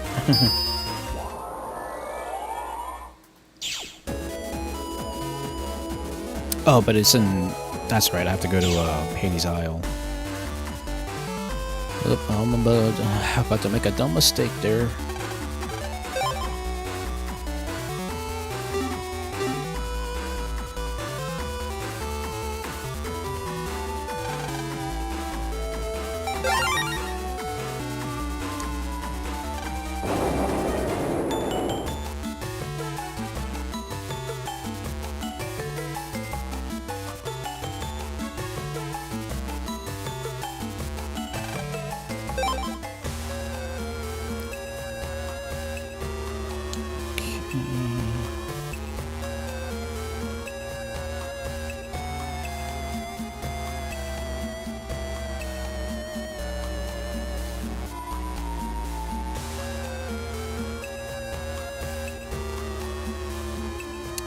Gargoyle comp.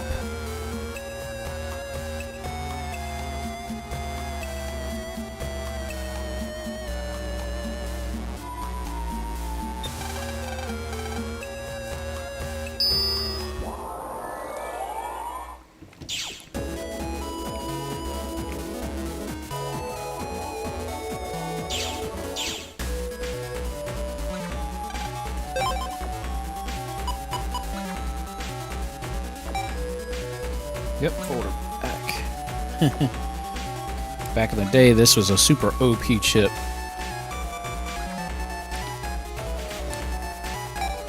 So if you used it, it'll actually restore everything, plus give you an additional folder back, so...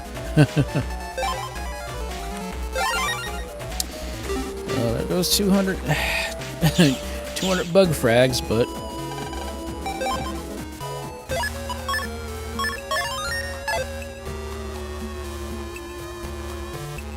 Next thing I'll have to do is get the other Giga chips and stuff like that, but that was at least my one goal. I was like, oh, but I look at it this way. At least now I know I needed to just to get that crap. I needed to get the 170 standard chips, because at least that'll open up that one area, I think, in Secret Net 3. So I kind of like... I guess I jumped the gun, probably, but eh.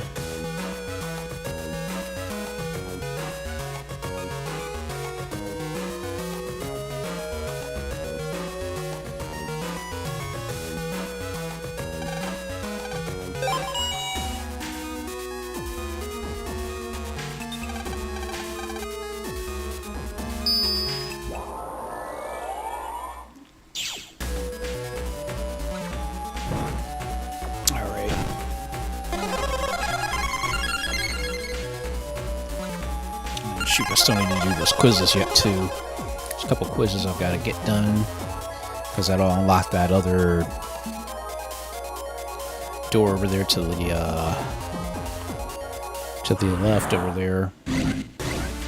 Oh, boy.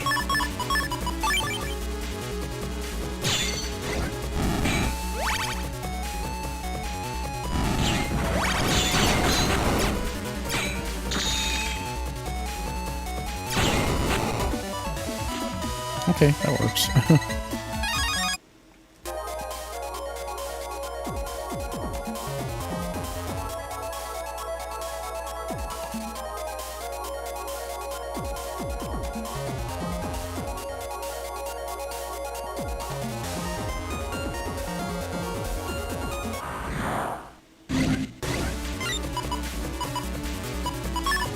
Shoot, those are just like a oil body one.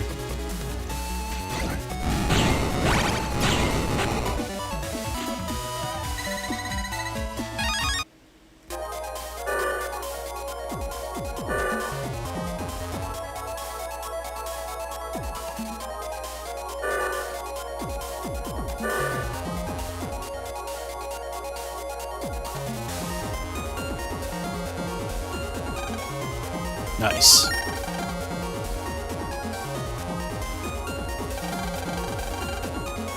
You, the blue navvy, wait.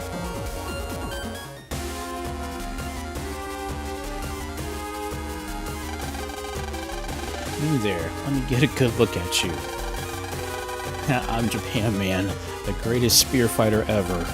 And I shall just kebab you if you try to go any further. What's this guy's problem? Watch out for him, man. He looks pretty good with a spear. And I feel even more power from him than I did from Darkman. Are you ready to meet your baker? I usually don't like to take on kids, but orders are orders. On guard. Here he comes. Battle routine set. Execute. Okay. Let's turn off Buster Max mode.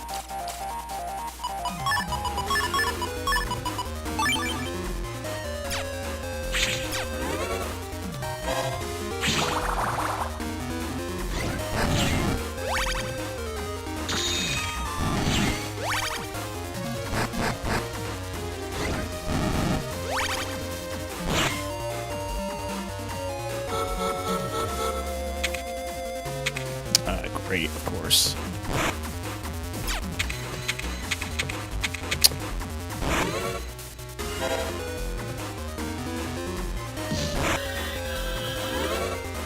Yes.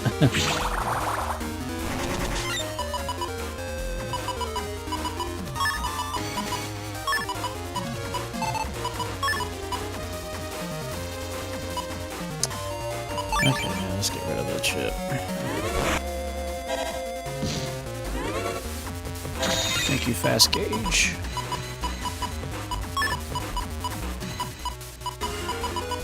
Okay, let's get rid of the snake chip.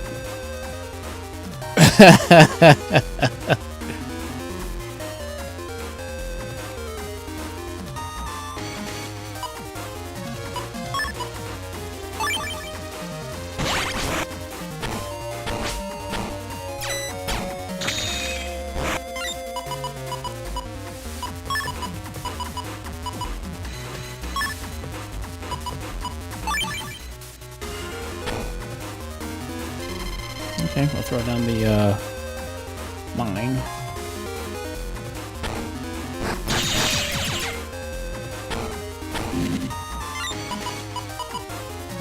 Jeez, I'm so close.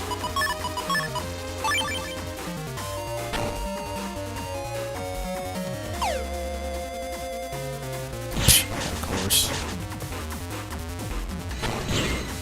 Nice, he landed on the mine.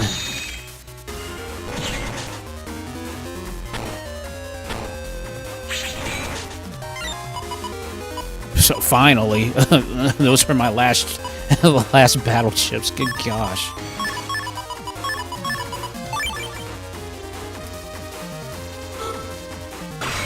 Okay, overkill the sucker.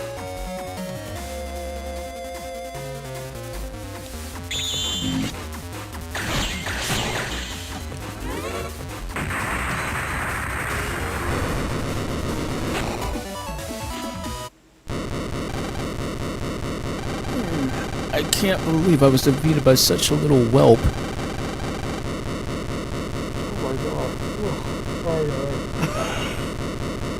Yawning like a mole. Serenade, please forgive me.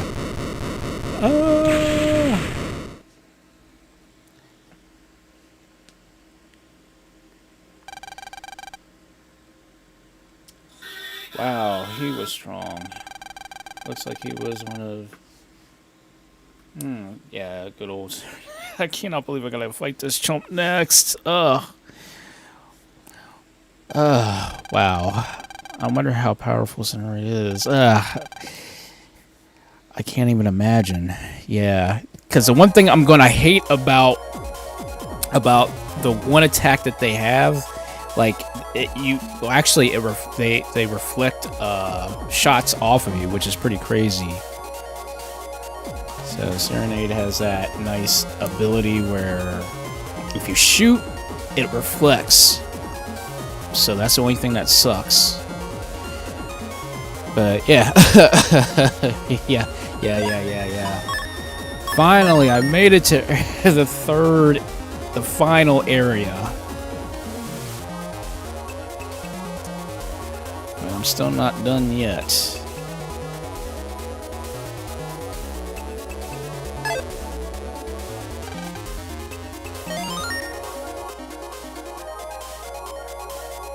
Yep, that'll lead me to the bug frag trader. Let's see.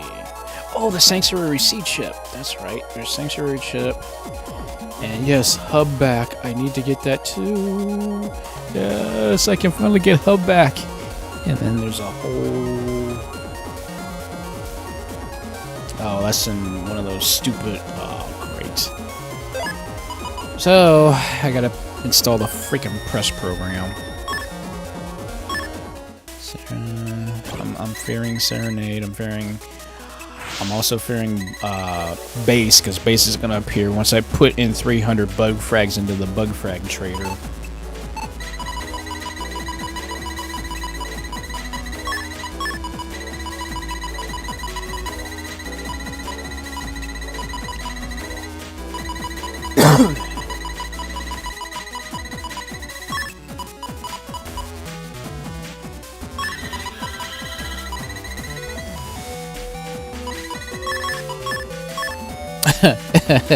Right.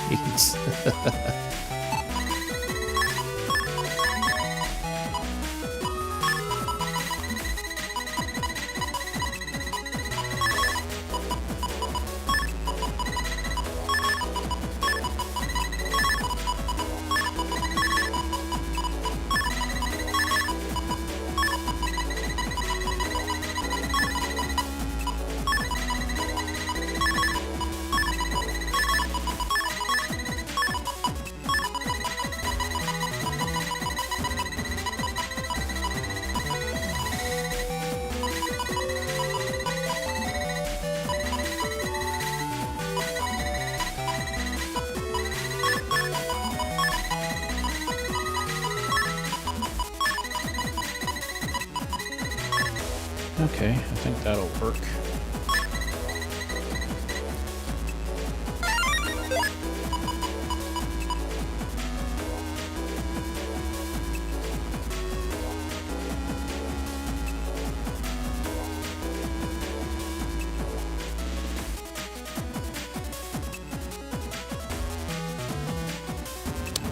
Sorry, I just need to get the code in. I'm just really super nervous, honestly, guys, coming up, because it's gonna be a wild fight.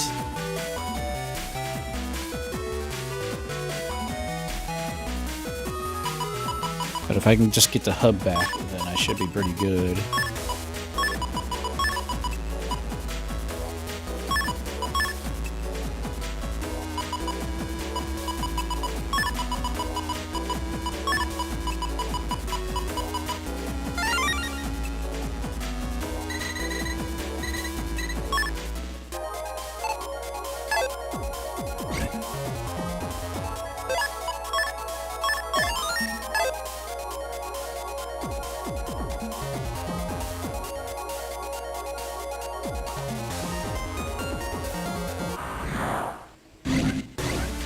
Oh, geez, the scuttler viruses. Oh, boy. I forgot about these chumps.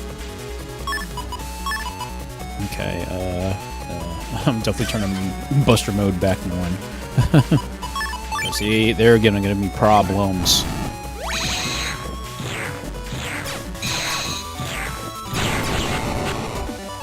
Yeah, these suckers, they're gonna give me some massive problems. Hey, a life aura. Huh. That's lucky. Aha, the Scuttler family.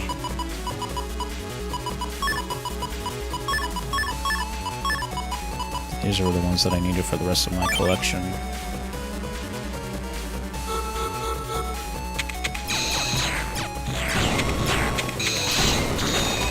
Ouch. Yeah, that hurt.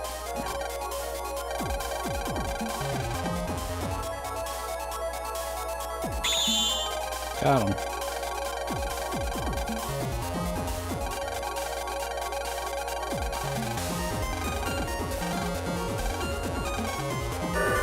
Okay, so those are just the 2 sets. There's the other 3 set that I've got to get.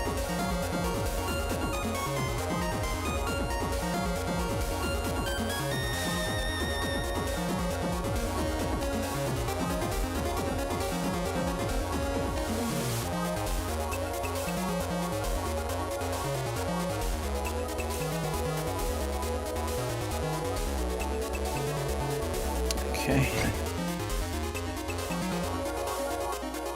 So let's take that split over here this way, and that'll lead me to the... Yeah, that's great. Their side is completely full of holy panels, but that's fine. I'll just change everything to lava. Floor is lava.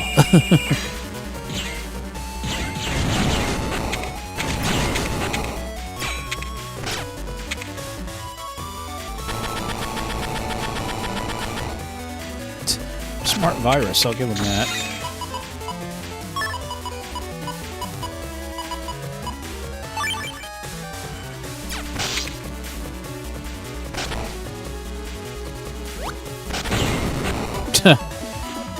Well, thankfully the black bomb ship helps.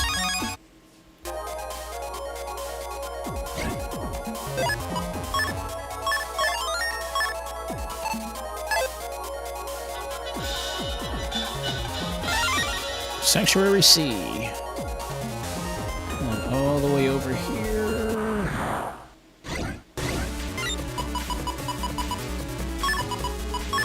Because I got a massive virus battle coming up.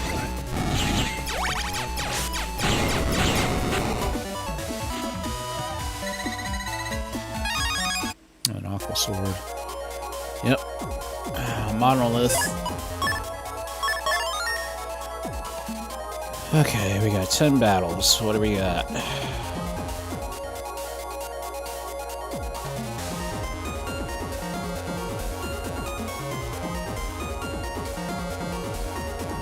Yeah, great. We got a demon. we got a blue demon. Yeah, that's great. So we need to know the HP of that thing before we do anything else, because I don't want to jump the gun. Oh wait, I can't beat him because I don't have the correct sword chip. Although technically the Program Advance would handle it.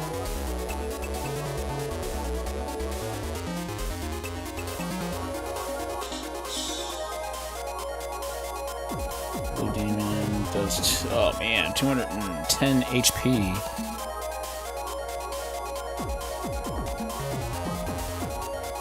Well, all I can say is this. Let's give it a shot. Some chips, please. Okay, but firstly, let's give myself a little bit of a boost, because I know I've got a good amount of chips now. Let's go ahead and install a folder back. There's a star chip.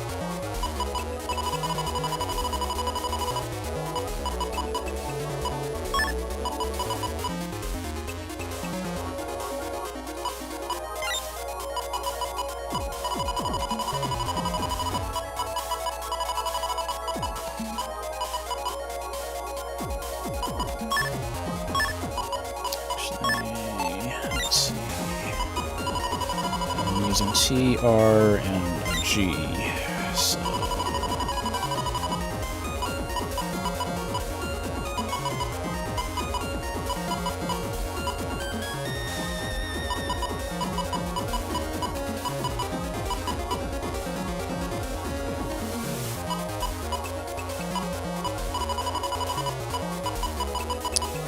Just give me too much to work with here.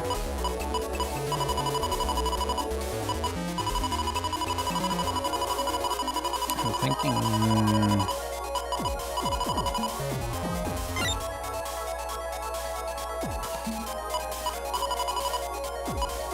So I got a bunch of T's already. Yep, because I got a load of all those T's.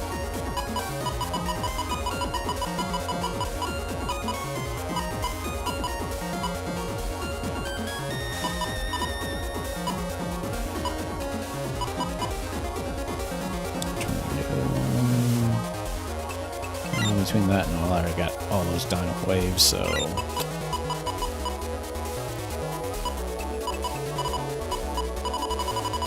Nope, I can just throw in, I guess, another Guts Impact, I guess, because I don't know what else to really use.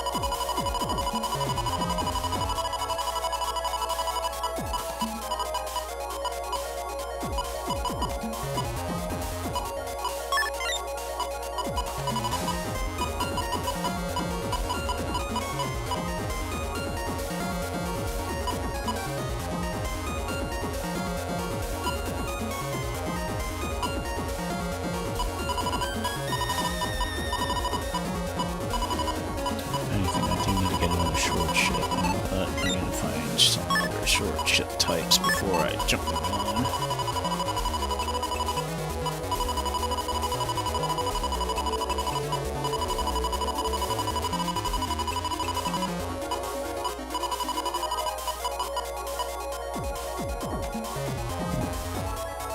Okay, so throw out a pawn chip, but that's a Y. It's not exactly going to help me in this position. That's a W. W is my ball.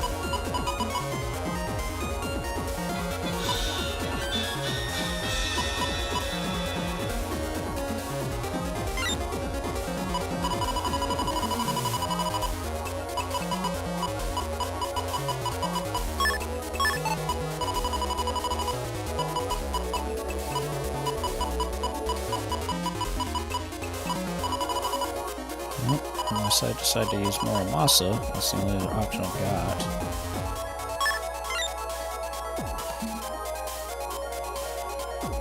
Yeah, that's the only thing, is I'd have to literally take a lot of damage, but considering I have to take out a Blue Devil virus,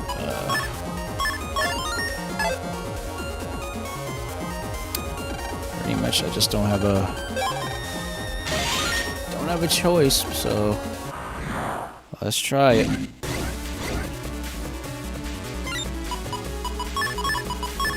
Of course, these battles don't mean anything, so I can just go to town.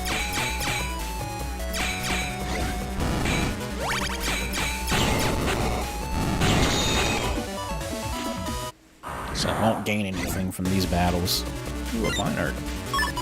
Oh, he's going down.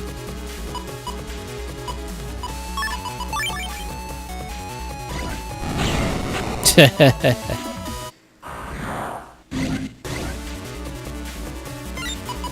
come on, these are baby mental. I won't mess with these suckers.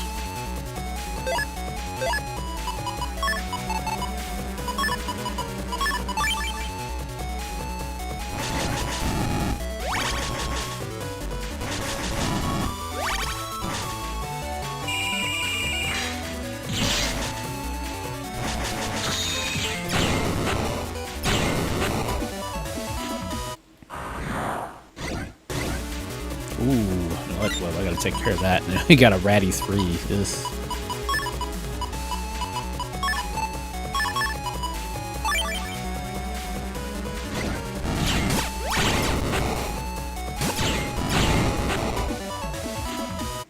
Okay.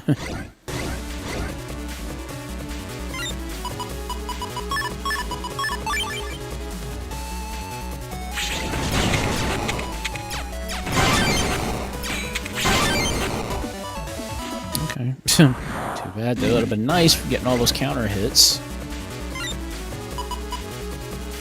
Voter back off the gate, really? Yeah, but I gotta get rid of that Trumpy virus, though.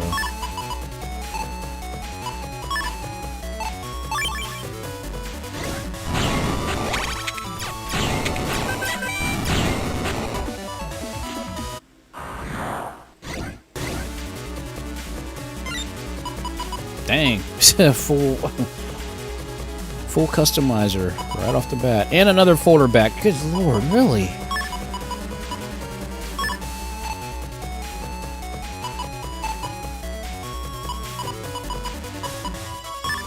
I'm gonna try something here. Yeah, that works. Throw it on their side while they're throwing an actual flamethrower out, and it'll damage their whole side. Oh, it's a shadow. Oh boy, that's a shadow. Omega. Okay.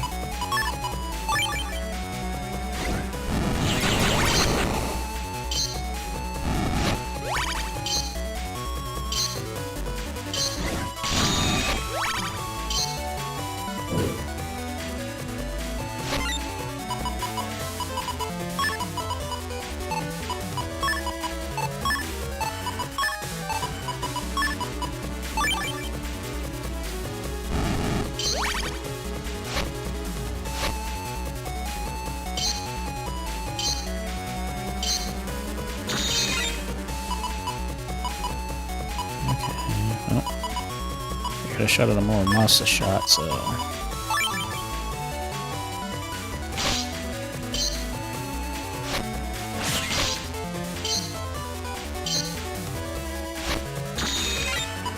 Well, almost did enough.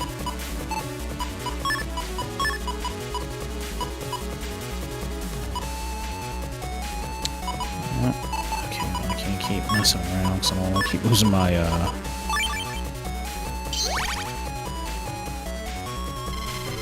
losing my health here.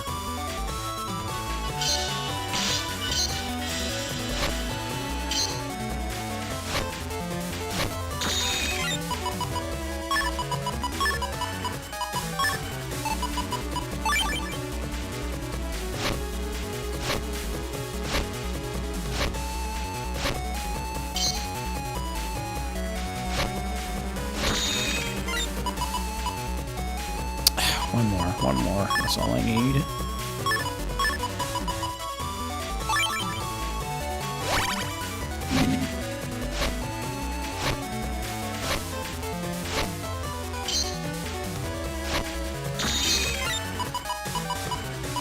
Okay, fast gauge.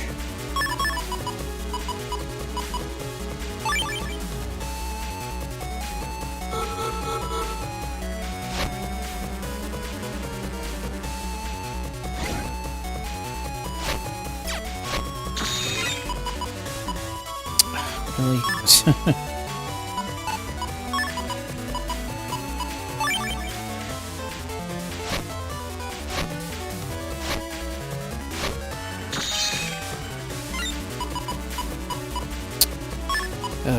No, my luck, I'm gonna have to go through the whole freaking deck.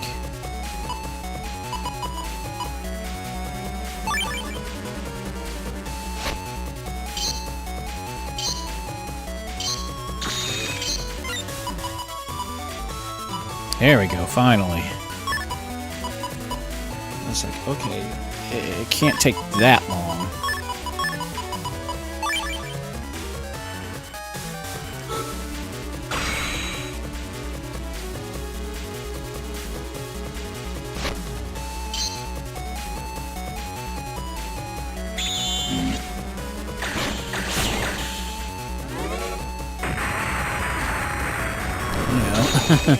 It's like Mystria, basically Master Style basically is your get out of jail free card.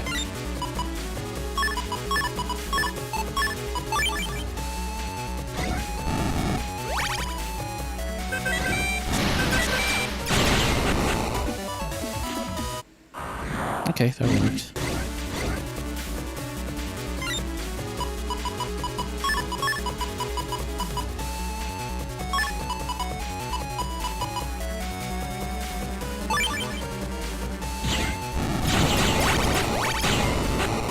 No, you don't. Alright, Battle 11.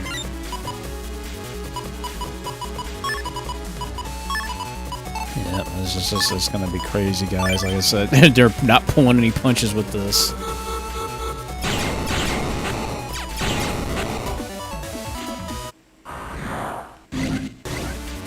Ooh, gotta get rid of that earth jelly.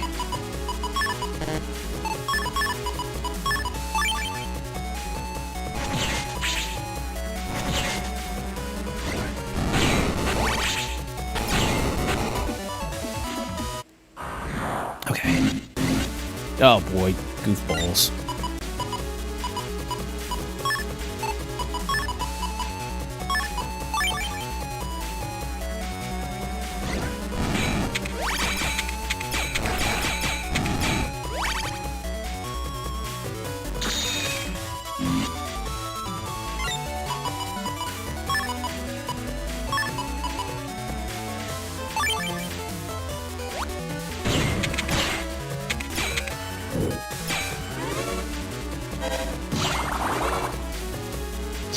Oh, jeez, area grab.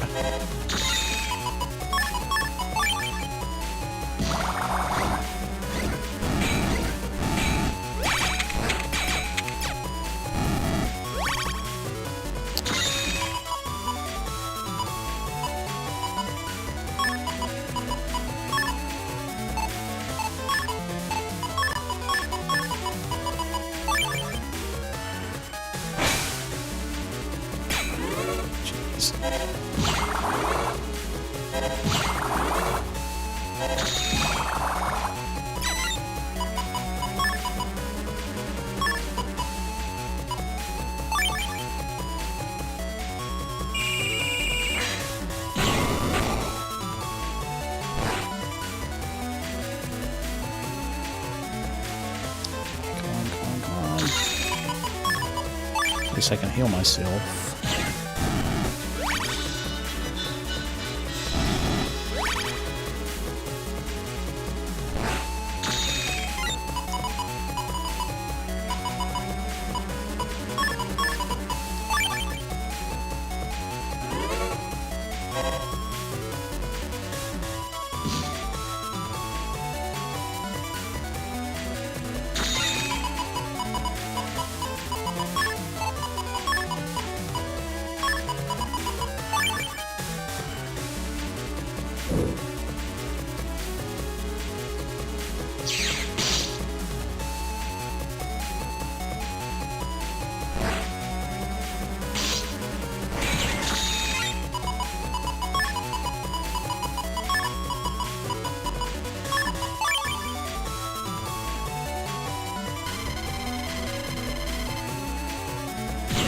Dang it.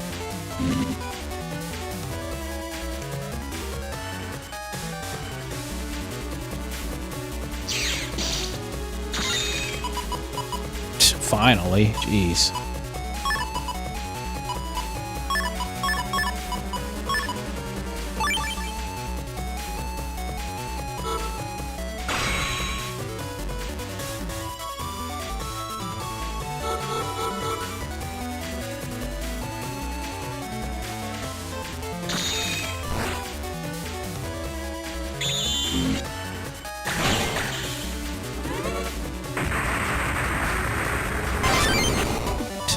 Counter hit. Ooh, okay, a low blow.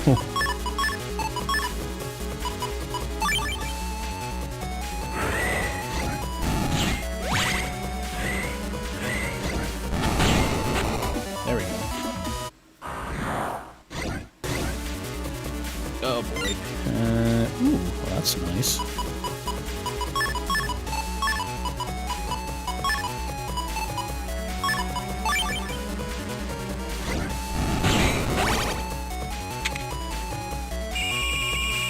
Oh, great. Ice stage the whole thing.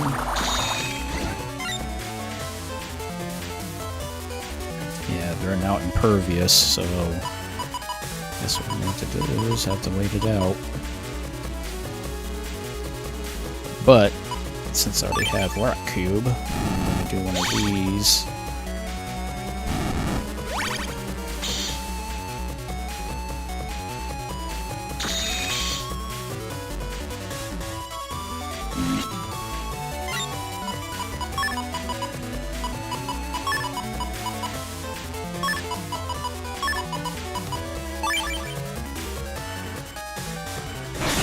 There we go. Oh, an alpha bug, shoot. I want to say 20.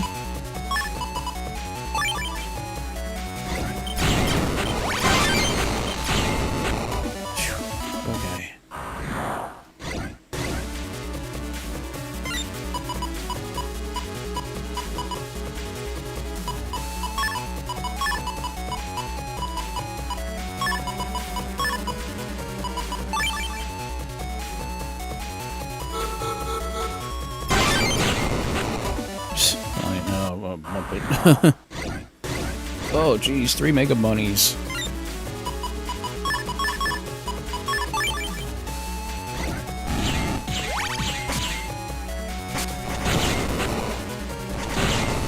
Yeah, double deletion. Oh, a Thrasher. Oof.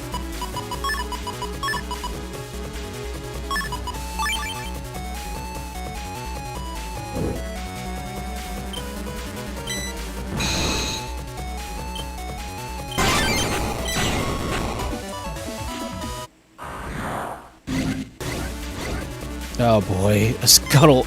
Oh, Mega. Oh, jeez. That's why I turned on Buster Max mode just for this occasion.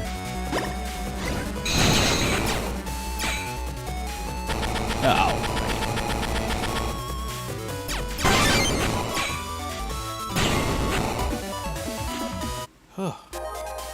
Okay, finally. Oh my gosh. That was nuts. But finally, I finally got Hub back. Oh my god. That was ridiculous. That was absolutely ridiculous. And now that I have Hub back, now I can actually get all these things out.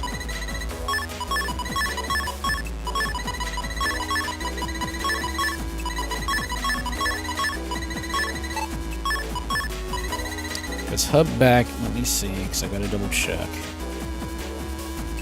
Because I know Hub back gives me a ton of programs.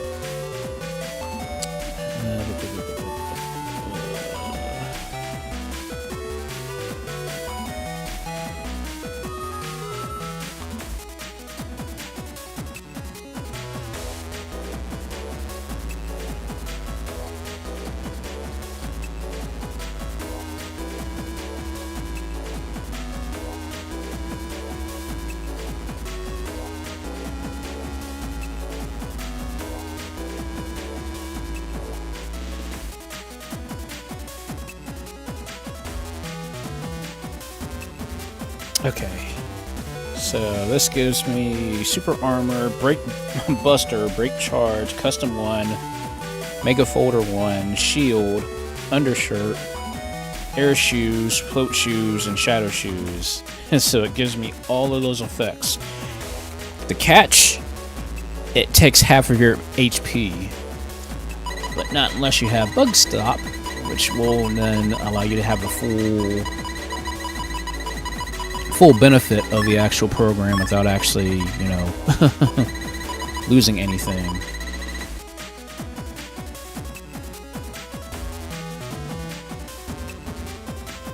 But since this is an orange program, the only thing that sucks about it is that I have to use the specialized code to use that with. So, but firstly, what I need to do is I need to compress it.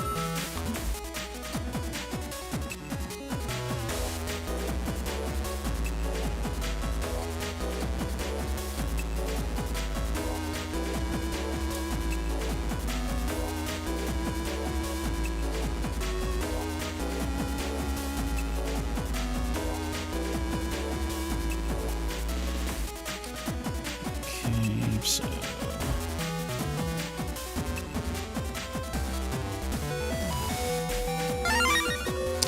cool. And of course, also with bug stop, I can basically put any program, anything, anywhere that I want without any kind of things. But the actual programs still have to be in the actual command line. So that's the only thing that kind of sucks about it.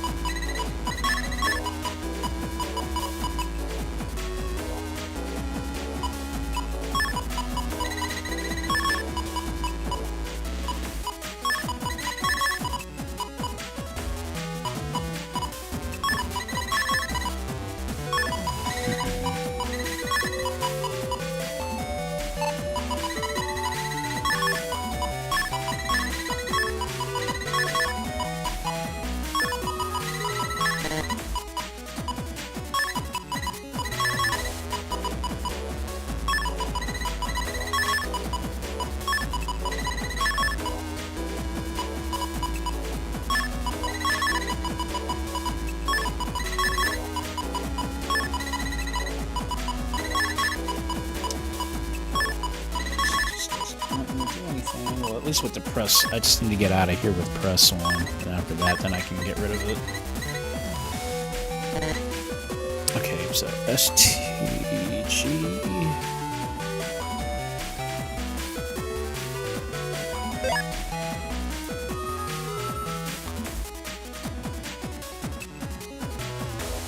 S2G is...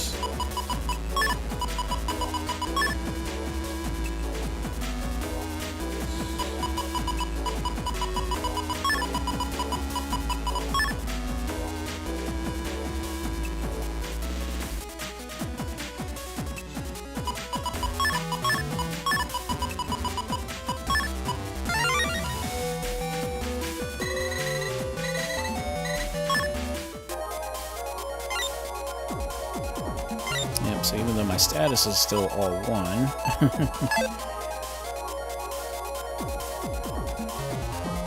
I still need to include Buster Max. That's the only other thing I have to do is just include Buster Max.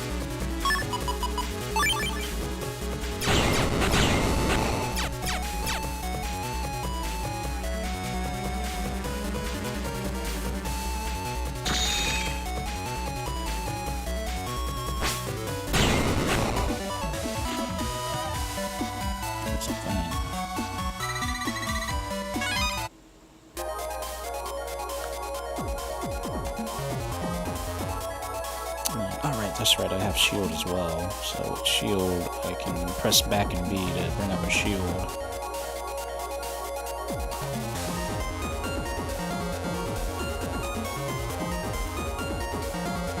So I just gotta include Buster Max, so that's all I gotta do.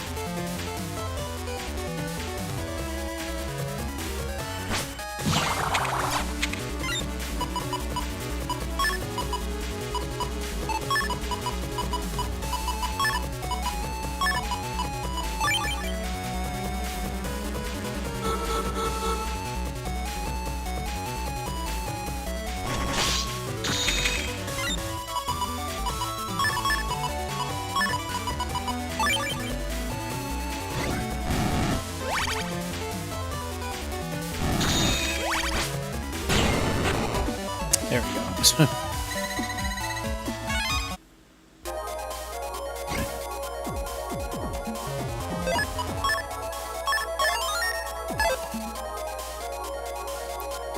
Oh crap! You know what, guys? I wasn't even paying attention to the time. I didn't realize I was getting that late. I was so focused. It's like I want to get busted. If I can just get a hub back, then I would be like solid.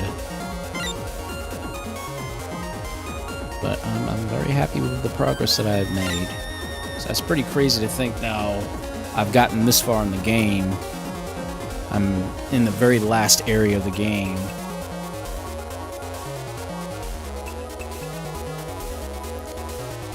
So the next thing I would like to go after would to at least get the custom style. If I can get custom style, get those last chips that I really, really need, and then switch over to shadow style, then I should be really good. But I would say that's some crazy progress right there. Crazy progress. Alright guys, let's switch on over, because it is, geez, 20, it's like almost 20 minutes to 1.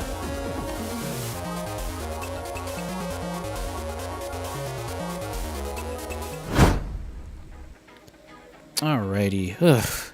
It's like I would have kept going too, guys. No kidding. I would have just kept playing and not even realized what time it was, because I was like that focused on, you know, trying to get those last couple things done just to get to, you know, Secret Net 3.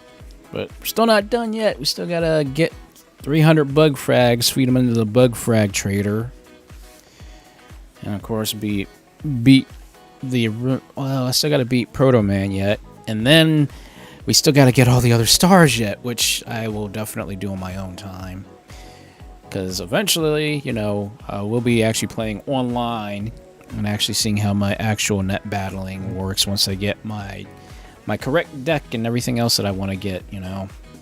So there's a lot I still have to do, really, to perfect the game. I only have 1 star. Because the other stars you get is when you complete the library. Let me see here. Because there are 7 stars you've got to get.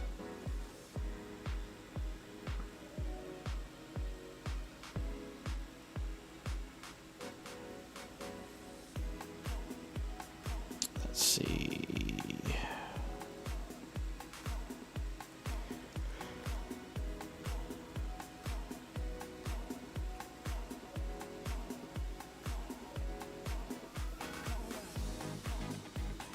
Okay, so the 7 stars. So the yellow star is the one that you get when you beat the game. Green star is beating base GS.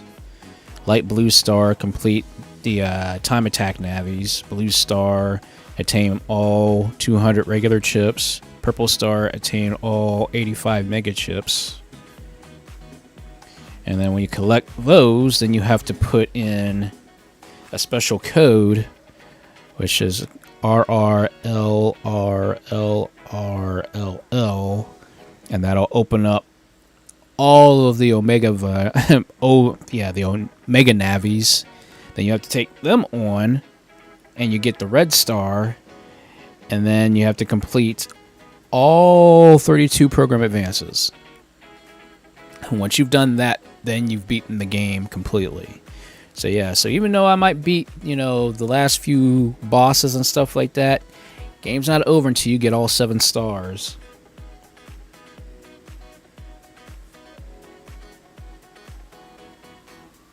Now you're probably thinking, well, why can't I get the, why isn't the Giga Chips part of that?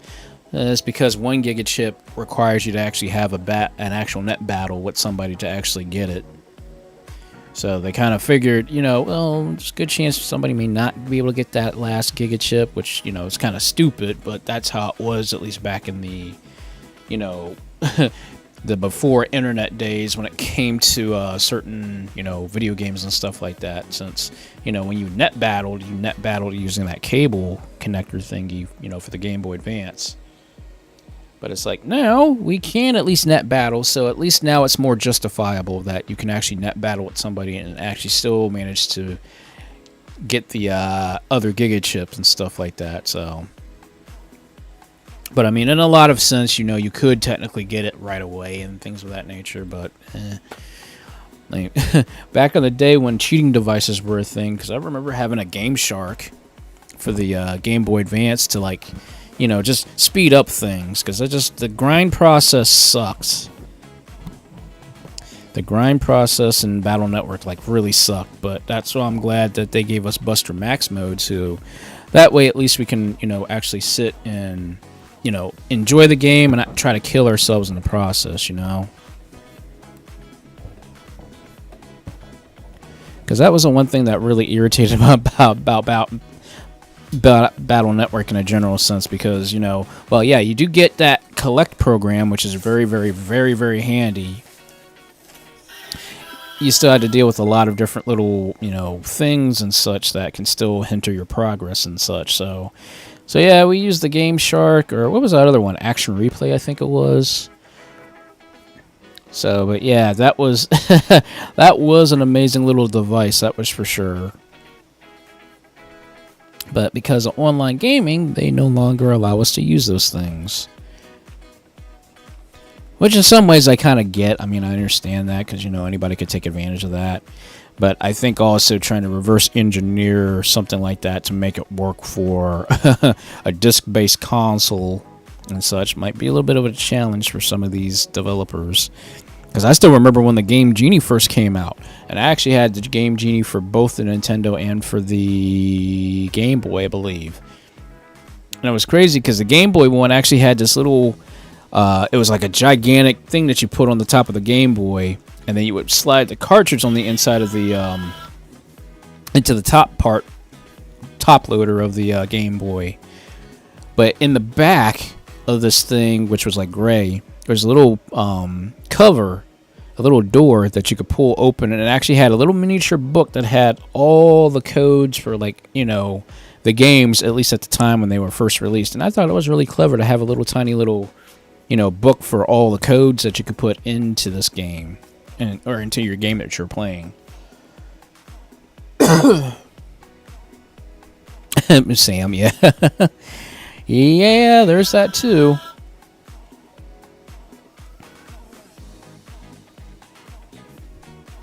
But yeah, that just that reminds me of just so many days back then, just seeing what crazy codes you can come up with. Like, I love the Game Genie really lets you be free with those codes and stuff like that, where you can create your own codes and manipulate the game the way you wanted to and such. I think like one of the crazier codes that I saw was coins killed you in Mario Brothers. So if you would try to grab a coin, it would kill you instantly.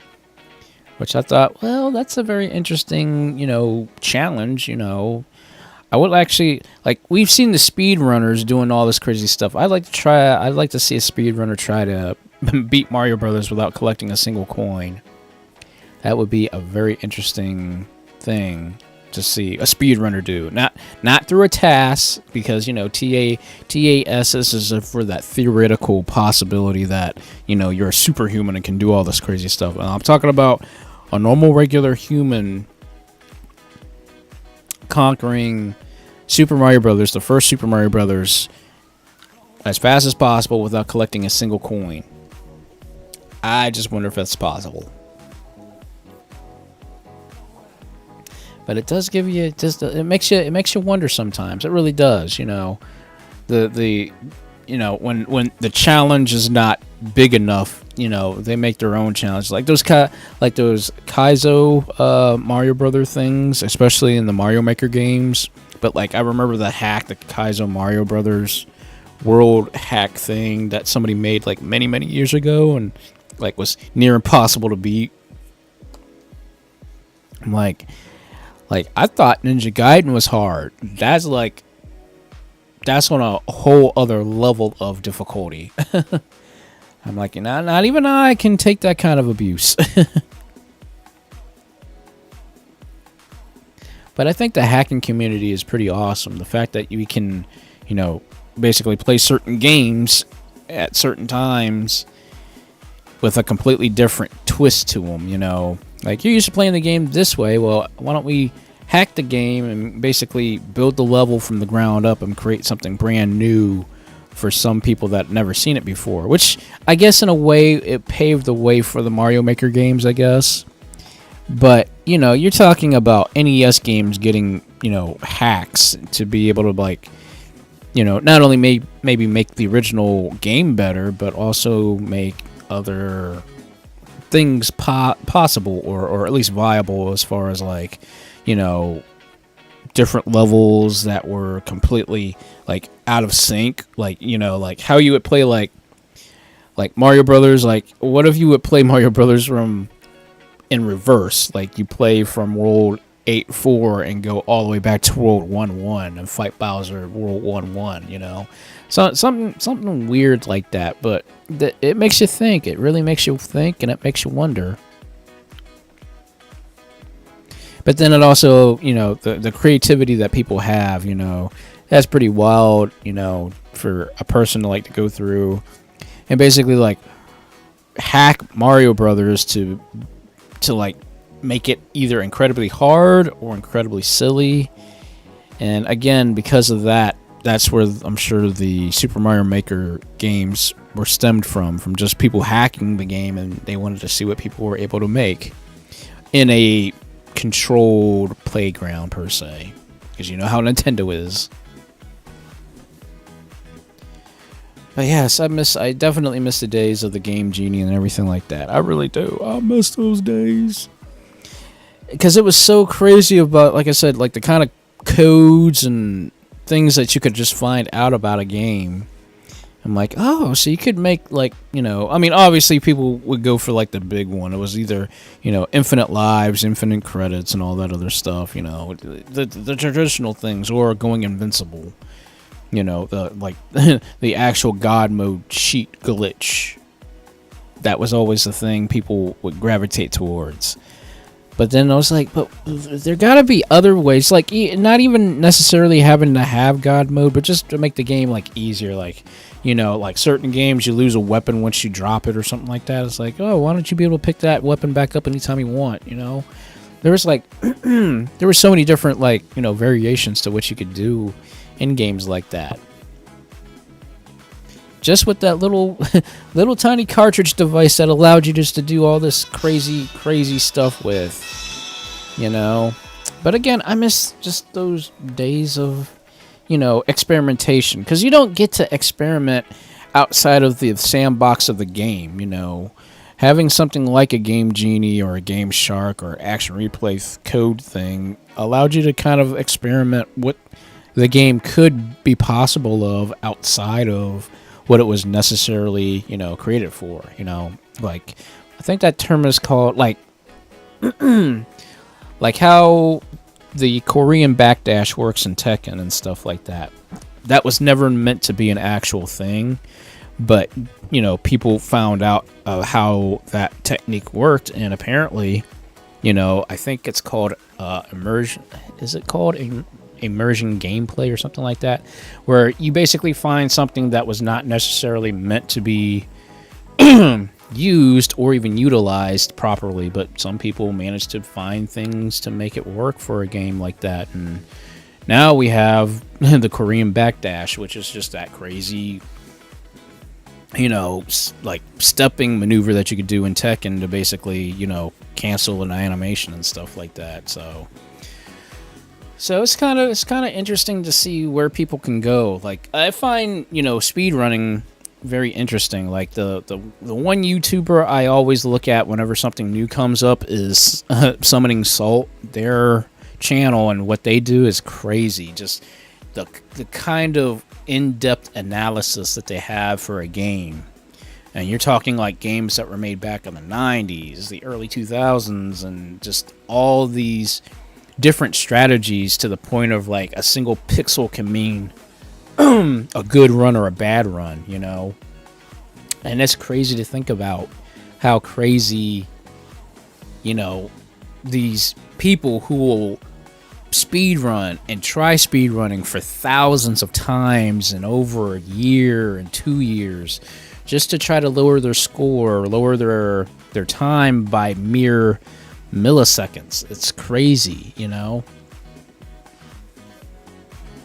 And then also to see the community behind it, like they're constantly like they're always looking for like new, like, you know, tips, new tricks, you know, things that weren't possible back then, but now because of technology, because of now people able to use TASs and stuff like that, you know, being able to just do all this crazy stuff. I mean, it's wild, it's crazy.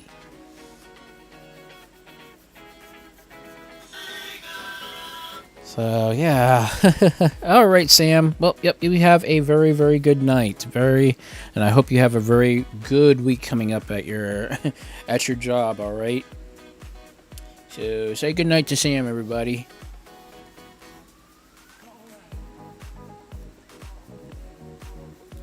But anyways, I know it's 5 minutes. 5 minutes to 1 o'clock. Literally played games up until such and such a time. But anyway, I did want to at least, you know, you guys saw the new Tiny Toons series. I hope you guys caught at least a glimpse of it because it appeared Saturday and such. And it was actually, I was surprised. It's pretty decent. I liked it. I like it. The only thing I can't get over is the fact that Babs and Buster are siblings. You know, I'm like, oh, but it was the catchphrase. You know. That's the one thing I sort of can't get over, but they did a very good job with it so far. Like, it actually feels like 90s Tiny Toons in some ways, at least for the, you know, as far as like well, maybe not the animation quality, but the actual, you know, subject matter that they put into it. It really has that old school like 90s vibe to it, which I appreciate. I'm giving it, you know, a shot, you know. Is it Tiny Toons from the 90s? No, but they did a very good job of making it feel like it's the 90s. And I mean, it feels like classic Looney Tunes style where, you know, you have anvils falling and just all the kind of crazy stuff that goes on in that universe and such. So I'm giving it a chance. I'm I'm excited to see what new episodes and what kind of new crazy stuff they get into and things of that nature. So we'll see how it all works out. But yeah, I'm I'm definitely, because, you know, I grew up in the same era as Tiny Toons. You know, Tiny Toons was basically my Looney Tunes back then. Like, I still like Looney Tunes. Like, you know, if you don't like Looney Tunes, there's something wrong with you. But like, Looney Tunes was basically like, you know, the stuff that happened way back before any of us were born, you know. And then basically Tiny Toons kind of took the modern 90s era of like technology and stuff like that and threw it into the cartoon, and it worked, and it still to this day still works. But now we now have a brand new cartoon series related to the original, you know, Tiny Toons, even though it's more of a reboot. So I'm excited to see what else they have going on for it. I really am. Because I can tell you right now, Plucky's kind of annoying in this one because he's like super vain. Like Plucky was like, you know, he was self-centered and stuff like that. But this new version of Plucky is like super annoying. So I'm kind of like, you need to kind of dial it back with Plucky at least. You know, it's just a little too much. But I'm giving it a shot, you know. Yeah, like the 30s, 40s, you know, back when you actually had to go to an actual theater to watch cartoons and stuff like that. They didn't have TV, you know, in houses and stuff like that. Like, you'd actually have to go to a theater to actually watch these cartoons and stuff. Which is why, like, in certain episodes, you actually see, like, you know, a silhouette of an audience in the actual, you know, cartoon itself. And that was to simulate that there were other people, like, in the audience with you. And it was just for a sight gag, which was always funny to see. But you're like, you know, you grow up like in the 80s, and you're like, why is there, you know, a silhouette of a theater, in the cartoon itself, and nobody would tell you these things until like you kind of grew up a little bit more. Like, oh, so cartoons actually started in the theaters, and that's why you have like that silhouette to kind of give it the sight gag and stuff. Like it didn't make sense back then for me, but now that I understand what it meant and things of that nature, then okay, I get it. Like, okay, now we're cooking with gas. But yeah, ultimately, I've always enjoyed like these old school cartoons and stuff like that. And I've told you guys this I don't know how many times now, but but to definitely see Tiny Toons make a big comeback like this, especially on Cartoon Network. I mean, we need something else on Cartoon Network playing other than Teen Titans on a ongoing everyday basis. It's like, come on, y'all, we got all these amazing cartoons and all these amazing things that were way back in the day, and we're just now like tapping into that unleashed potential now and such. I'm like, I grew up in the era of cartoons, when cartoons were in their prime. When you woke up on a Saturday morning and saw a brand new cartoon essentially like every single Saturday, I mean, that was like prime time for us kids. Like, yeah, there's like prime time is like 6-7 o'clock in the evening, but for us, prime time was 7-8 o'clock all the way up until about 12 o'clock in the morning on Saturdays and Sundays. But I still remember, like, when I first saw Tiny Toons, it's like, what is this? What they're like kids, and it didn't click until I was like, oh, so this is what Tiny Toons is about, and it's like, and I don't know if I told you guys this, but like I didn't like Animaniacs when it first came out because like some of the jokes kind of went over my head, and I don't think that's why I liked it. Really, is because some of those jokes went over my head as a kid. But now that I'm an adult, I'm like, oh, so that's what they were meaning. That's what they were talking about, And I'm like, oh, okay. So now I have a better appreciation for these cartoons now that I'm an adult than I was when I was a kid, It was like some of the stuff I'm like, man, how'd they get that past the censors? It made you think. It really made you wonder, like, what were the writers thinking at the time and stuff like that, But it's pretty crazy to see, like how cartoons were made in the 90s were going to be eventually for us when we got older and things of that nature. So it was pretty crazy,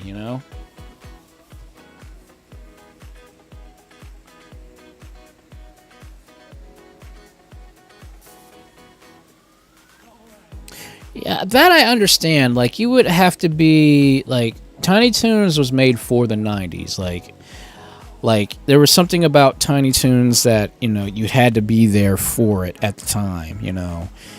Baby Looney Tunes was like, that's your traditional, like, educational television program for kids and stuff like that. But Tiny Toons was basically to be the 90s version of Looney Tunes. That's essentially what they were trying to get across as far as, the subject and things of that nature. But back then, you were like looking at various other cartoons. Like the 90s is basically where a lot of that stuff kicked off for us. That, they were trying to not necessarily get rid of or, sweep under the rug like all those old, like, 40s and 50s cartoons. It's just, it was a different time. And of course, the way the golden age of television was back in the 90s for us was, we were so, I guess, spoiled because every single day for certain cartoons, we would get a brand new episode. We're lucky now for getting an episode every other week or something like that. But back in the day, they would send other companies in to basically make episodes for the main company. Disney was very notorious for doing that. Whenever they wanted to show a brand new episode, they would have to outsource to a different company to make the episode. And, imagine having 7 straight days of brand new episodes, of a brand new cartoon that you never knew about and such. That's what really Disney was doing back in the day. It was between Disney, Fox, and ABC. and a little bit of CBS, but they mostly focused more on the Saturday morning spectrum. But it was definitely between Fox and more or less, yeah, it was more. I would say it was probably more on Fox back then than any other, channel and stuff like that until Kids WB came into play. But Fox was basically where we saw like all the brand new cartoons and every single day. So like Fox literally was be playing like the Disney afternoon shows. We'd be playing Looney Tunes and Tiny Toons. Fox would play a lot of different, syndicated, things back then. Because, I mean, yeah, Disney Channel was around, but Disney Channel was part of the premium thing. It wasn't an actual, like it was at one point standard, but then they became premium, which meant that you had to pay extra to, watch them and such. So, because they knew that certain people couldn't, afford Disney, that's why they came up with Disney Afternoon to play, in syndication, their programming on certain stations like Fox and stuff like that. Now, you think about it today, it's like, man, Disney and Fox working together and all that stuff. So, but yeah, that's how it was back in the day. Yep, because basically, I think really what started it was like there was Disney Afternoon, but it was still part of Fox Kids, if I'm not mistaken, because Fox Kids really played like a lot of the WB shows. So, like you had, Batman, you had Tiny Toons, you had Looney Tunes, you had Animaniacs. What else? There's like a couple other like big WB shows that would play there. But then after, between Fox and Disney also having Disney Afternoon, and then also on on Saturdays you would have like, like I knew in the morning time there's a local program called Pt.20's Clubhouse. And they would play like, a lot of the retro cartoons. Like they would play like, like that's like their comedy, show bit thing that they would do for kids and stuff like that back then. Which I watched and, I thought it was pretty cool because it was basically just a half-hour segment of like a clown basically doing, local stuff for like what was it? Like for clubs, for Boy Scouts, Girl Scouts, all that kind of stuff. And then during that time period, then after that, I believe, then they would start playing like Mario Brothers and something else. I know Mario Brothers was the big one. It was Mario Brothers Monday through Thursday, and then they played Zelda on Friday. That I do remember. And that was exclusively, I think, on Fox.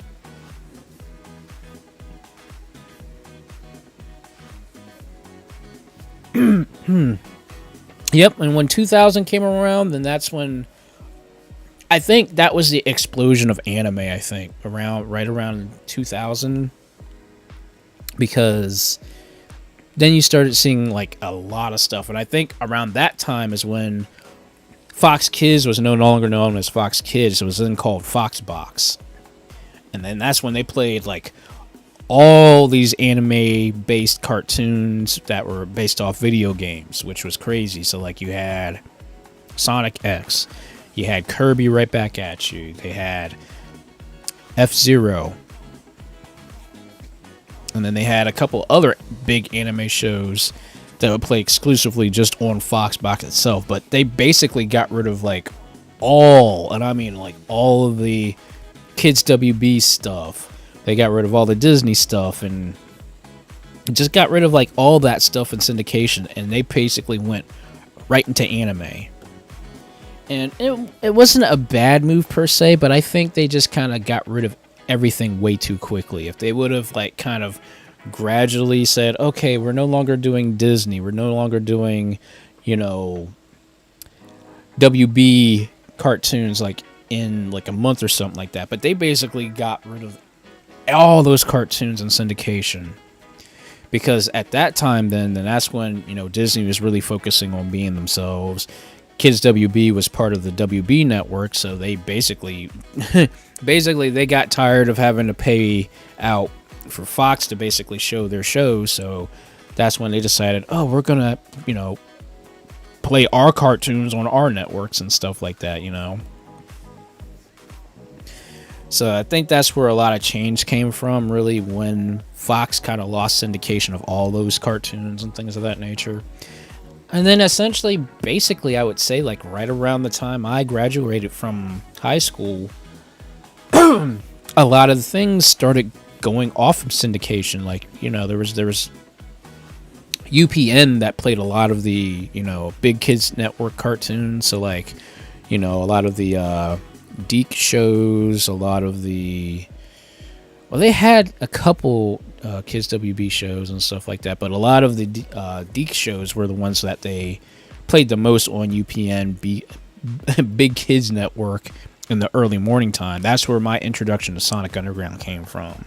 Because I was like, what is this? I never even knew what Sonic, you know, Underground was and stuff like that. And that's because we didn't really have, you know, a lot of cable channels and stuff like that. Once we upgraded, and it was like, what is this? I didn't know what Sonic Underground was about. Like, I saw Sonic, and like, you know, first thing that kind of comes to your mind is like, oh, it might be like some kind of like infomercial or something like that, like Sonic Underground. It might be talking about like a stereo or something like that. But who knew that it was a brand new Sonic cartoon that I never knew that existed and stuff. So it was pretty crazy to see that.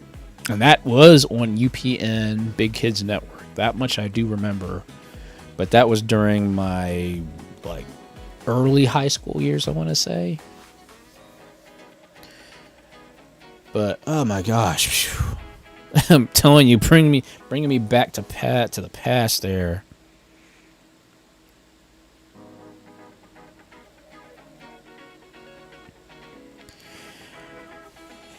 Yeah, and that's probably one thing that really disappoints me, is the fact that a lot of the cartoons that we used to watch kind of got pushed out of the way.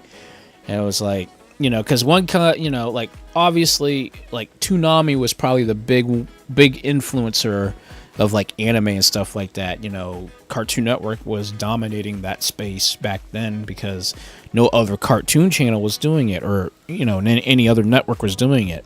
So when Toonami basically kicked in back in like the late 90s and stuff, it was showing nothing but anime. I mean, that's where Dragon Ball Z basically came from for us here in the US anyways.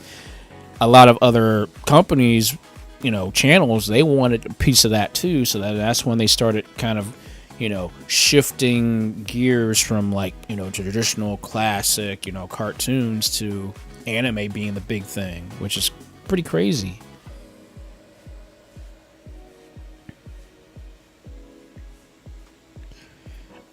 And yeah, look, anything from Tim Burton is going to be, you know, dark and creepy and everything like that there. But, you know, but at least Disney does acknowledge that they've created it and it does exist, you know, because everybody says, you know, we watch, you know, Nightmare Before Christmas, you know, even though they say it's like a Halloween movie. But yeah, it's crazy.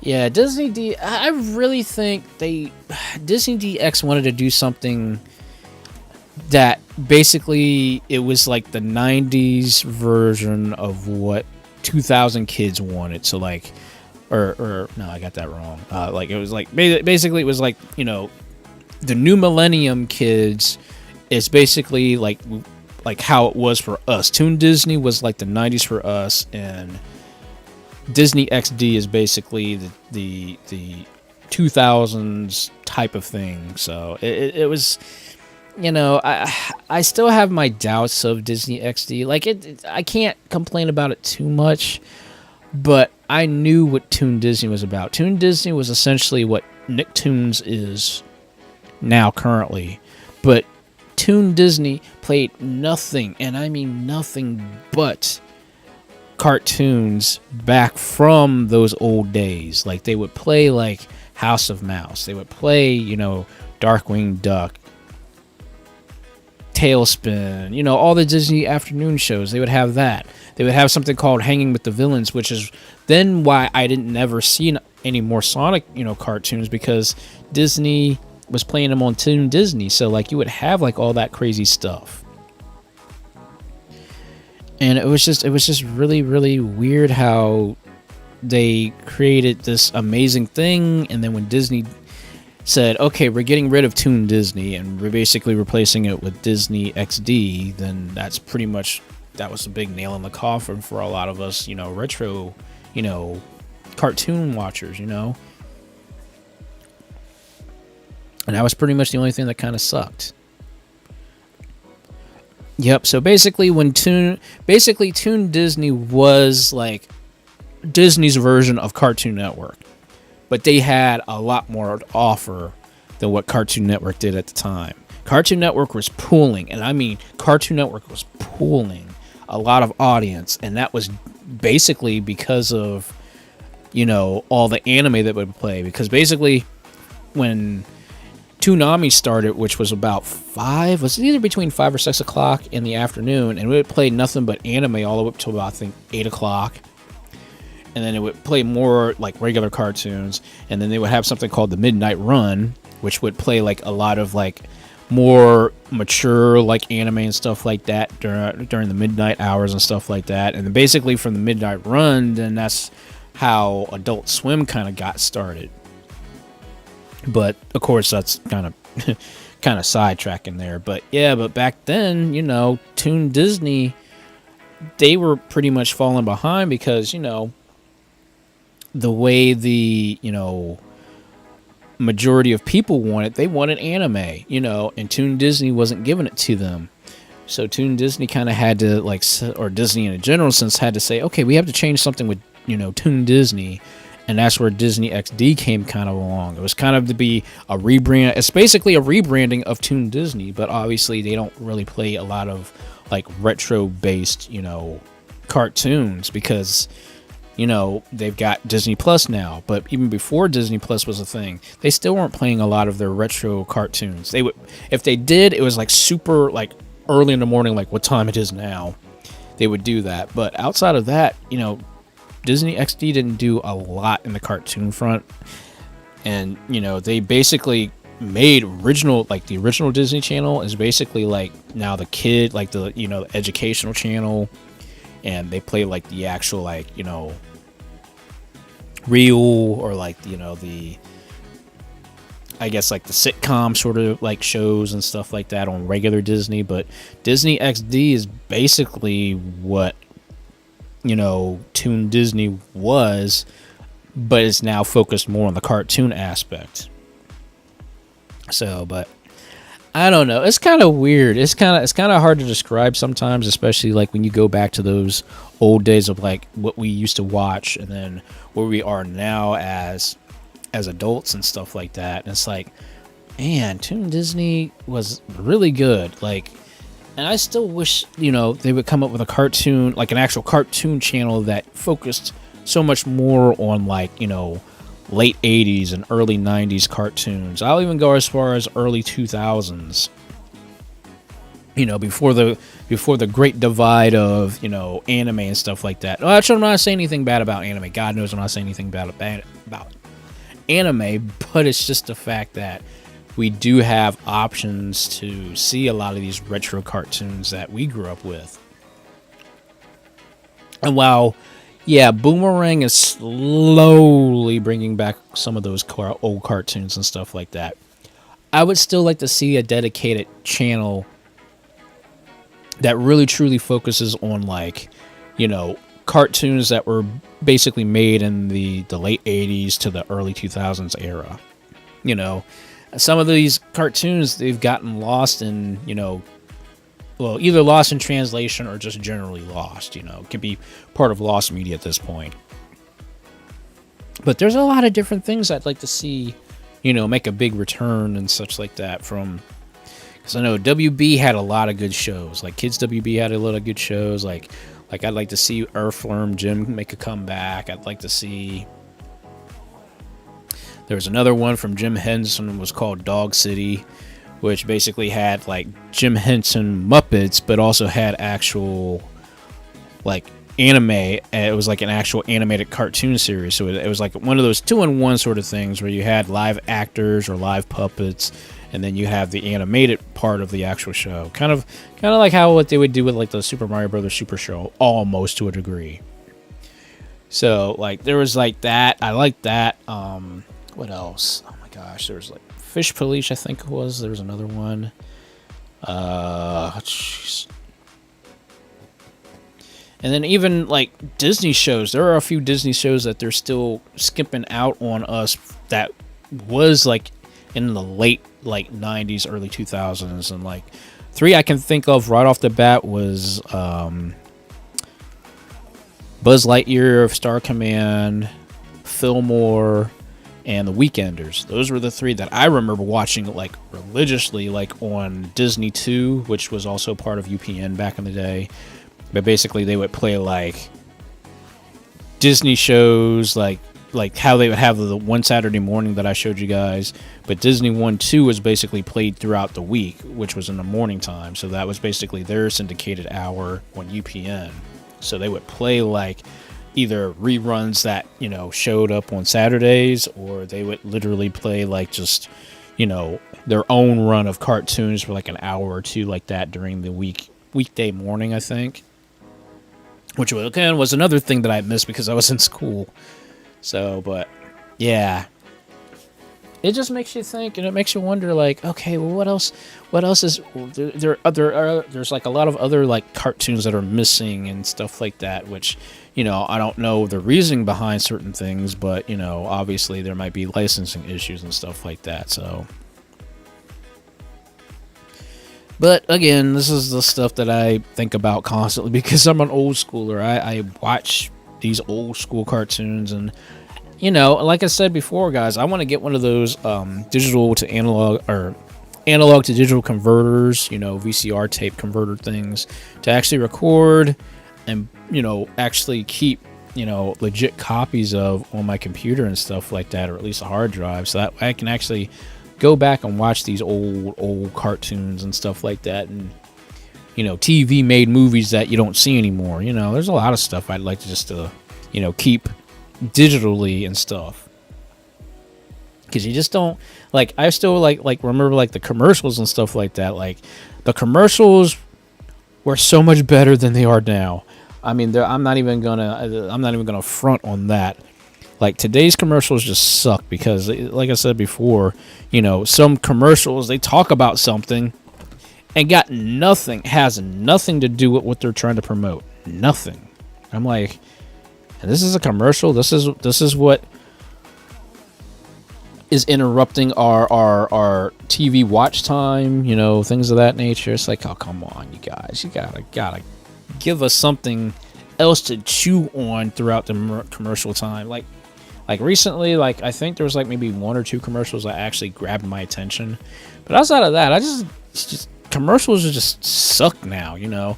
And I think most of the major reason why is because they're not geared towards me. They, you know, most ads, most commercials and stuff like that, it's about some kind of medicine, it's some kind of brand new food, it's some kind of services that are going, especially these local ones. I can't stand these local ones because they really overdo it. It's so corny that it's painful, and I can't stand those kind of commercials. I really can't. I can't stand our local commercials. Can't stand them at all. But it's like,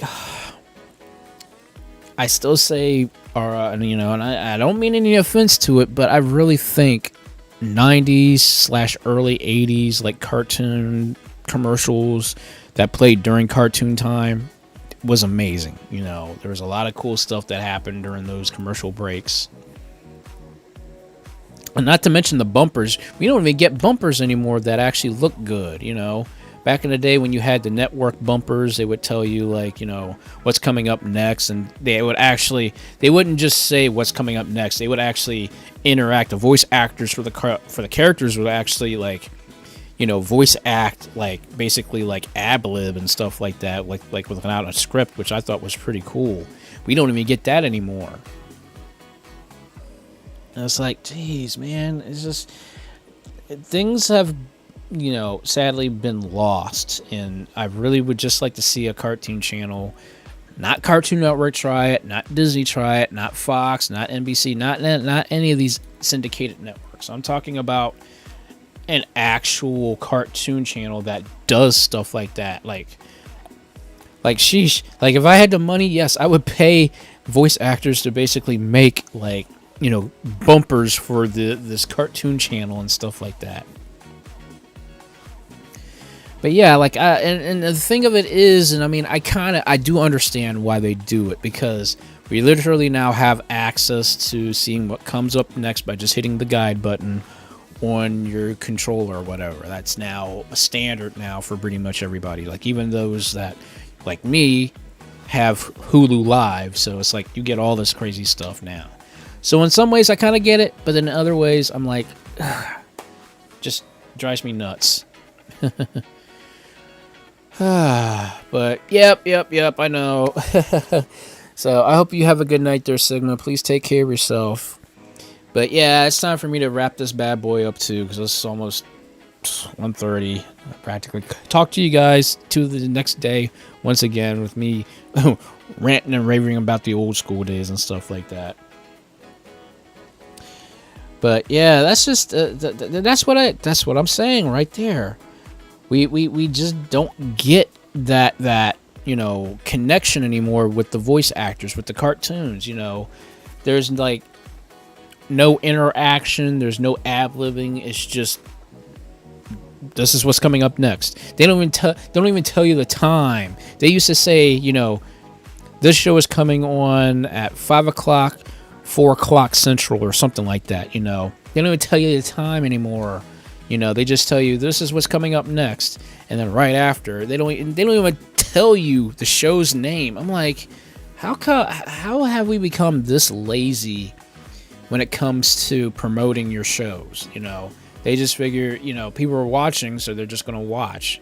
Like, there's gotta be a little bit more to it than that. But anyway, I'm gonna start getting off onto a completely other topic, and I'll be here talking all night and everything like that. So let's go ahead and start wrapping this up, guys. But once again, you guys, thank you all so much for joining in. I appreciate you guys. Thank you so much.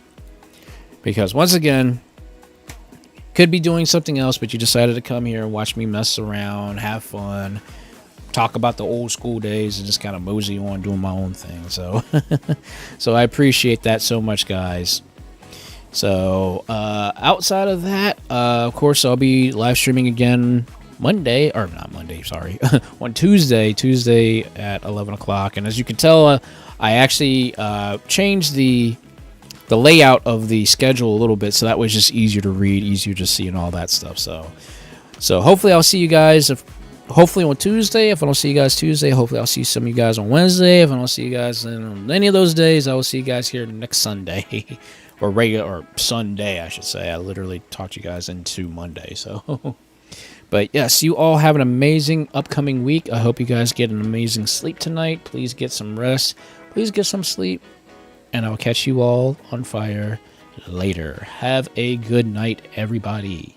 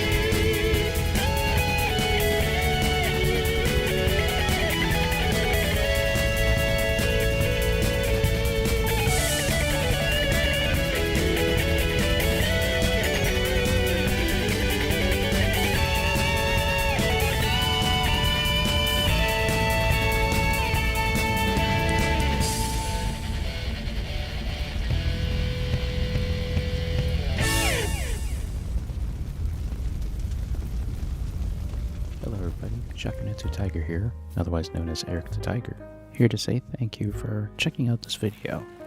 If you do like my content, hey, please like, share, and subscribe to this channel.